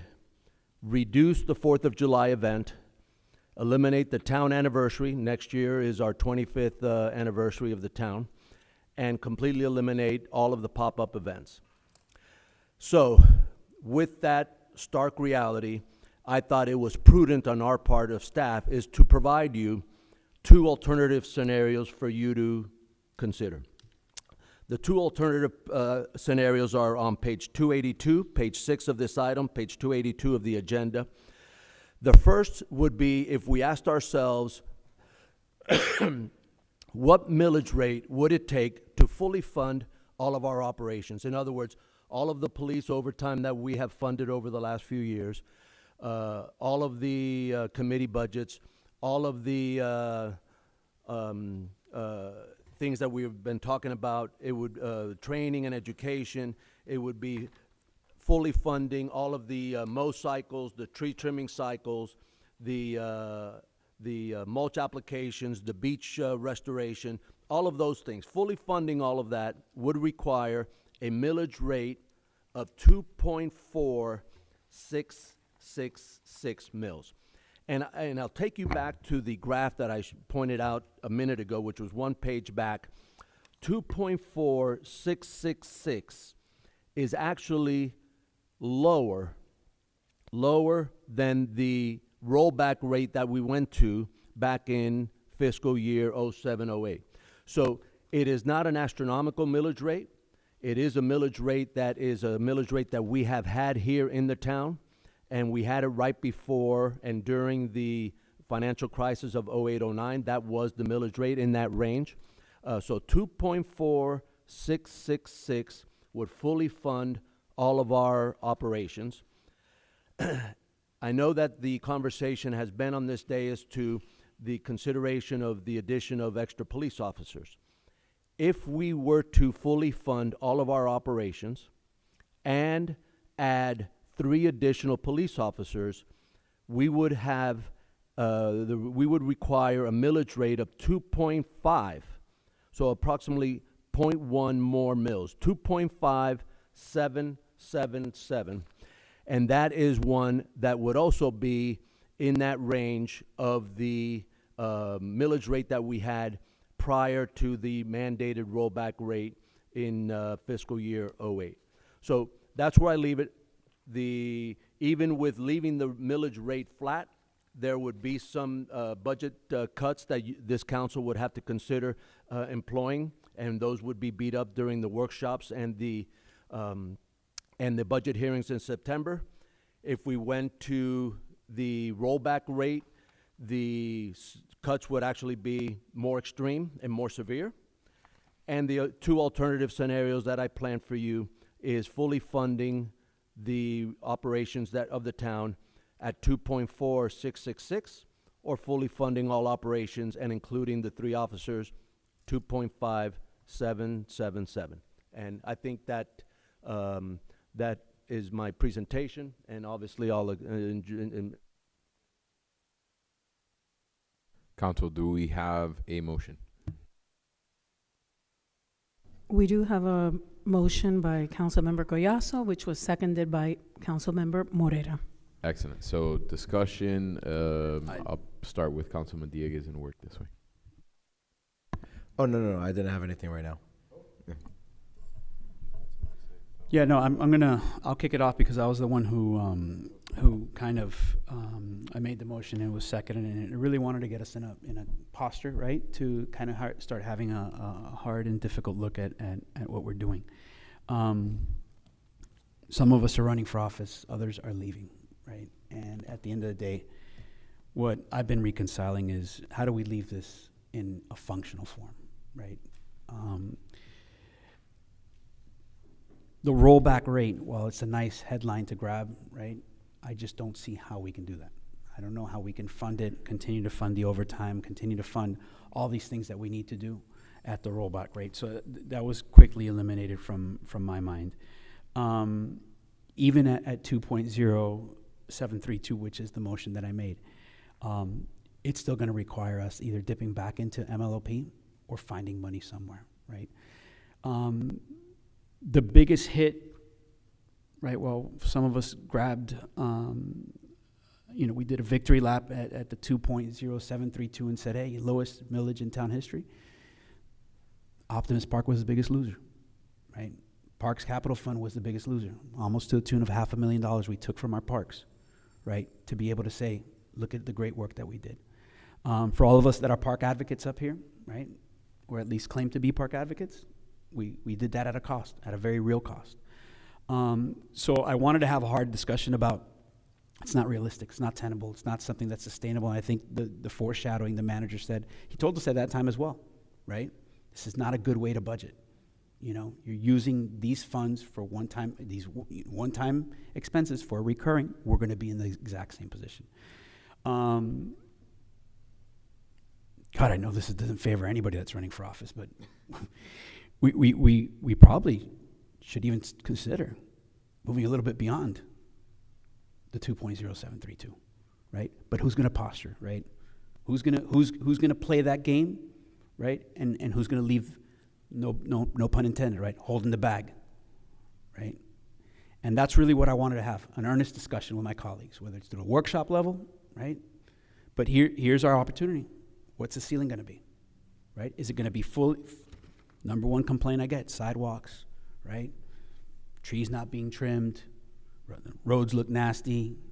Can you do something better for me? That comes at a cost, at a time when everything is going up, right? So I want to reconcile that balance sheet, right, in our own minds, right? And who's going to be here to kind of have the tough conversations, and who's going to take the victory laps for the sake of taking a victory lap. I want, at least for me, I want to leave the town in a better place. I don't want to raise the millage, but I might be in a position where I might have to, right? For the very first time, right, as an elected official, right? It's not something that I'm going to be, chomping at the bit to do, but it's something that we might have to do, right? To say that we earnestly did some hard work for the town. And it's going to come at a price. It's going to come at a price politically. It's going to come at a price, where we're actually asking the residents for more money at a time where it's the worst possible time to be asking them for more money. And I wanted to have that conversation with each and every one of you. And I have a question for Melissa. Melissa, we were given the 2.4666 number, and I had another number in mind, a 2.350. Can you tell me what the difference would be? And I maybe we'll go through my own reasoning for that 2.350. 2.350.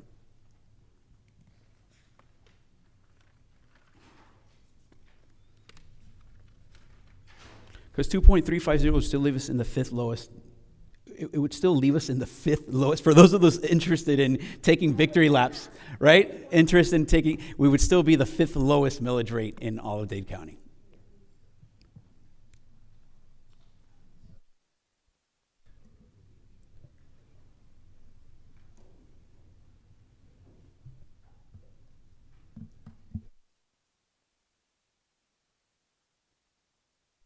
Is it going to be a couple So minutes? if I may, yeah, I while was going to Melissa say looks while for she's that doing number. that. Yeah, if I you think wanna- that's going to take Melissa more than. Okay. Councilman, I kind of you're wanted gonna to go in order, okay. In order, Councilman Garcia. Thank you, Vice Mayor. Appreciate that. Again, I think that this is more of a practical issue. I think the residents understand why we rolled back the rate last year, because, inflation was really hurting everybody, and we wanted to give them some relief. And on the other end, those same residents who thanked us for that also said, hey, my sidewalk is broken. What's going on with Optimus Park? I want to see more officers on the road. I think the residents understand that there is a balance and we need to reach that. And I think because of these things, we as a body should not tie ourselves or tie one hand behind our back and set a lower millage rate right now. Let's set the cap to where what they're recommending. Then we can work on the budget, and if we can find some relief for residents, as others have suggested, and bring, like as we did years before, where we didn't exactly just keep it flat, but we gave some relief, a couple percentage points here and there. But I think we should not set it to the rollback and tie our hands and not allow us to provide the services that we all promised to the residents. And again, Mr. Manager, quick question. Now, and you put 3 officers for this budget, but I think we had a discussion months ago about ramping up slowly, right? Yeah, I one officer every year until we get to the 3. So the numbers you put together was 3 officers this upcoming this year, all hired at the same time?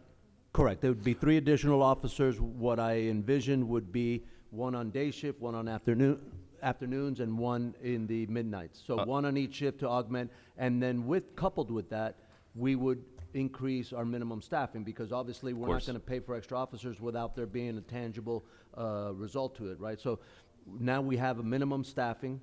Not that we have that many. Many days we have more than that, but minimum staffing no less than 5 officers, 4 officers and a supervisor or sergeant on duty at any one time. So with that change, then I would have that conversation with the major about increasing minimum staffing to 6 bodies, 5 officers and a sergeant. Understandable. Now, but can this be done in the incremental way that I think we were all discussing to be able to fit it, to make sure we get, because the contract's gonna go up, the police budget's gonna go up anyway, by how much? Less or more than the increase in ad valorem tax. There you go. At leaving the rate flat. There you go. So that's something to consider, guys. We want to have more officers. The cost has gone up. It's going to continue to go up. So I would urge my colleagues to let's give us every single option, right, to make to make sure we're providing the services. And then once we do that, then we can say, okay, here's where we can give some relief. So that's my 2 cents. Yeah, and just to that point, Councilmember, if I may interject, remember, once again, we're not approving the budget tonight, right? So whatever number you set it at, you could set it at 10, the max, 10 mil. And now you have all, I'm not advocating that you do that, but if you did it, then you'd have, completely the workshops, the budget hearings, completely, to sharpen the pencil and go to work and then determine what it is, so. And you would have the most resident participation this town has ever seen, by far. If you do that, yes. Right. Councilwoman Rono, you have the floor. Thank you. I'm not sure if Melissa has an answer go ahead. Thank you, Madam. To answer your question, Councilman Collazo, the difference between the flat rate and going to a millage rate of 2.3500 would be $1,286,382.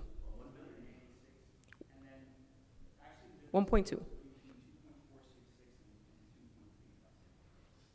You want to know the difference between those two? Okay. How much was it, Melissa? 1 point what? 1.2. Yeah.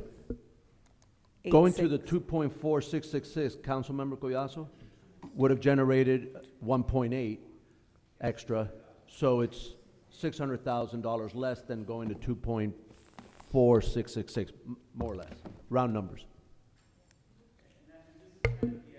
These are kind of the gymnastics that we do through the workshop process. So one of the things that I kind of appreciate with what the manager's doing by pushing the workshop back, one is very self-serving. July 15th is my birthday. I'm on vacation. But I had committed to being on the workshop. And in complete transparency to Gina, I'm at Marco Island. I said, I'll be in, and very self-serving. I appreciated being moved to August, so I won't have to call in while being in Marco. But it'll give us these opportunities to flesh it out. And my frustration is, then come meeting time, and we all stop flip-flopping. And that's what I don't want to do. That's the thing that I think just drives a wedge between this entire council, right? Or people voting no just for the sake of voting no because they don't want the taint, right? The taint of saying, well, I didn't vote for the biggest mills in the past in 10 years of the town, right? And that's what I wanted to cut to, right? Try to leave the politics out of it and try to get to a number that we all truly feel comfortable working with and feeling that we move the needle. I thought you brought up a great point, right? We did talk about moving towards at least that one officer. And one of the things that Lieutenant Gonzalez mentioned, Major Gonzalez, was maybe starting to look at hybrid models that didn't have us commit to that whole 3 officer, right, at the front. So, in earnest, if you believe, right, if we all believe, right, that that's the path, that I think we should all vote for the 2.466 and let's move in that direction, right? But if we're going to start playing politics and start playing this game of I don't want it to be me, then, I think it's going to be an interesting budget cycle. But it's going to be my last one, right? So I feel like I have to do the right one, do the right thing by the town. So I'm interested in hearing everybody else's perspective. Through the chair, I'm Vice sorry. Mayor. If I may. If you don't mind. Sure. Oh, go ahead. I'll circle back. Okay. Mr. I just haven't had a chance to speak on the Councilwoman, side. are you done? No. No, thank you. I will do what I've never done on this dais before, in the spirit of giving us all of the options available to us, and in the spirit of giving the residents the worst possible case scenario. And I think that the only way that we can move forward is by approving tonight the cap at 2.4666 and putting everything on the table and making a commitment to chopping it down little by little in the most honest and fair way that we can, so that we do not deprive the residents of essential services. There's a lot of things on these lists that we've been presented that I'm okay with losing. There's things that, there's things that we would like to have, but we don't need to have. But there's other things that we need, and that we're not going to be able to do them at rollback. And I have proposed rollback every year that I've been sitting up here, every single year. And I've only accomplished it once, and I know that it was accomplished for the wrong reasons, but I'll still take the victory lap on that, because I do believe that the residents were asking for it and asking for it and asking for it. It was the right year to give it to them, but this year the residents still need it because inflation hasn't gone down, things haven't gotten any better. But we can't continue to move in opposite directions where we lower the millage, but our contracts are sky high. So there's just no way to reconcile that. I know that everyone up here is going to want to do the right thing. Obviously, we are all in different moments in time on these days.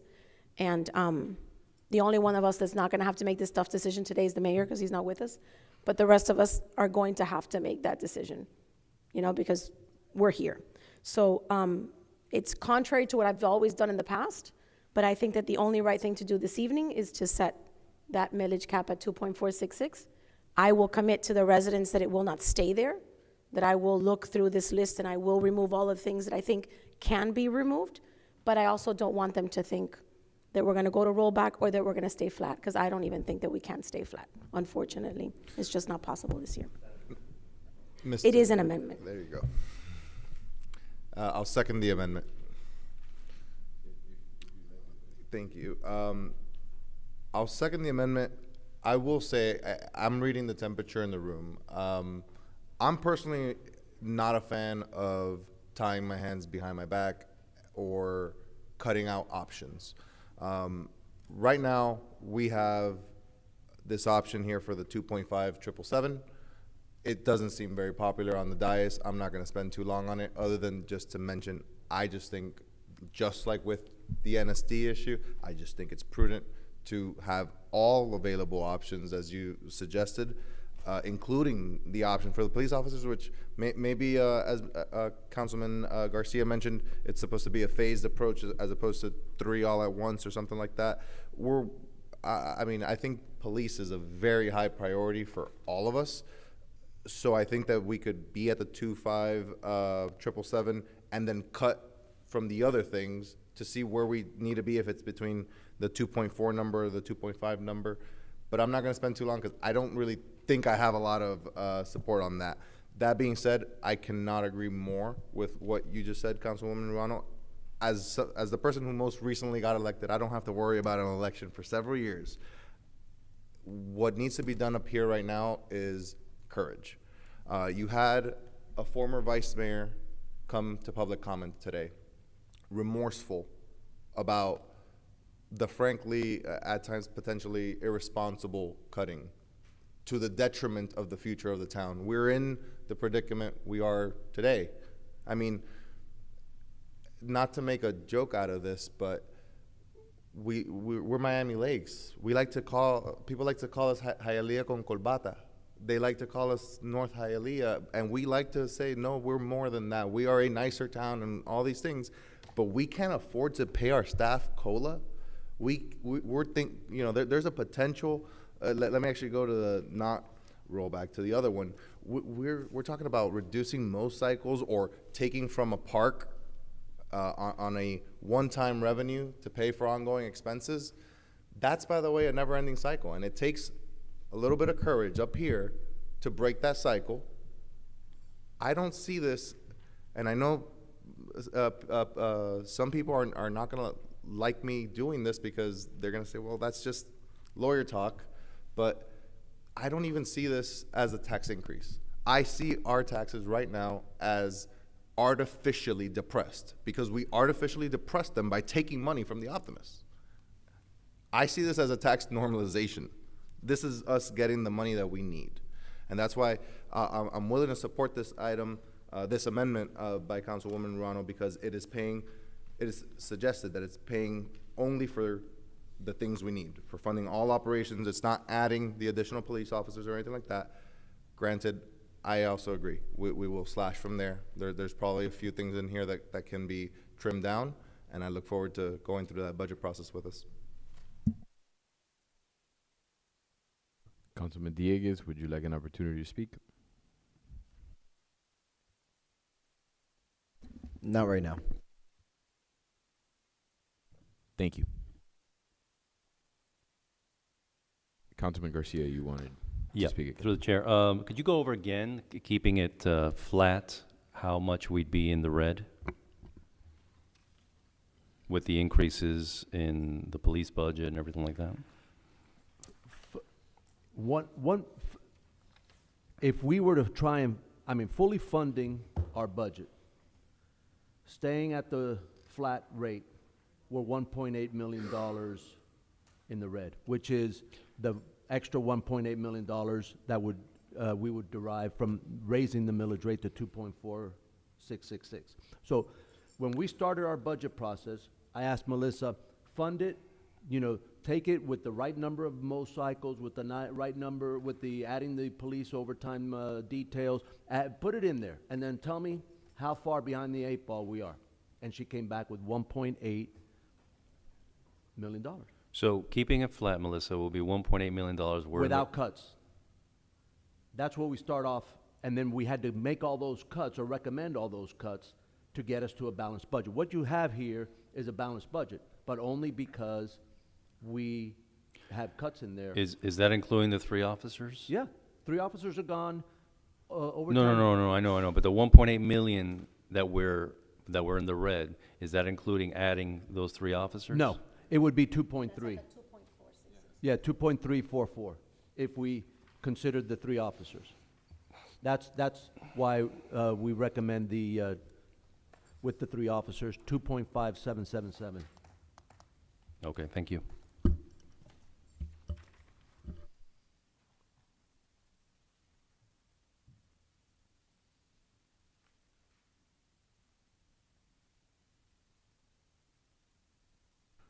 All right. Seeing no one else willing to or wanting to speak, I will put my comments on the record. I reviewed all of the documents in front of me. I had my briefing with the manager. I definitely understand going to the rollback this year is not mathematically feasible. I came with an open mind to start at 2.07 and try to reduce it from there. I cannot support 2.466. So that's kind of where I'm at. I wanted to share my thoughts on the record, but 2.466 for me is a non-starter.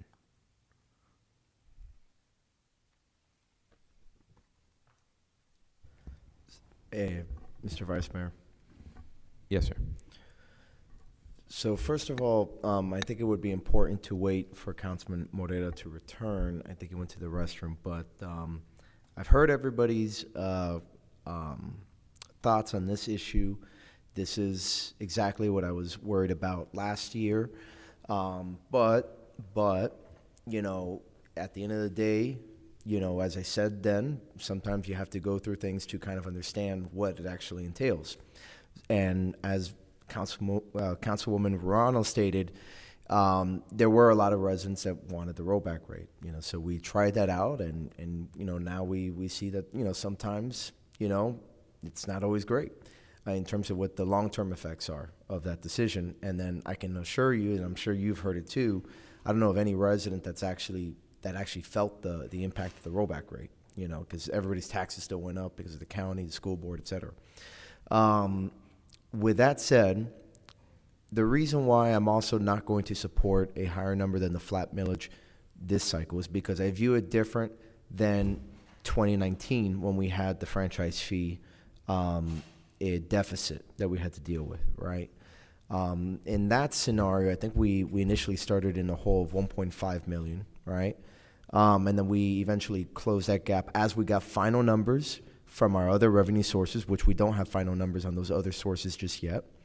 The other issue that we discussed is, and I would be open to it in this case, is relaxing my reserve requirement with the fund balance as another way of getting this, It is my understanding that we are going to be soon initiating litigation with the Becker Law Firm with respect to trying to recoup some of our cost on the settlement, which I think will eventually help.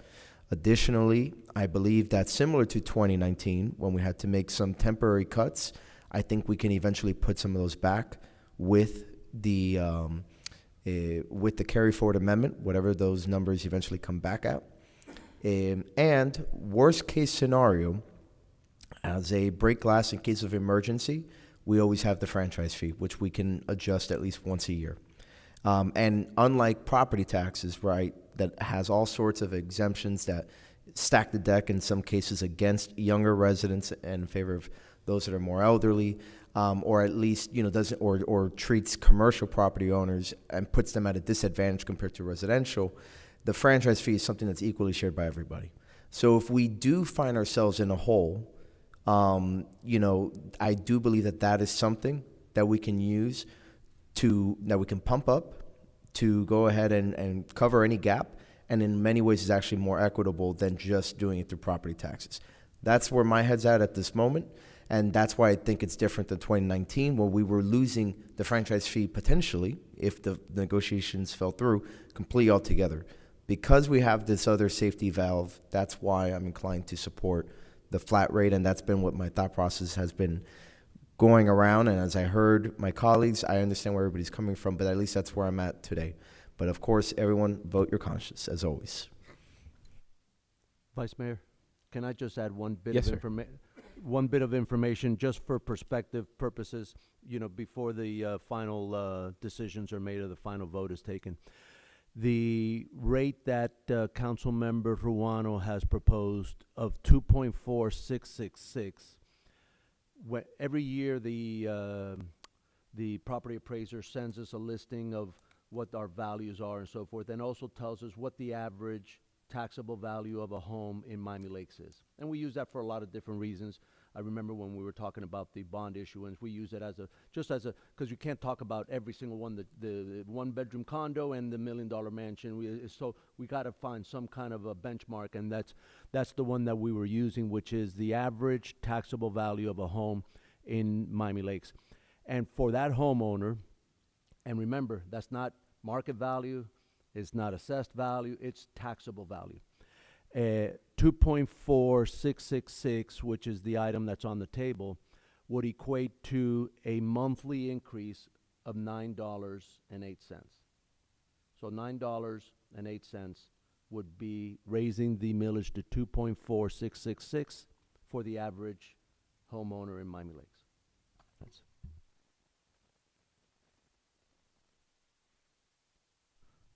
Any other comments? Madam Clerk, call the roll. So the motion in the table is to set the cap of the millage rate at 2.4666 mils. Councilwoman Ruano. Yes. Councilmember Collazo. Yes. Councilmember Dieguez. No.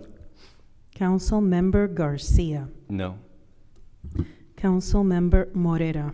Yes. And Vice Mayor Fernandez. No. So it's a tie.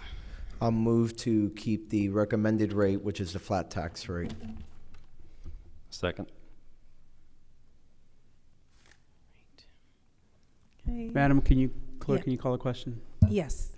Motion by Councilmember Dieguez, seconded by Councilmember Garcia. Flat rate. Councilmember Dieguez? Yes. Councilmember Garcia? Yes. Councilmember Ruano? No.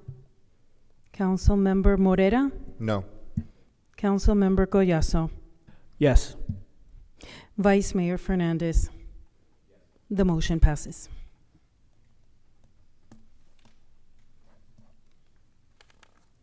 And just to specify, to be specific, flat millage rate is 2.0732.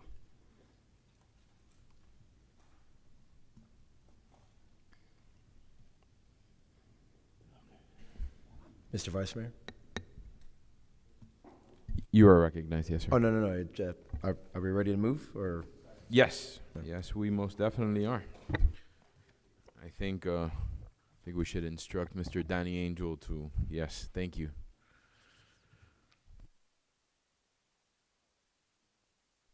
Sorry, we are on 14B. Mr. Dieguez. Thank you. So following the major storm that we had that was dumping 17 inches in some parts of the county, we all saw firsthand the effects of that on our drainage system.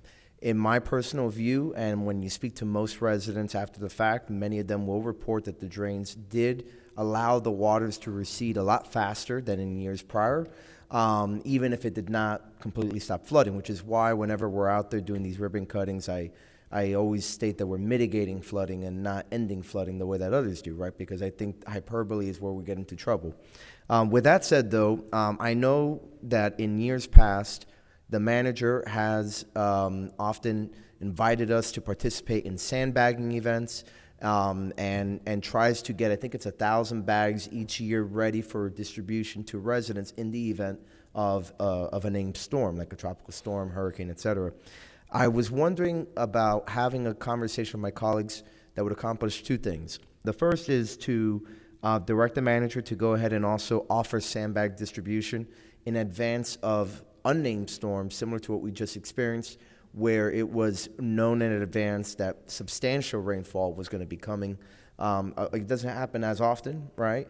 But this was a storm that was large enough and substantial enough that it was appearing on radar, and we knew in advance that there was going to be heavy rainfall. So I think that would still give us enough time to offer this to the residents and let them take advantage of it, and directing them further to bag additional sandbags as part of that, right? So that we have enough for these storms and for the hurricanes. The other thing that I wanted to ask the manager through the chair, to the manager or to the Public Works Director, is if you can just for the residents explain what our procedures are with cleaning out the drains. I know you've said it in some instances before, but I had a resident, for example, that stated that the vac truck came by her area but skipped her street for whatever reason. So I don't know, what is the rhyme or reason between where the vac truck goes and where our crews go and clean the drains of any debris that may have fallen on top of them and is now clogging them? Good evening, Omar Santos, Public Works Director.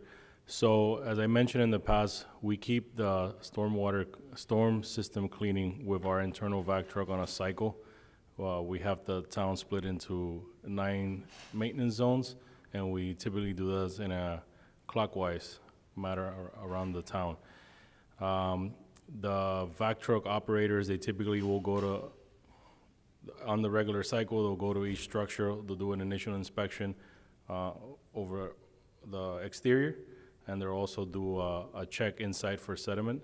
If it's determined that there's a need to clean the structure, they'll go ahead and do that, as well as the pipe. They have equipment to be able to remove sediment from the pipe. In addition to that, on certain time of the year, which we did before the beginning of the rainy season, we bring in an outsource contractor to do additional vac truck. They bring in an additional vac truck. This was approved about 2 years ago by this council to be able to bring in, outsource some of the services to supplement before the storm events, and we'll take them to areas that we Excuse me, Omar, excuse me. I have to take advantage of my political opponent walking out to now, declare that he is expelled. Sorry, go ahead.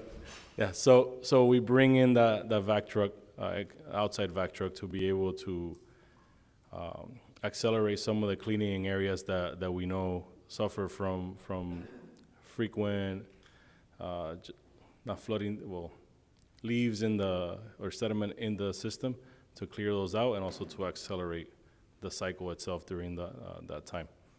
If the resident may have seen the vac truck in a street, especially after a storm event, and they may have passed their area, most likely they were there reporting to a specific complaint that was sent to us, and after a storm event, we'll have about 15 to 20 in a list, and they'll go one by one, make sure that they take care of those locations, and anything close by, they'll go ahead and check that as well.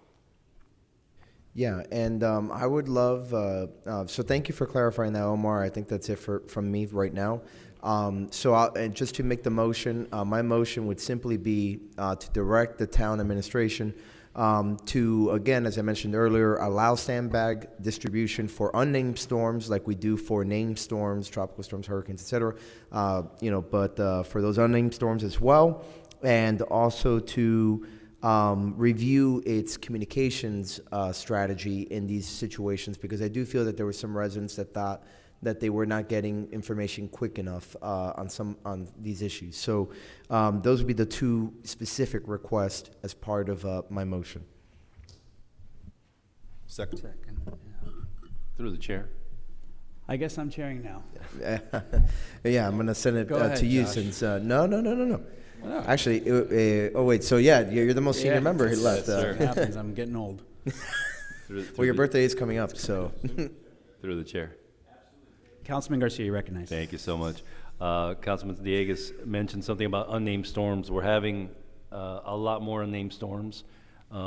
So as far as the procedure, Mr. Manager, for unnamed storms, do we have one, or are we going to create one? Because I know I mentioned we spoke prior to that last rainstorm about getting some information out there.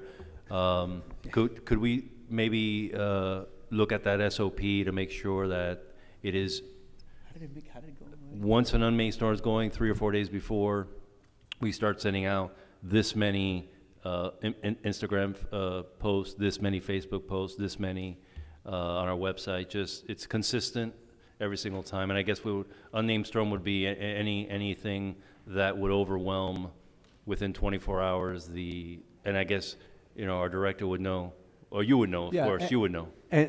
And our system, especially the areas that we've done over the last, 3 years of drainage projects, our system performed extremely well. Because most people will agree, and I know some of you are out there knocking on doors and you probably got some of this feedback, even though there was a lot of water in a short amount of time, by the next morning, most of the floodwaters, whatever you want to call it, the rainwater, had receded. So I think that our system performed as intended. And I think I probably explained this to most of you, if not all of you, that when we design our stormwater drainage projects, we design them to a certain kind of storm.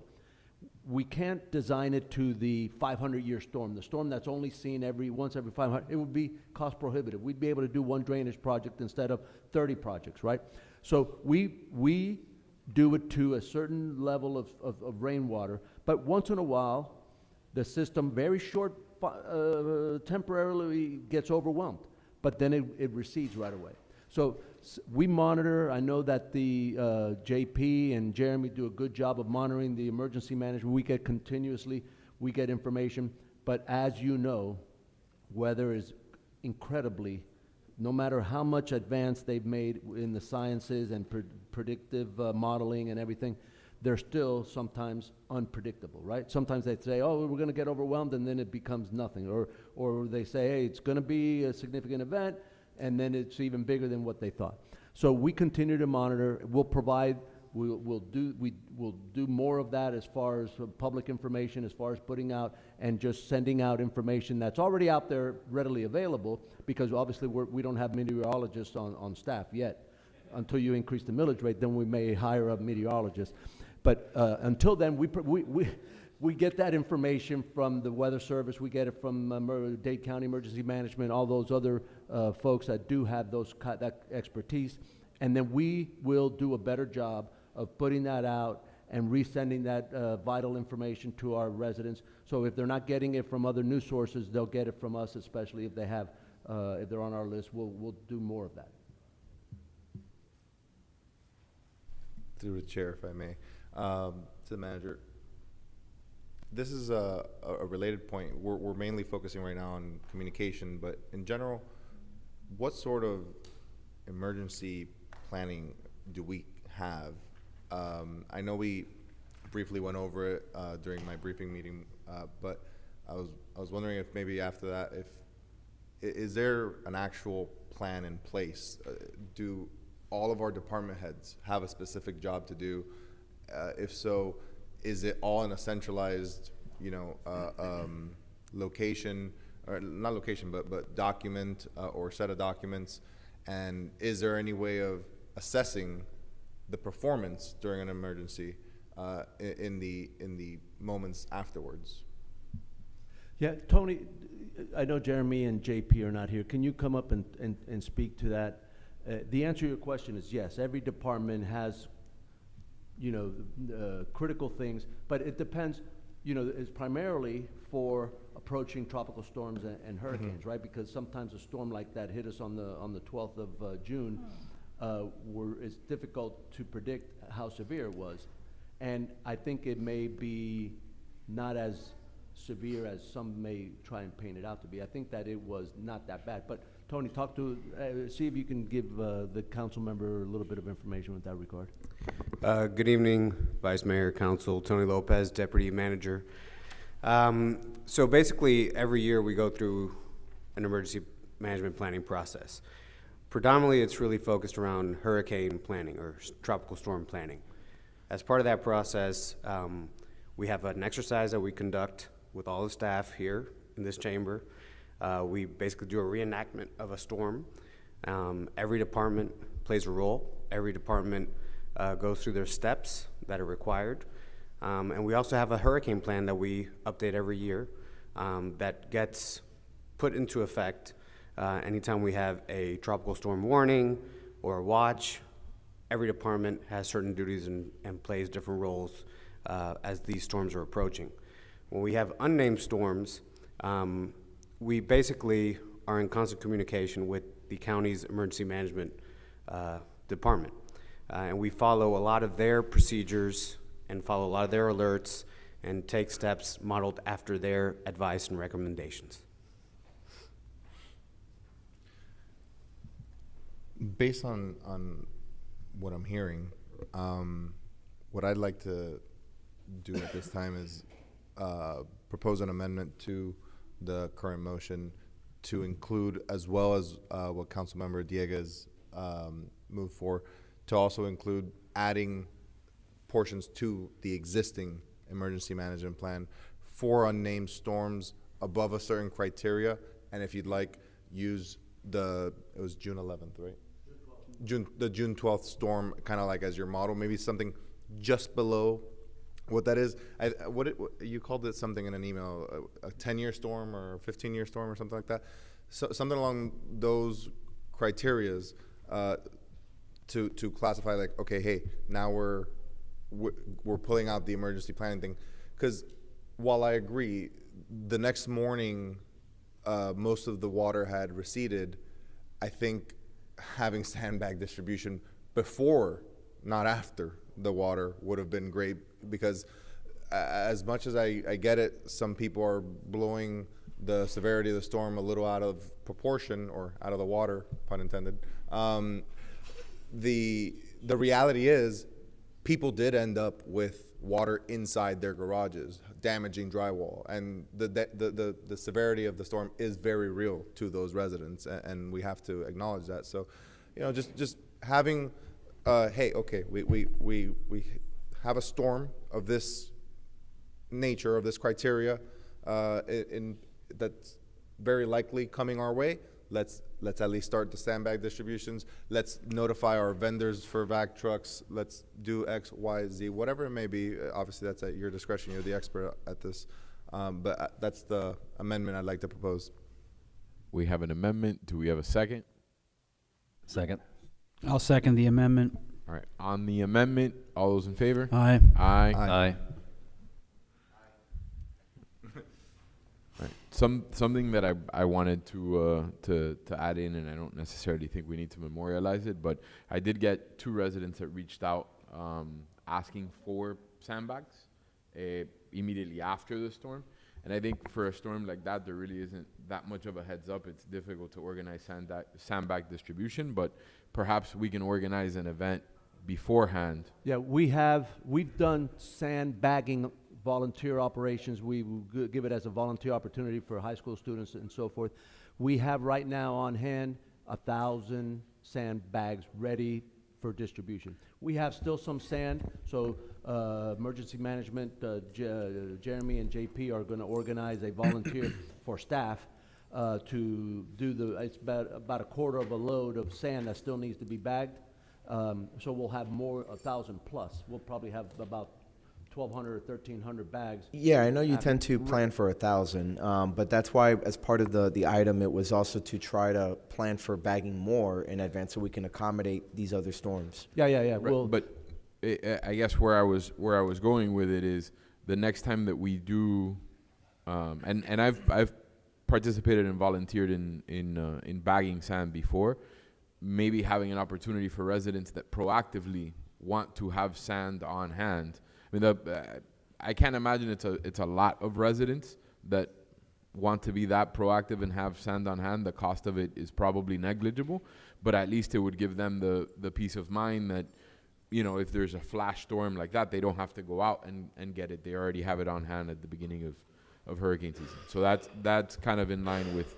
we can organize a distribution event, and I suspect residents only is what you're targeting. Yeah, right? yeah. It would be limited and perhaps logistically, so that, you know, it's not an additional event that you have to do. Just the next time that there's a sandbagging event, it would be very easy to just distribute at the same time. Thank you. All right, on the main motion, all those in favor? Aye. Aye. Main motion passes. On to the next item, 14C, Councilman Collazo. Thank you very much, Vice Mayor. Reading through the Miami Herald, seeing what's happening in municipalities like Doral, hearing firsthand accounts of what's happening in other areas like Bal Harbor, and seeing the impact that the Live Local Act has had on local planning efforts are what kind of inspired this item and some of the concerns that I have. For those of you who don't know what the Live Local Act is, it's basically an act that takes away the planning process from the hands of the city and allows developers in areas that are not zoned for residential living to build and incentivize developers to build up to, I believe, 40% higher in height, more dense Florida area ratios for residential units, as long as they promise to make them affordable living. So we've seen what Bal Harbor is going through right now. They had an application. The city of Bal Harbor has actually taken it upon itself to increase its millage just to stand in solidarity to file a lawsuit against a developer who has submitted a Live Local application. In the city of Doral, they had to do a widespread moratorium because they had an influx of applications wanting to build more affordable housing in areas, once again, that were zoned industrial. And they had to come up with their own solution. The area of Wynwood has been completely transformed. Areas that, if you look at the character of that neighborhood from maybe a few years ago to what it is now, has completely transformed, and again, with no local controls. So my concern reading these headlines in the newspaper, and actually, quite frankly, with some developers coming and even saying, hey, you know, what can I do? I felt it was time that we take a comprehensive look at it, see what the impacts could be, what areas would be affected, and giving our town the opportunity to respond to Live Local. I'm not going to be here. Councilwoman Rano's not going to be here. This is something that we have to lay the foundation for. And it can be that we choose to do nothing, right? And say, hey, it's out of our hands. The legislature did this to us. It can be that we choose to do some local ordinances to address the issue. But at a minimum, we need to be educated on the topic. And we need to give our staff the resources to bring back something that may or may not be something that the future council wants to embark on. But at a minimum, start with getting additional information. So I wanted to go ahead and start that process. And the process will be, it's outlined in the memo, but it includes a workshop, recommendations from staff, and possible future ordinances coming. So that's my motion. I'll second. We have a motion seconded by the entire council. All those in favor? One moment. Sorry. Point of inquiry is the pause on any approvals under the Live Local Act. Is there anything in state law that doesn't allow us to do that, or are we fine to do that? I'm going to go ahead and cede my time to the attorney, but my understanding is we currently do not have any applicants that have come forward. Okay. Right, so being that there's no applications on file at this moment, and there's no developers that have actively sought an application, I believe we have within That's our an purview the opportunity to do that, but I'm going to go ahead and defer to the town attorney. There's nothing in the statute that provides permission. There's nothing that provides a prohibition. If there were an applicant, I would say we should be cautious, but there's nothing. There's no one that's come to inquire as of yet. There's no application on the books. So we're asking for a short pause in order to be able to come up with our own ordinance so that we can come up with our own processes. So, okay, thank you. Now I'm ready to vote. And if I may, just really quick, Councilman Morera, leaning on my land use knowledge, temporary pauses are permitted for a certain purpose. What's not permitted is an indefinite, and what in essence is a ban, right? So where some counties have gotten into trouble is when the time for this review is too long, right? But because now you're getting closer to a ban. But in this case, we're just bringing ourselves up to speed, up to date, and it's only for 30 days. Yeah. And again, and even if there was an application, at least what I've seen is that as long as you're not applying it to their application because it's already in the pipeline, you're okay. Right. It's only for perspective, for future.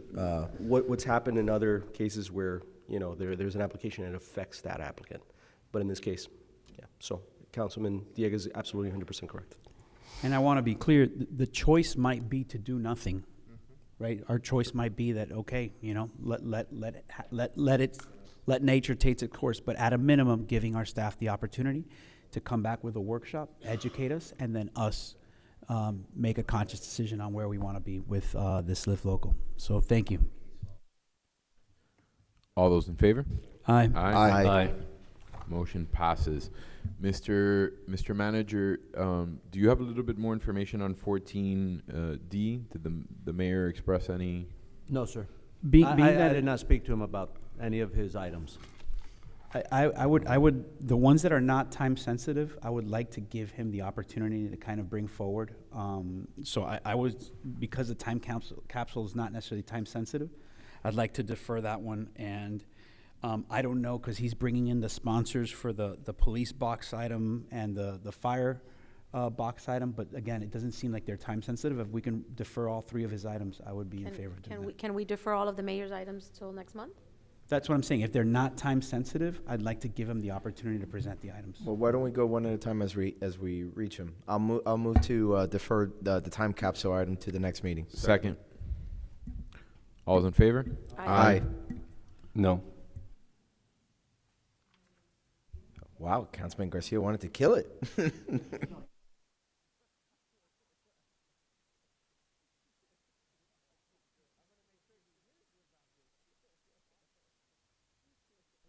I mean, do you want to present it, Councilman Garcia? If I have about 50 fidget spinners I want to get rid of and put in that time cancel right now. Old toys for my kids. with that perspective, I understand your vote wholeheartedly. All right. But let's move on to 14E, Mr. Garcia. Thank you so much. 14E. So we all talked about participation. We would like more people to come to the meetings, especially public comments.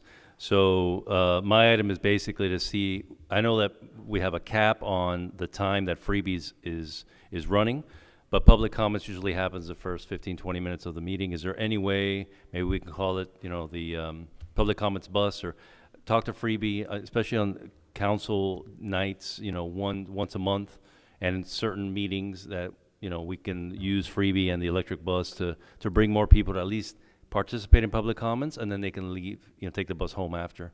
Just trying to encourage another way of getting out here, especially for seniors and the disabled, or anybody who can't drive or doesn't have a car. Yeah, the freebie has a certain time, right? Sure, so sure, we pay sure. for the freebie. And I think it's 7 p.m. in the evenings, that's the cutoff. So whether it's one day a month or multiple days a month, They won't. we'd have to figure out what it is. We would have to, there'd be an added cost to that. Sure. But I think if people, you know, and we also marketed it and let people know, hey, you know, during the council meetings, you know, we'll pick you up and then we'll drop you off. But they have to leave at a certain time, of course, because freebie, maybe 8 o'clock, freebie has to take them home.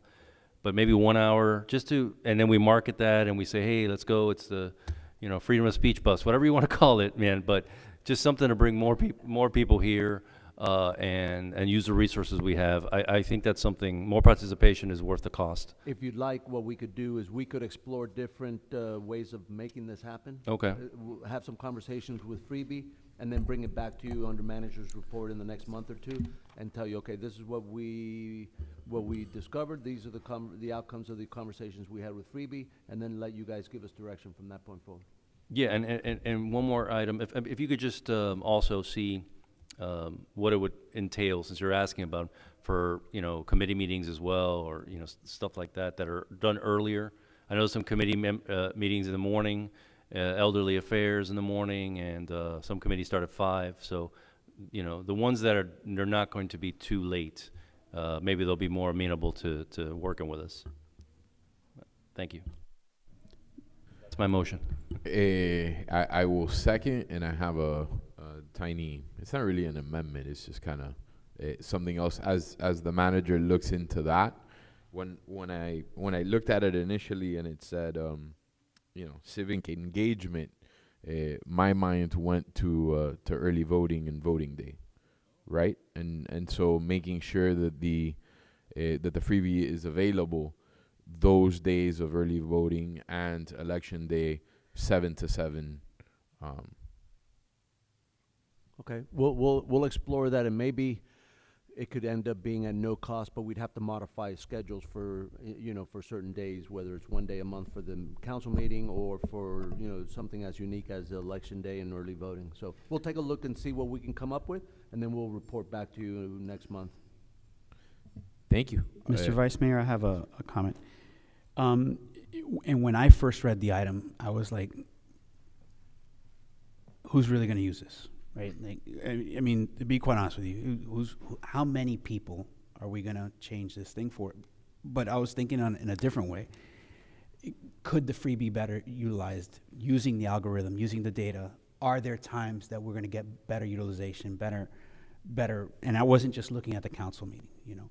Are there opportunities to serve the schedule? Is it best meeting the needs of our residents? And could a subtle time shift, you know, bring better utilization? So I was looking at it not just from a civic engagement perspective, but can the service be modified? Should the times be modified to better meet the needs of our community? And not just putting it in the silo of civic engagement, right? So in the spirit of your motion, I'd like to just give the manager that autonomy, right? To kind of look at the freebie service in general and see, are there times that are gonna be better utilized by our residents to move, right, throughout our community. I'm not looking at this from how can I mobilize voters to go, you know, to a voting place. I'm not looking at it for more people to come in here and vote. Just in general, are there ways to kind of use that better? And it could be as simple as maybe during early voting times, we need to shift the schedule, right? Does the schedule have to be static, right? Can it be leveraged in different ways? So I would like to look at that as a more holistic way. And if you guys are comfortable with that, I'd be interested in that as well. I have some comments as well. So for my comments, initially I was inclined to vote no, because this to me feels a lot like the open mic listening sessions that we had talked about before. If we're being realistic, most people no longer come here in person, right? A lot of people are utilizing the remote public comments, et cetera, et cetera. People just aren't showing up to town hall like they used to. Even from when I first got elected in 2018, and when you got elected in 2016 for sure. So I just I didn't want to deviate from the existing schedule that I already think has issues with it. I occasionally try to order a freebie for lunch or for other things, and it's completely inefficient. I mean, sometimes some days are better than others, but many times it's a 20-minute wait just to be acknowledged, right, and added to the queue. And I've discussed this already in private with the manager that there's one particular driver that allegedly is canceling on a lot of drivers. But that I bring up all that just to say that as the vice mayor and Councilman Collazo started talking about other things for the manager to look into that dovetails with my concerns and how we can optimize the efficiency, I will be supporting it for those reasons. And also because I do think that for Election Day in particular, I think it would be a good service for the seniors perhaps. And I think a temporary modification for that would be great, especially since the freebie was designed to replace the old mover system that we had. Anyway, so I will be supporting it, but I just wanted to put it on there that the road of how I got to yes. Excellent. Excellent. If I can just make a super quick suggestion, there's Please an do. event that I saw coming up on the calendar, smartphones for seniors or something. How to order a freebie should be included in that session. That's it. Yeah, put in the app on their phones. All those in favor? Aye. Aye. Motion passes. All right, 14F is my item. And this spurs from a conversation that I had with a resident, and essentially, it's to give town staff direction, both the building department and the town attorney direction, to look at creating a program whereby we provide permit fee relief for, and this is either or, improvements that are necessary for accessibility reasons. So, converting your bathroom into an ADA, a more ADA friendly bathroom because of a special needs situation, an elderly person, or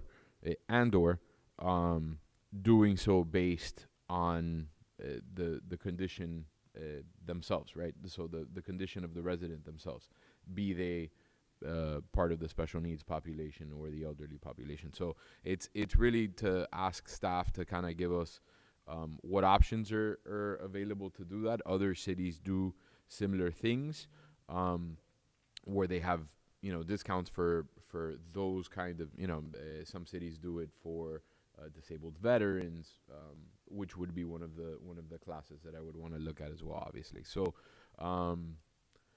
it's really just to direct staff to do the research and come back to us with what options and or limitations we have in putting this together. But I think it would be a small thing that we can do to make those struggling with special needs or aging in their homes, making that process just a little bit smoother. I'll second that. Thank you. Any discussion? My only comment was, it kind of was raised by the attorney during my briefing that he didn't know if it was legal or not. But notwithstanding that, one of the things that I did recommend to the town staff that was there is that the Alliance for Aging has a home modification program and comes with funding that comes from the state agency that actually will pay for the permits, that will actually allow for the home modifications. And I think that's definitely one of the ways that we could go to kind of move that item forward if it's not legal to remove the permit fees altogether. So I just wanted to put those comments on the record and make sure that was one of the opportunities that you guys explored as well. If that wasn't a legal path to go ahead and remove the permits altogether, that we look of other programs that kind of allow for this home modification, like the Department of Elder Affairs. Good question. I think they're need-based. But I don't know if there's an income cap. There are almost always means test to them, but I don't know if they're FPL, they're related to FPL 150, FPL 250, FPL, and what I mean by FPL is federal poverty line. But there may very well be a means test to them since they do come with state drawdowns from the Department of Elder Affairs. But that is one way that you can offer the reduction or actually make the improvement free of cost, and they still get the permits.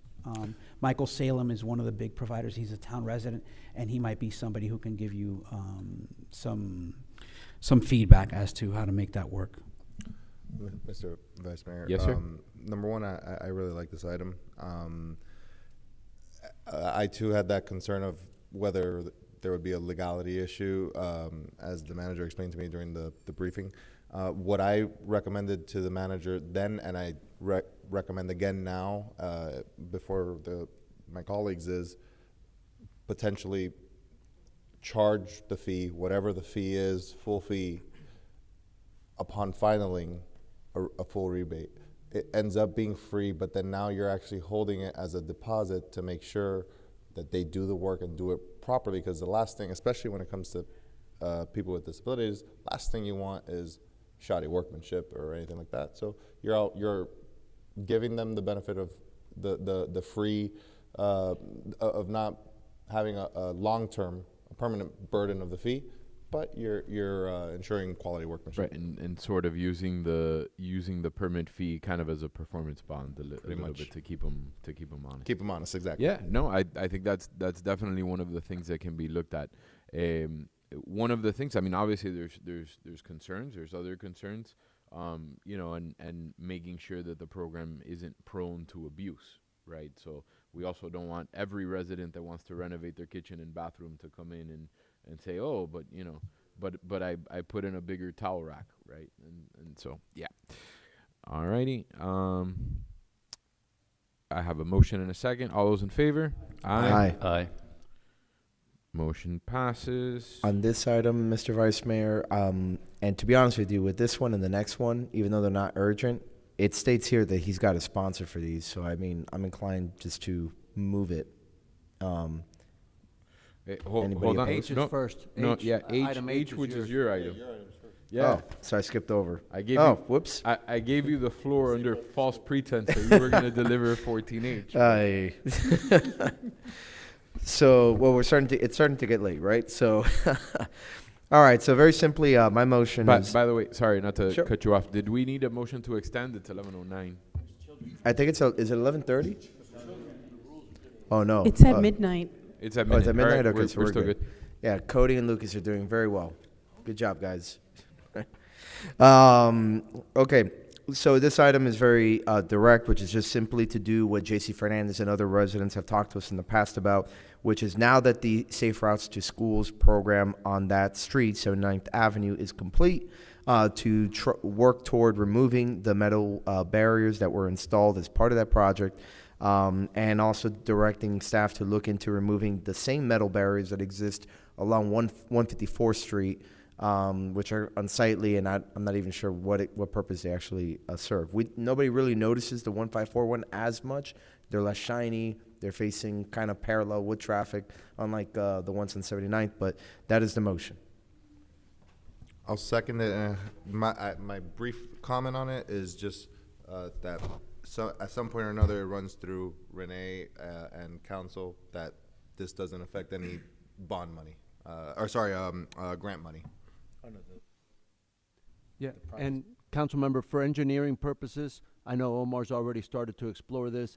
There's gonna have to come up probably some alternative to it, whether it's in the paving and the sloping of the catch basin and so forth, but we'll do it with the objective of removing the I'm sure you'll bring back a good proposal. Correct, and that Councilman, that came up during my briefing as well. I had some concerns about potential exposure, since you know we had a railing and we're going to remove the railing for cosmetic reasons. That could potentially open us up to to some exposure. So I wanted to make sure that the town manager looks into other ways of mitigating, so that we're not just removing it, but removing it and doing something else. We did just fine without it. Right, but I think, and I mean, obviously you guys are the attorneys up here. There's a difference between we never had it and we took it away, and then now bad things happen. The feds, man, the feds. Yeah, through the chair, really quick. Some of these areas that I've looked at have, there's like 2 or 3 inches, but there are areas where there's a drop that's like 8 or 9 inches that someone could get hurt. But then right next to it, there's on the other side of the sidewalk where it comes together, there's nothing. So, yeah, taking a look at that, Omar, if whatever you can find, whatever's, common sense. Councilman Dieguez, where is the one on 154th? I haven't noticed it. So most people don't notice it because, again, like I said, most of the times you're driving parallel with it, right? It's actually there right by the light at Miami Lakes Drive and getting onto the Palmetto on the side of the canal. Like, I guess that would be the north side. North side, yes, the north side. Just There's west, about of, two west or three. of the Palmetto Expressway on the north side. Yes. Between that and 77th Court. Yeah. Yeah. Exactly. But there's a catch basin down there. There's a drop off. Well, I did notice that in the photo I sent you today, Yeah. when I wanted to show proof of life that it does exist. But okay. But again, most people don't notice it again because you're, unlike the ones in 79th, you're actually driving parallel with it. Excellent. All those in favor? Aye. Aye. 14H passes. Councilman Dieguez, I think along the lines of what you were saying, I think 14I, and which was the other SID item, 14I and 14M, but we're on I now. If he's got a sponsor secured, and I think it's the memo on that one, I think is actually, I mean, even the description pretty much nails the spirit of the item. I have no issues making a motion to move it forward. I'll second it. I have a brief question for, I guess, the attorneys or the manager. Is it kosher, I guess, to, from the first instance an item is brought up, to already have a named sponsor and not have an opportunity, not give others an opportunity to be a sponsor? I mean, I love the items. I really do. It's just like kind of just, that's like if I showed up and I created an opportunity and said, oh, and by the way, Morera Law Group is going to be the sponsor. We have other traffic control boxes yet to wrap. So if somebody else comes in and wants to do it, we've Okay. got I think he's volunteering. a box waiting He's for him. I volunteering. got you. Morera Law Group's got the next one. Well, All right. We have a motion and a second. All those in favor? Aye. Aye. Motion passes. 14J, 5G Tower Notification and Beautification Program. That is me. So essentially the spirit of the item, and I think this might be the first time that I do this, and probably one of the very, very rare occasions where I ever emulate or copy anything that the county does, or use it as a point of reference. But the inspiration for this item, obviously we've all spoken to dozens of residents about the portal into another dimension that was installed south of Satori on 154th and 87th, and obviously it wasn't there before. It was kind of erected over the course of 2 or 3 days, and then everybody had questions, and it became much the talk of the town. And I think what I would want to do in the future is, before it goes up, before there's an opportunity, and we had discussions about what color it was painted, and I know staff went back and forth with the with the people that installed it, but I think we might be best served if we have an opportunity for public input, and at least for the residents to know that something like this is going up, within their vicinity, and to the extent that statute allows, right? Because statute preempts us from being able to do a lot of the regulation that we might want to do with these 5G towers, but to the extent that it allows us, give an opportunity for public input, and hopefully make it so that the residents' voices are heard, and so that those applicants improve the products that are eventually constructed. So that is the nature of my item, and that is my motion. I'll second. I have an amendment, which is not to change it, but is to tack on, because the spirit of the item, even though it's specific to the 5G towers, it's ultimately to amend our legislative priorities. Mm-hmm. So in that spirit, what I'd like to do is recall what I mentioned earlier about the elections in the NSDs, Mm-hmm. right?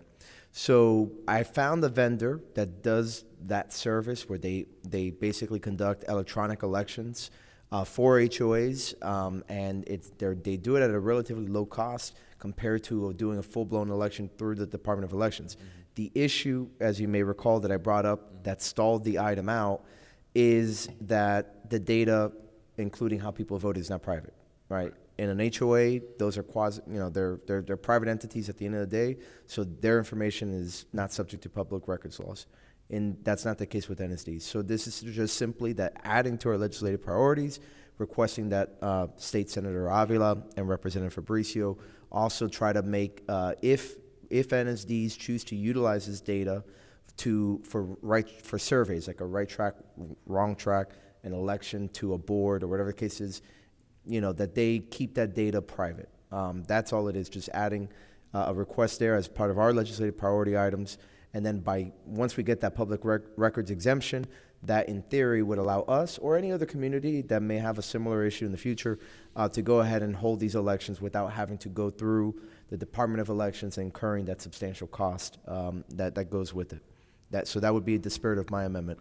So I'm definitely amenable to that amendment. Something to consider, and one of the things that I've thought about in creating alternate processes for voting is,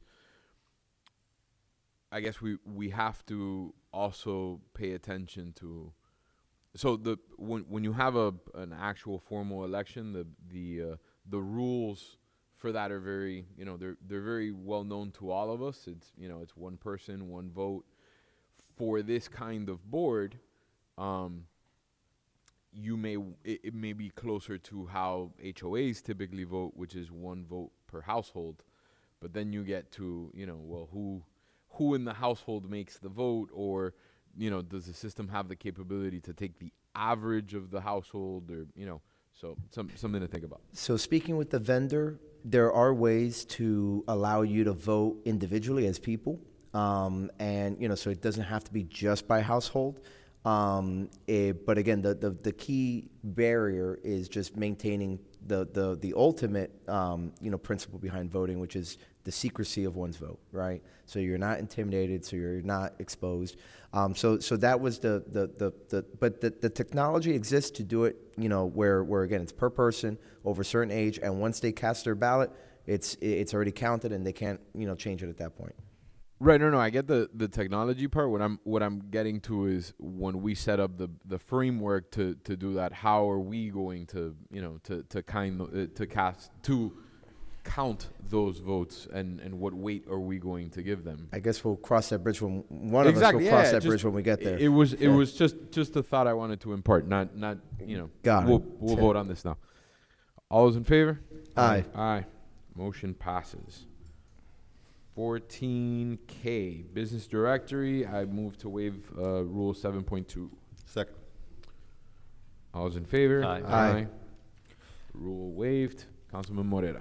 Thank you, Vice Mayor. So just to make this item very quick, at the last council meeting, Councilmember Dieguez brought up the business toolkit new business item, and it got me thinking after the meeting, it would be great to have a centralized location, likely online, possibly a print version as well, where you have a directory of all of the town's businesses, so that if you wanted to do this, you go to that category in the business directory and you find 3, 4, 5 businesses in the town that do that. You want Thai food, there's a category for Thai food. You want professional photographs, there's the photography studios. It's just a way to keep. I see way too often that we, even ourselves, who are like the biggest proponents in the town for the town, we end up going out of the town to get services rendered and to purchase things, and yet there are a lot of businesses in this town. I think a good little starting point is, obviously, we have the BTR that can likely be utilized to create the foundation of this directory. But for now, at this early stage, I think what I would move for is to have the staff look at what maybe other municipalities have done on this effect. Work with me, liaise with me on that, and see what to bring back and propose to the council. I'll second it. We have a motion and a second. Any further discussion? I don't want to delay the meeting any longer. I know that there's small children here in the audience and someone who's celebrating a birthday. But you know, I guess this is a compliment to you guys who are having this discussion. But I can remember Cesar Mestre being a big advocate of this, and maybe already have done the work. And when you've been around for a while, you get to see these redo type of redux things. Wait, you're old? Yeah, a little bit. We've been around for a while, but I remember this has already been done. And I don't know if it's been through the chamber or in collaboration with the chamber. But I remember Cesar Mestre being a big proponent of this and kind of spearheading this. So maybe it's not something that needs to be completely redone. Maybe the work's already been there, but without a champion, and this goes the credit to you, maybe it goes away with time. So if you can do what Josh does in the middle of the night, which is go through these old archives of meetings, look up all these times that Cesar Mestre has brought this up, and you'll see what's been done in the past. Thank you for that historical perspective. All right, seeing no further comments, all those in favor? Aye. Aye. All right, we are on to me again. 14L. L? Yeah. So simply put, my motion is just to amend our council rules and procedure to require that the three charter officers always remain seated together. Again, I don't care whether they're on one end of the dais or the other, but I think that, you know, after seeing how it was playing out with the town attorney seated all the way over here and the manager and the clerk all the way over there, it works better. They're the three top officers in our town staff. So they need to be in constant coordination and be in easy reach of one another to consult and answer questions for one another. So that's where this comes from. And not to mention, it's a little distracting seeing Lorenzo constantly have to run in front of us all the time, and I'm sure a lot of residents do too. So that is my motion. I'll second. Any further discussion? So look, for me, I mean, I guess, you know, thank you guys for doing a trial dry run of this for the last 2 months, because seemingly this has been the status quo for the last 2 months. I don't know that we necessarily needed to have this item, but let's just move forward. Thank you. All those in favor? Aye. Aye. I'm a no. Thank you.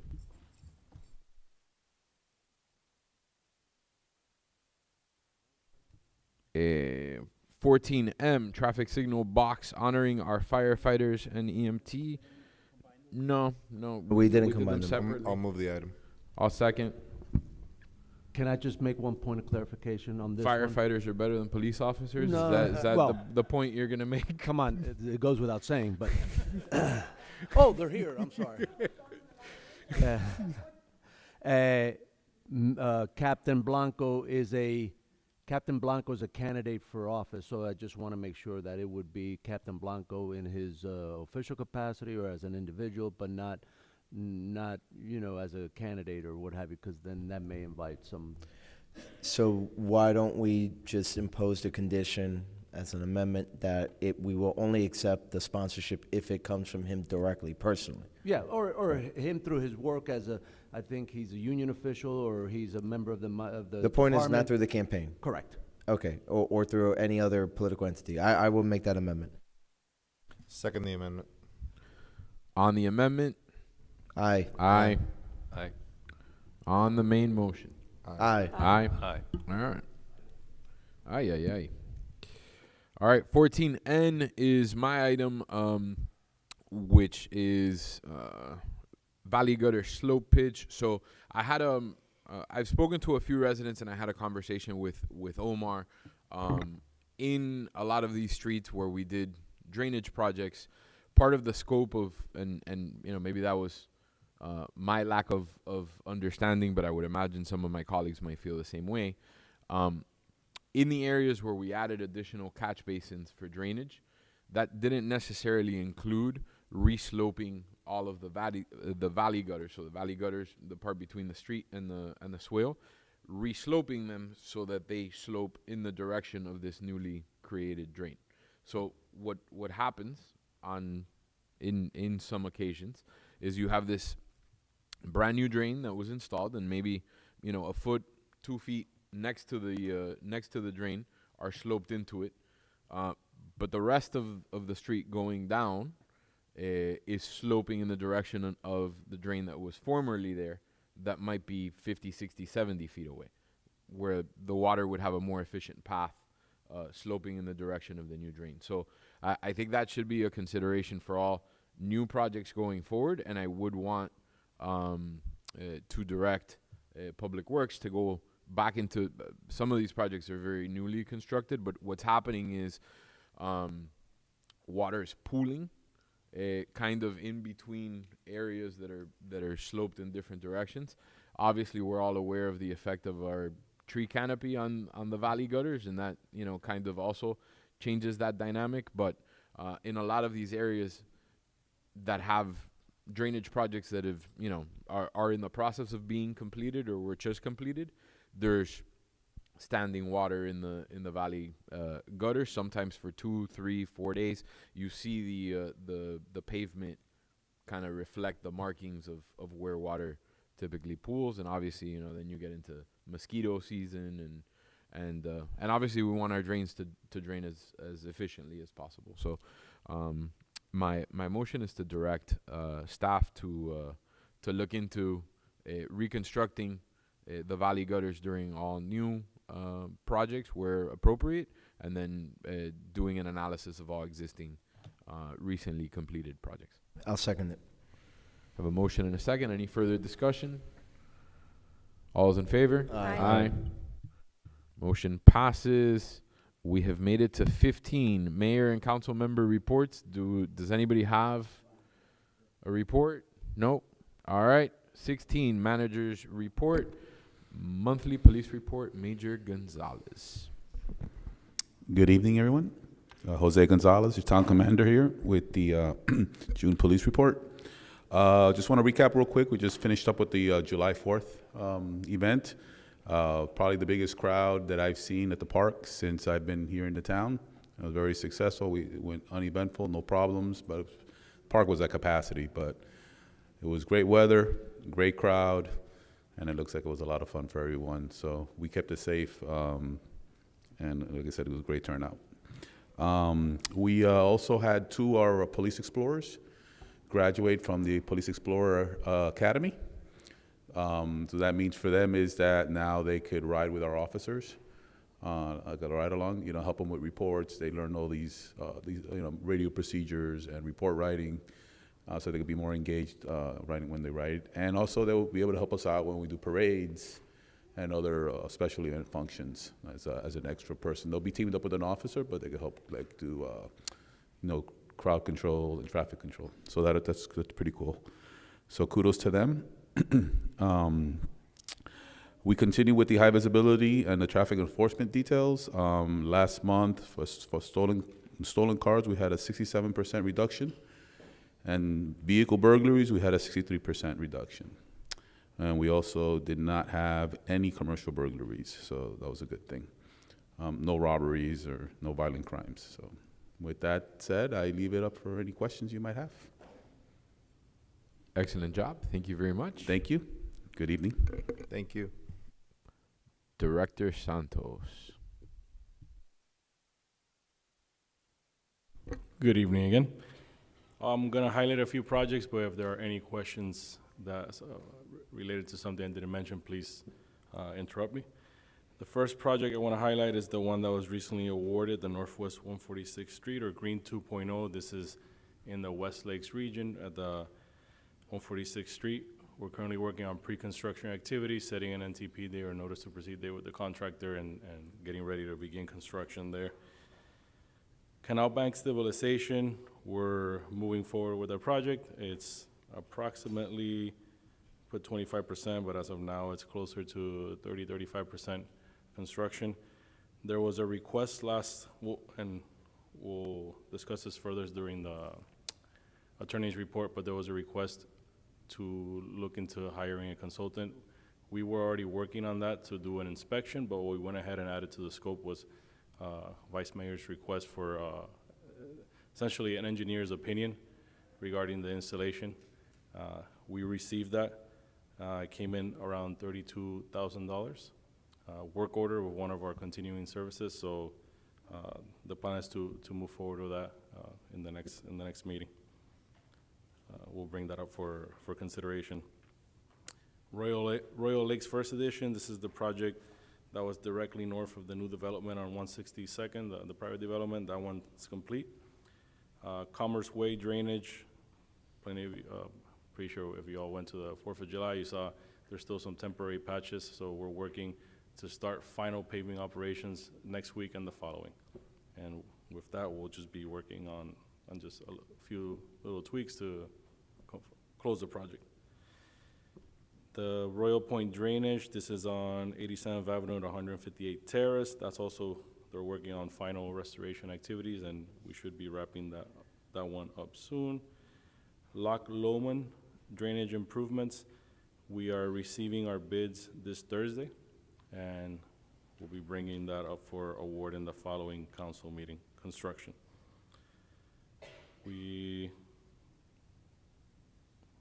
I have the sidewalks and our roadway maintenance numbers up to now.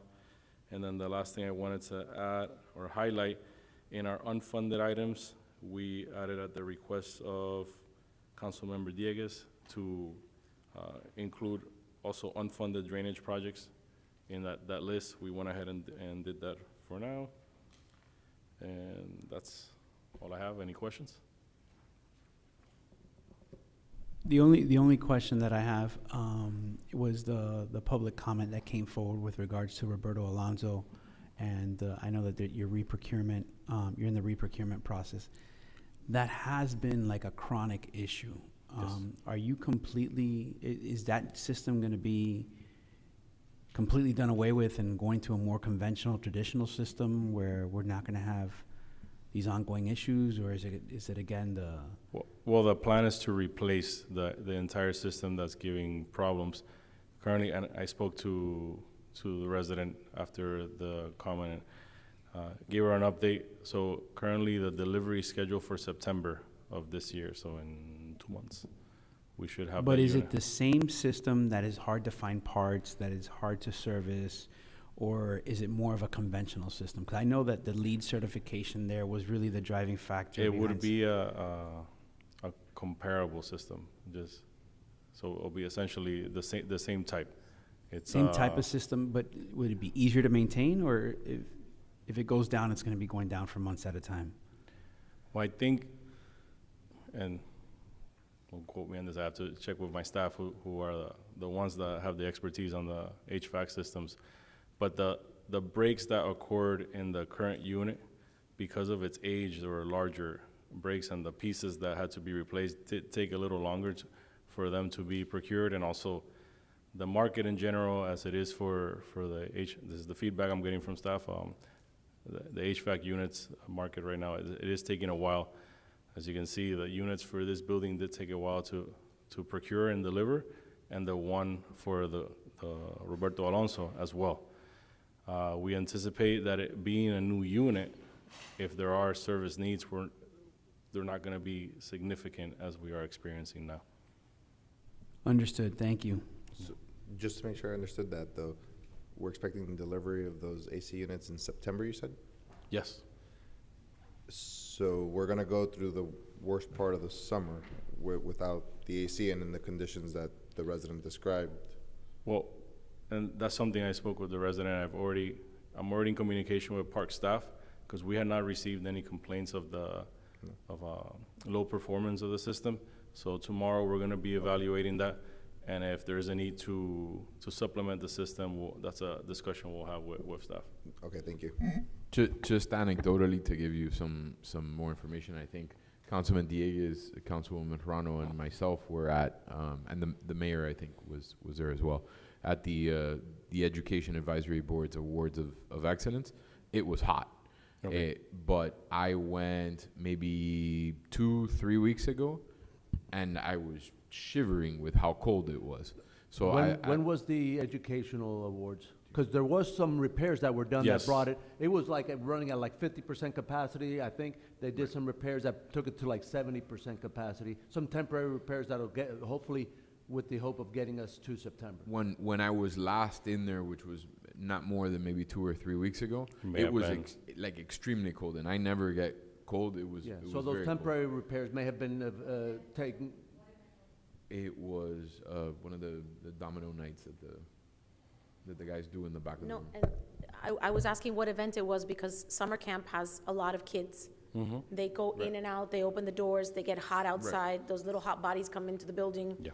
So it might, right, Right. it might be just a different scenario all the way around. Yeah, I'm just curious to see, like, you know, if repairs were done, if it could be like an energy management system issue where it's, you know, the occupancy centers aren't working right, or the schedule's off, or you know, something like that. Maybe the door is opening, maybe you're, you know, air curtains or No, something but like that. if it's during the day, it should be operating at a capacity to meet that demand. So that's why I already communicated that to staff to go in tomorrow and check that out, especially during the time that we have the use of the camp. Do we, for those town facilities, do we have any sort of like smart energy management, you know, with telemetry on the units, or? Well, there's a system that does control, and I believe they set it for certain times to reduce the use. But if this complaint came in during high use time, especially now in the summer, so it shouldn't be as described. But we thank them the resident for bringing it up to us, and we'll go ahead and Yeah, I evaluate just that. wonder, like, if it's logging Yeah. thermostat inputs and things like that, where you Oh. can go back and see, you know, That, see if yeah, you find that a pattern. I'll have to check with the staff that manages that to see if it does. Thank you. Yeah, it's a more. No.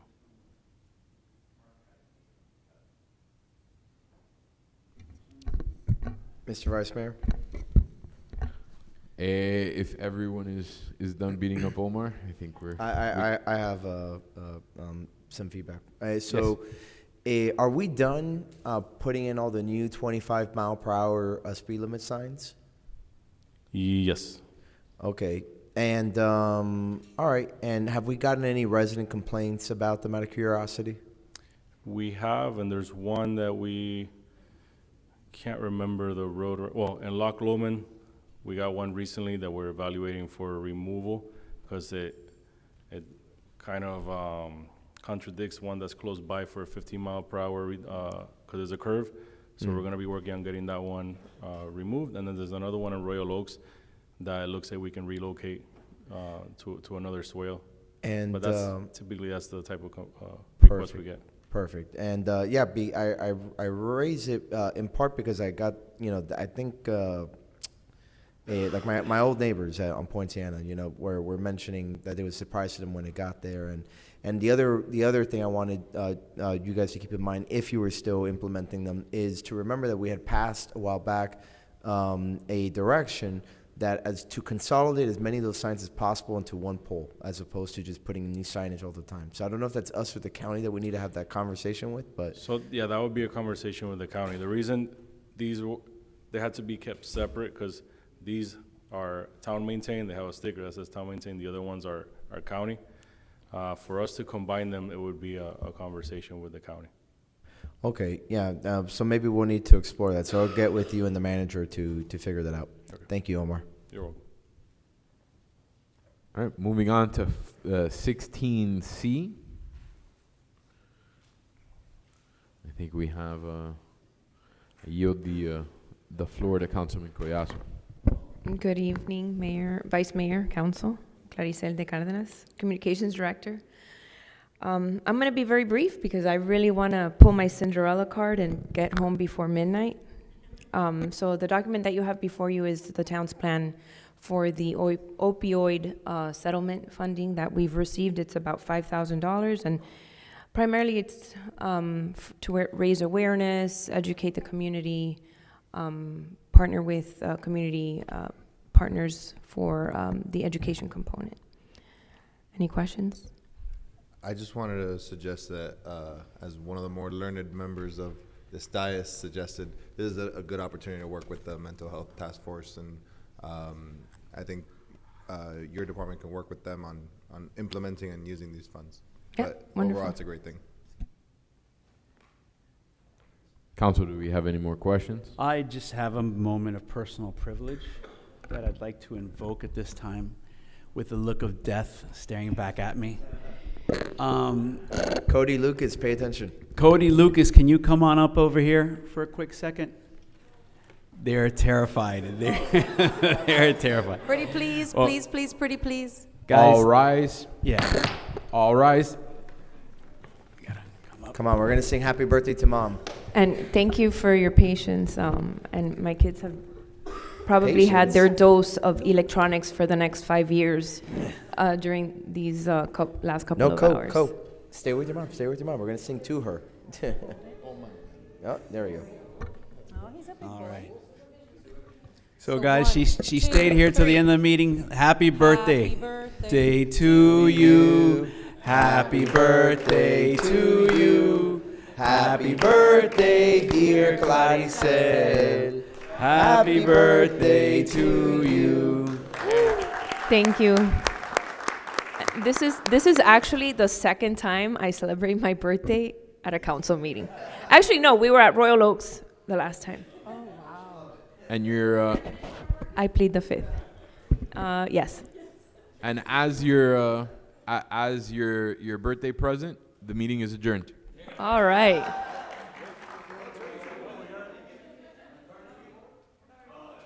If we must.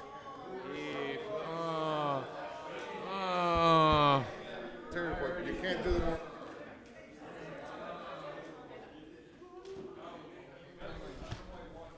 Go ahead, Raul. Go ahead. Raul, go.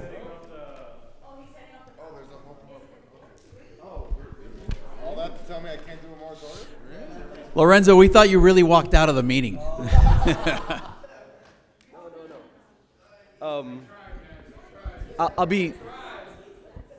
I will be extremely brief.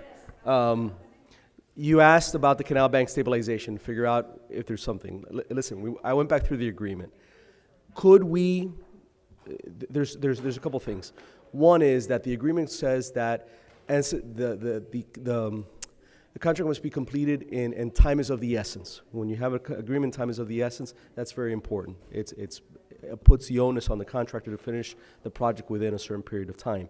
And if we're the impediment, while we can ask for a short pause, if we cause an impediment, the contractor could have the right to come back for cost and expenses and if there's any spoilage of the material and so on and so forth. What you have before you, and this is something that both Omar and I discussed, and Omar can go a little bit in length, is kind of what's happened between the difference between the first bank stabilization and the third one. The third one you'll notice on the bottom, and Omar can talk a little bit about that, it's being reinforced. So, what we showed here is phase 2. It's the middle phase. So as you can see, what's highlighted, the last 2 cells is calling for flow of fill. Essentially, this is cementitious material or concrete. And this allows for the area to pretty much, there's going to be very little to no movement. In phase 1, it was just fill material. So this may be one of the reasons why you see some movement in these and some erosion. Phase 3, they went one step further, and now they have the first 3 cells. So essentially, during the dry season and the beginning of the wet seasons, that top third cell, which is in concrete, is also outside of the water. So this helps. But overall, we look forward to being able to proceed with a full inspection of phase 1 for now, which is the one that we're seeing the most movement in the bottom cells, and get that engineer's opinion. We've also discussed with Doral and got some feedback from what they've been seeing, since their system is similar to our phase 1, not our phase 2. They mentioned that they've seen some impact due to county maintenance activities with the equipment they use when they're in there and when they get close to the system. that's something that we'll wait when we get our inspection report back from our engineers and see if that's something that they're observing or could be happening here as well. Can I suggest something? If the 3 different phases are being constructed in different ways, we're seeing improved, an improvement to the system in each phase, would it not be best for the engineering firm to come in and take a look at all 3 phases so that they can tell us if these new improvements are going to be, are what's needed, right? Because if they go back and inspect phase 1, whatever we see in phase 1 is now what we're gonna have in phase 3. So what I don't want is for them to say, well, phase 1 is failing, but we don't know if phase 3 is gonna fail because we didn't inspect it. Well, I know that it's not completed, but the portion that is.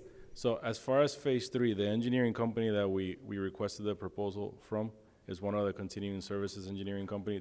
They didn't design, they're not constructing it, but they are working on phase 3 as the inspection company. So if they see anything, they're already communicating that to us for phase 3. So far, they have not. Okay.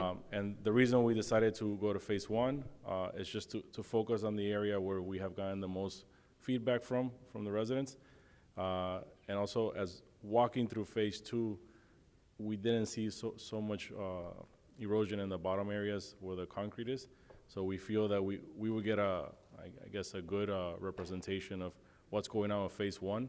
And then depending on what we see there, we may like to go straight into phase 2 from there, or maybe wait a little bit until we. Right, what I don't want is to pay for 3 studies. Yeah. So I would like, within the scope of that study, if they can inspect like a section of phase 1 and a section of phase 2, so that we don't have to price this out 3 times. The cost will increase by the length. So it's not that just because we're doing phase, if we add phase 2 to this, it's gonna stay at the same price. No, I understand, but because we can inspect a portion of phase 1 and perhaps a portion of phase 2. We can divide. I mean, I don't know if that makes sense to anybody. Does it only make sense in my head? It makes perfect, like, Okay. rather than them if the pricing is per linear feet, have them study half of phase 1 and half of phase 2 rather than. So that we can get a feel of whether these adjustments are actually We can leading check to a that. better product. The reason for the recommendation to do phase 1 is that we already need to do a full from the water inspection of this area, just as part of our maintenance of the system. So we wanted to go ahead and get that done anyway, and then in addition to that, added the request of Vice Mayor. But if this is what this And the body feels, $32,000 is for that additional inspection, or it's for the whole inspection? all of phase 1, including the request for the engineer's opinion. So that's the inspection that you needed plus the inspection that, okay, Yes, and including repair procedures. okay. Yeah, but. Anything else, Mr. Attorney? Any executive session? Oh, no, we don't have any litigation, sorry, so no. Meeting is adjourned.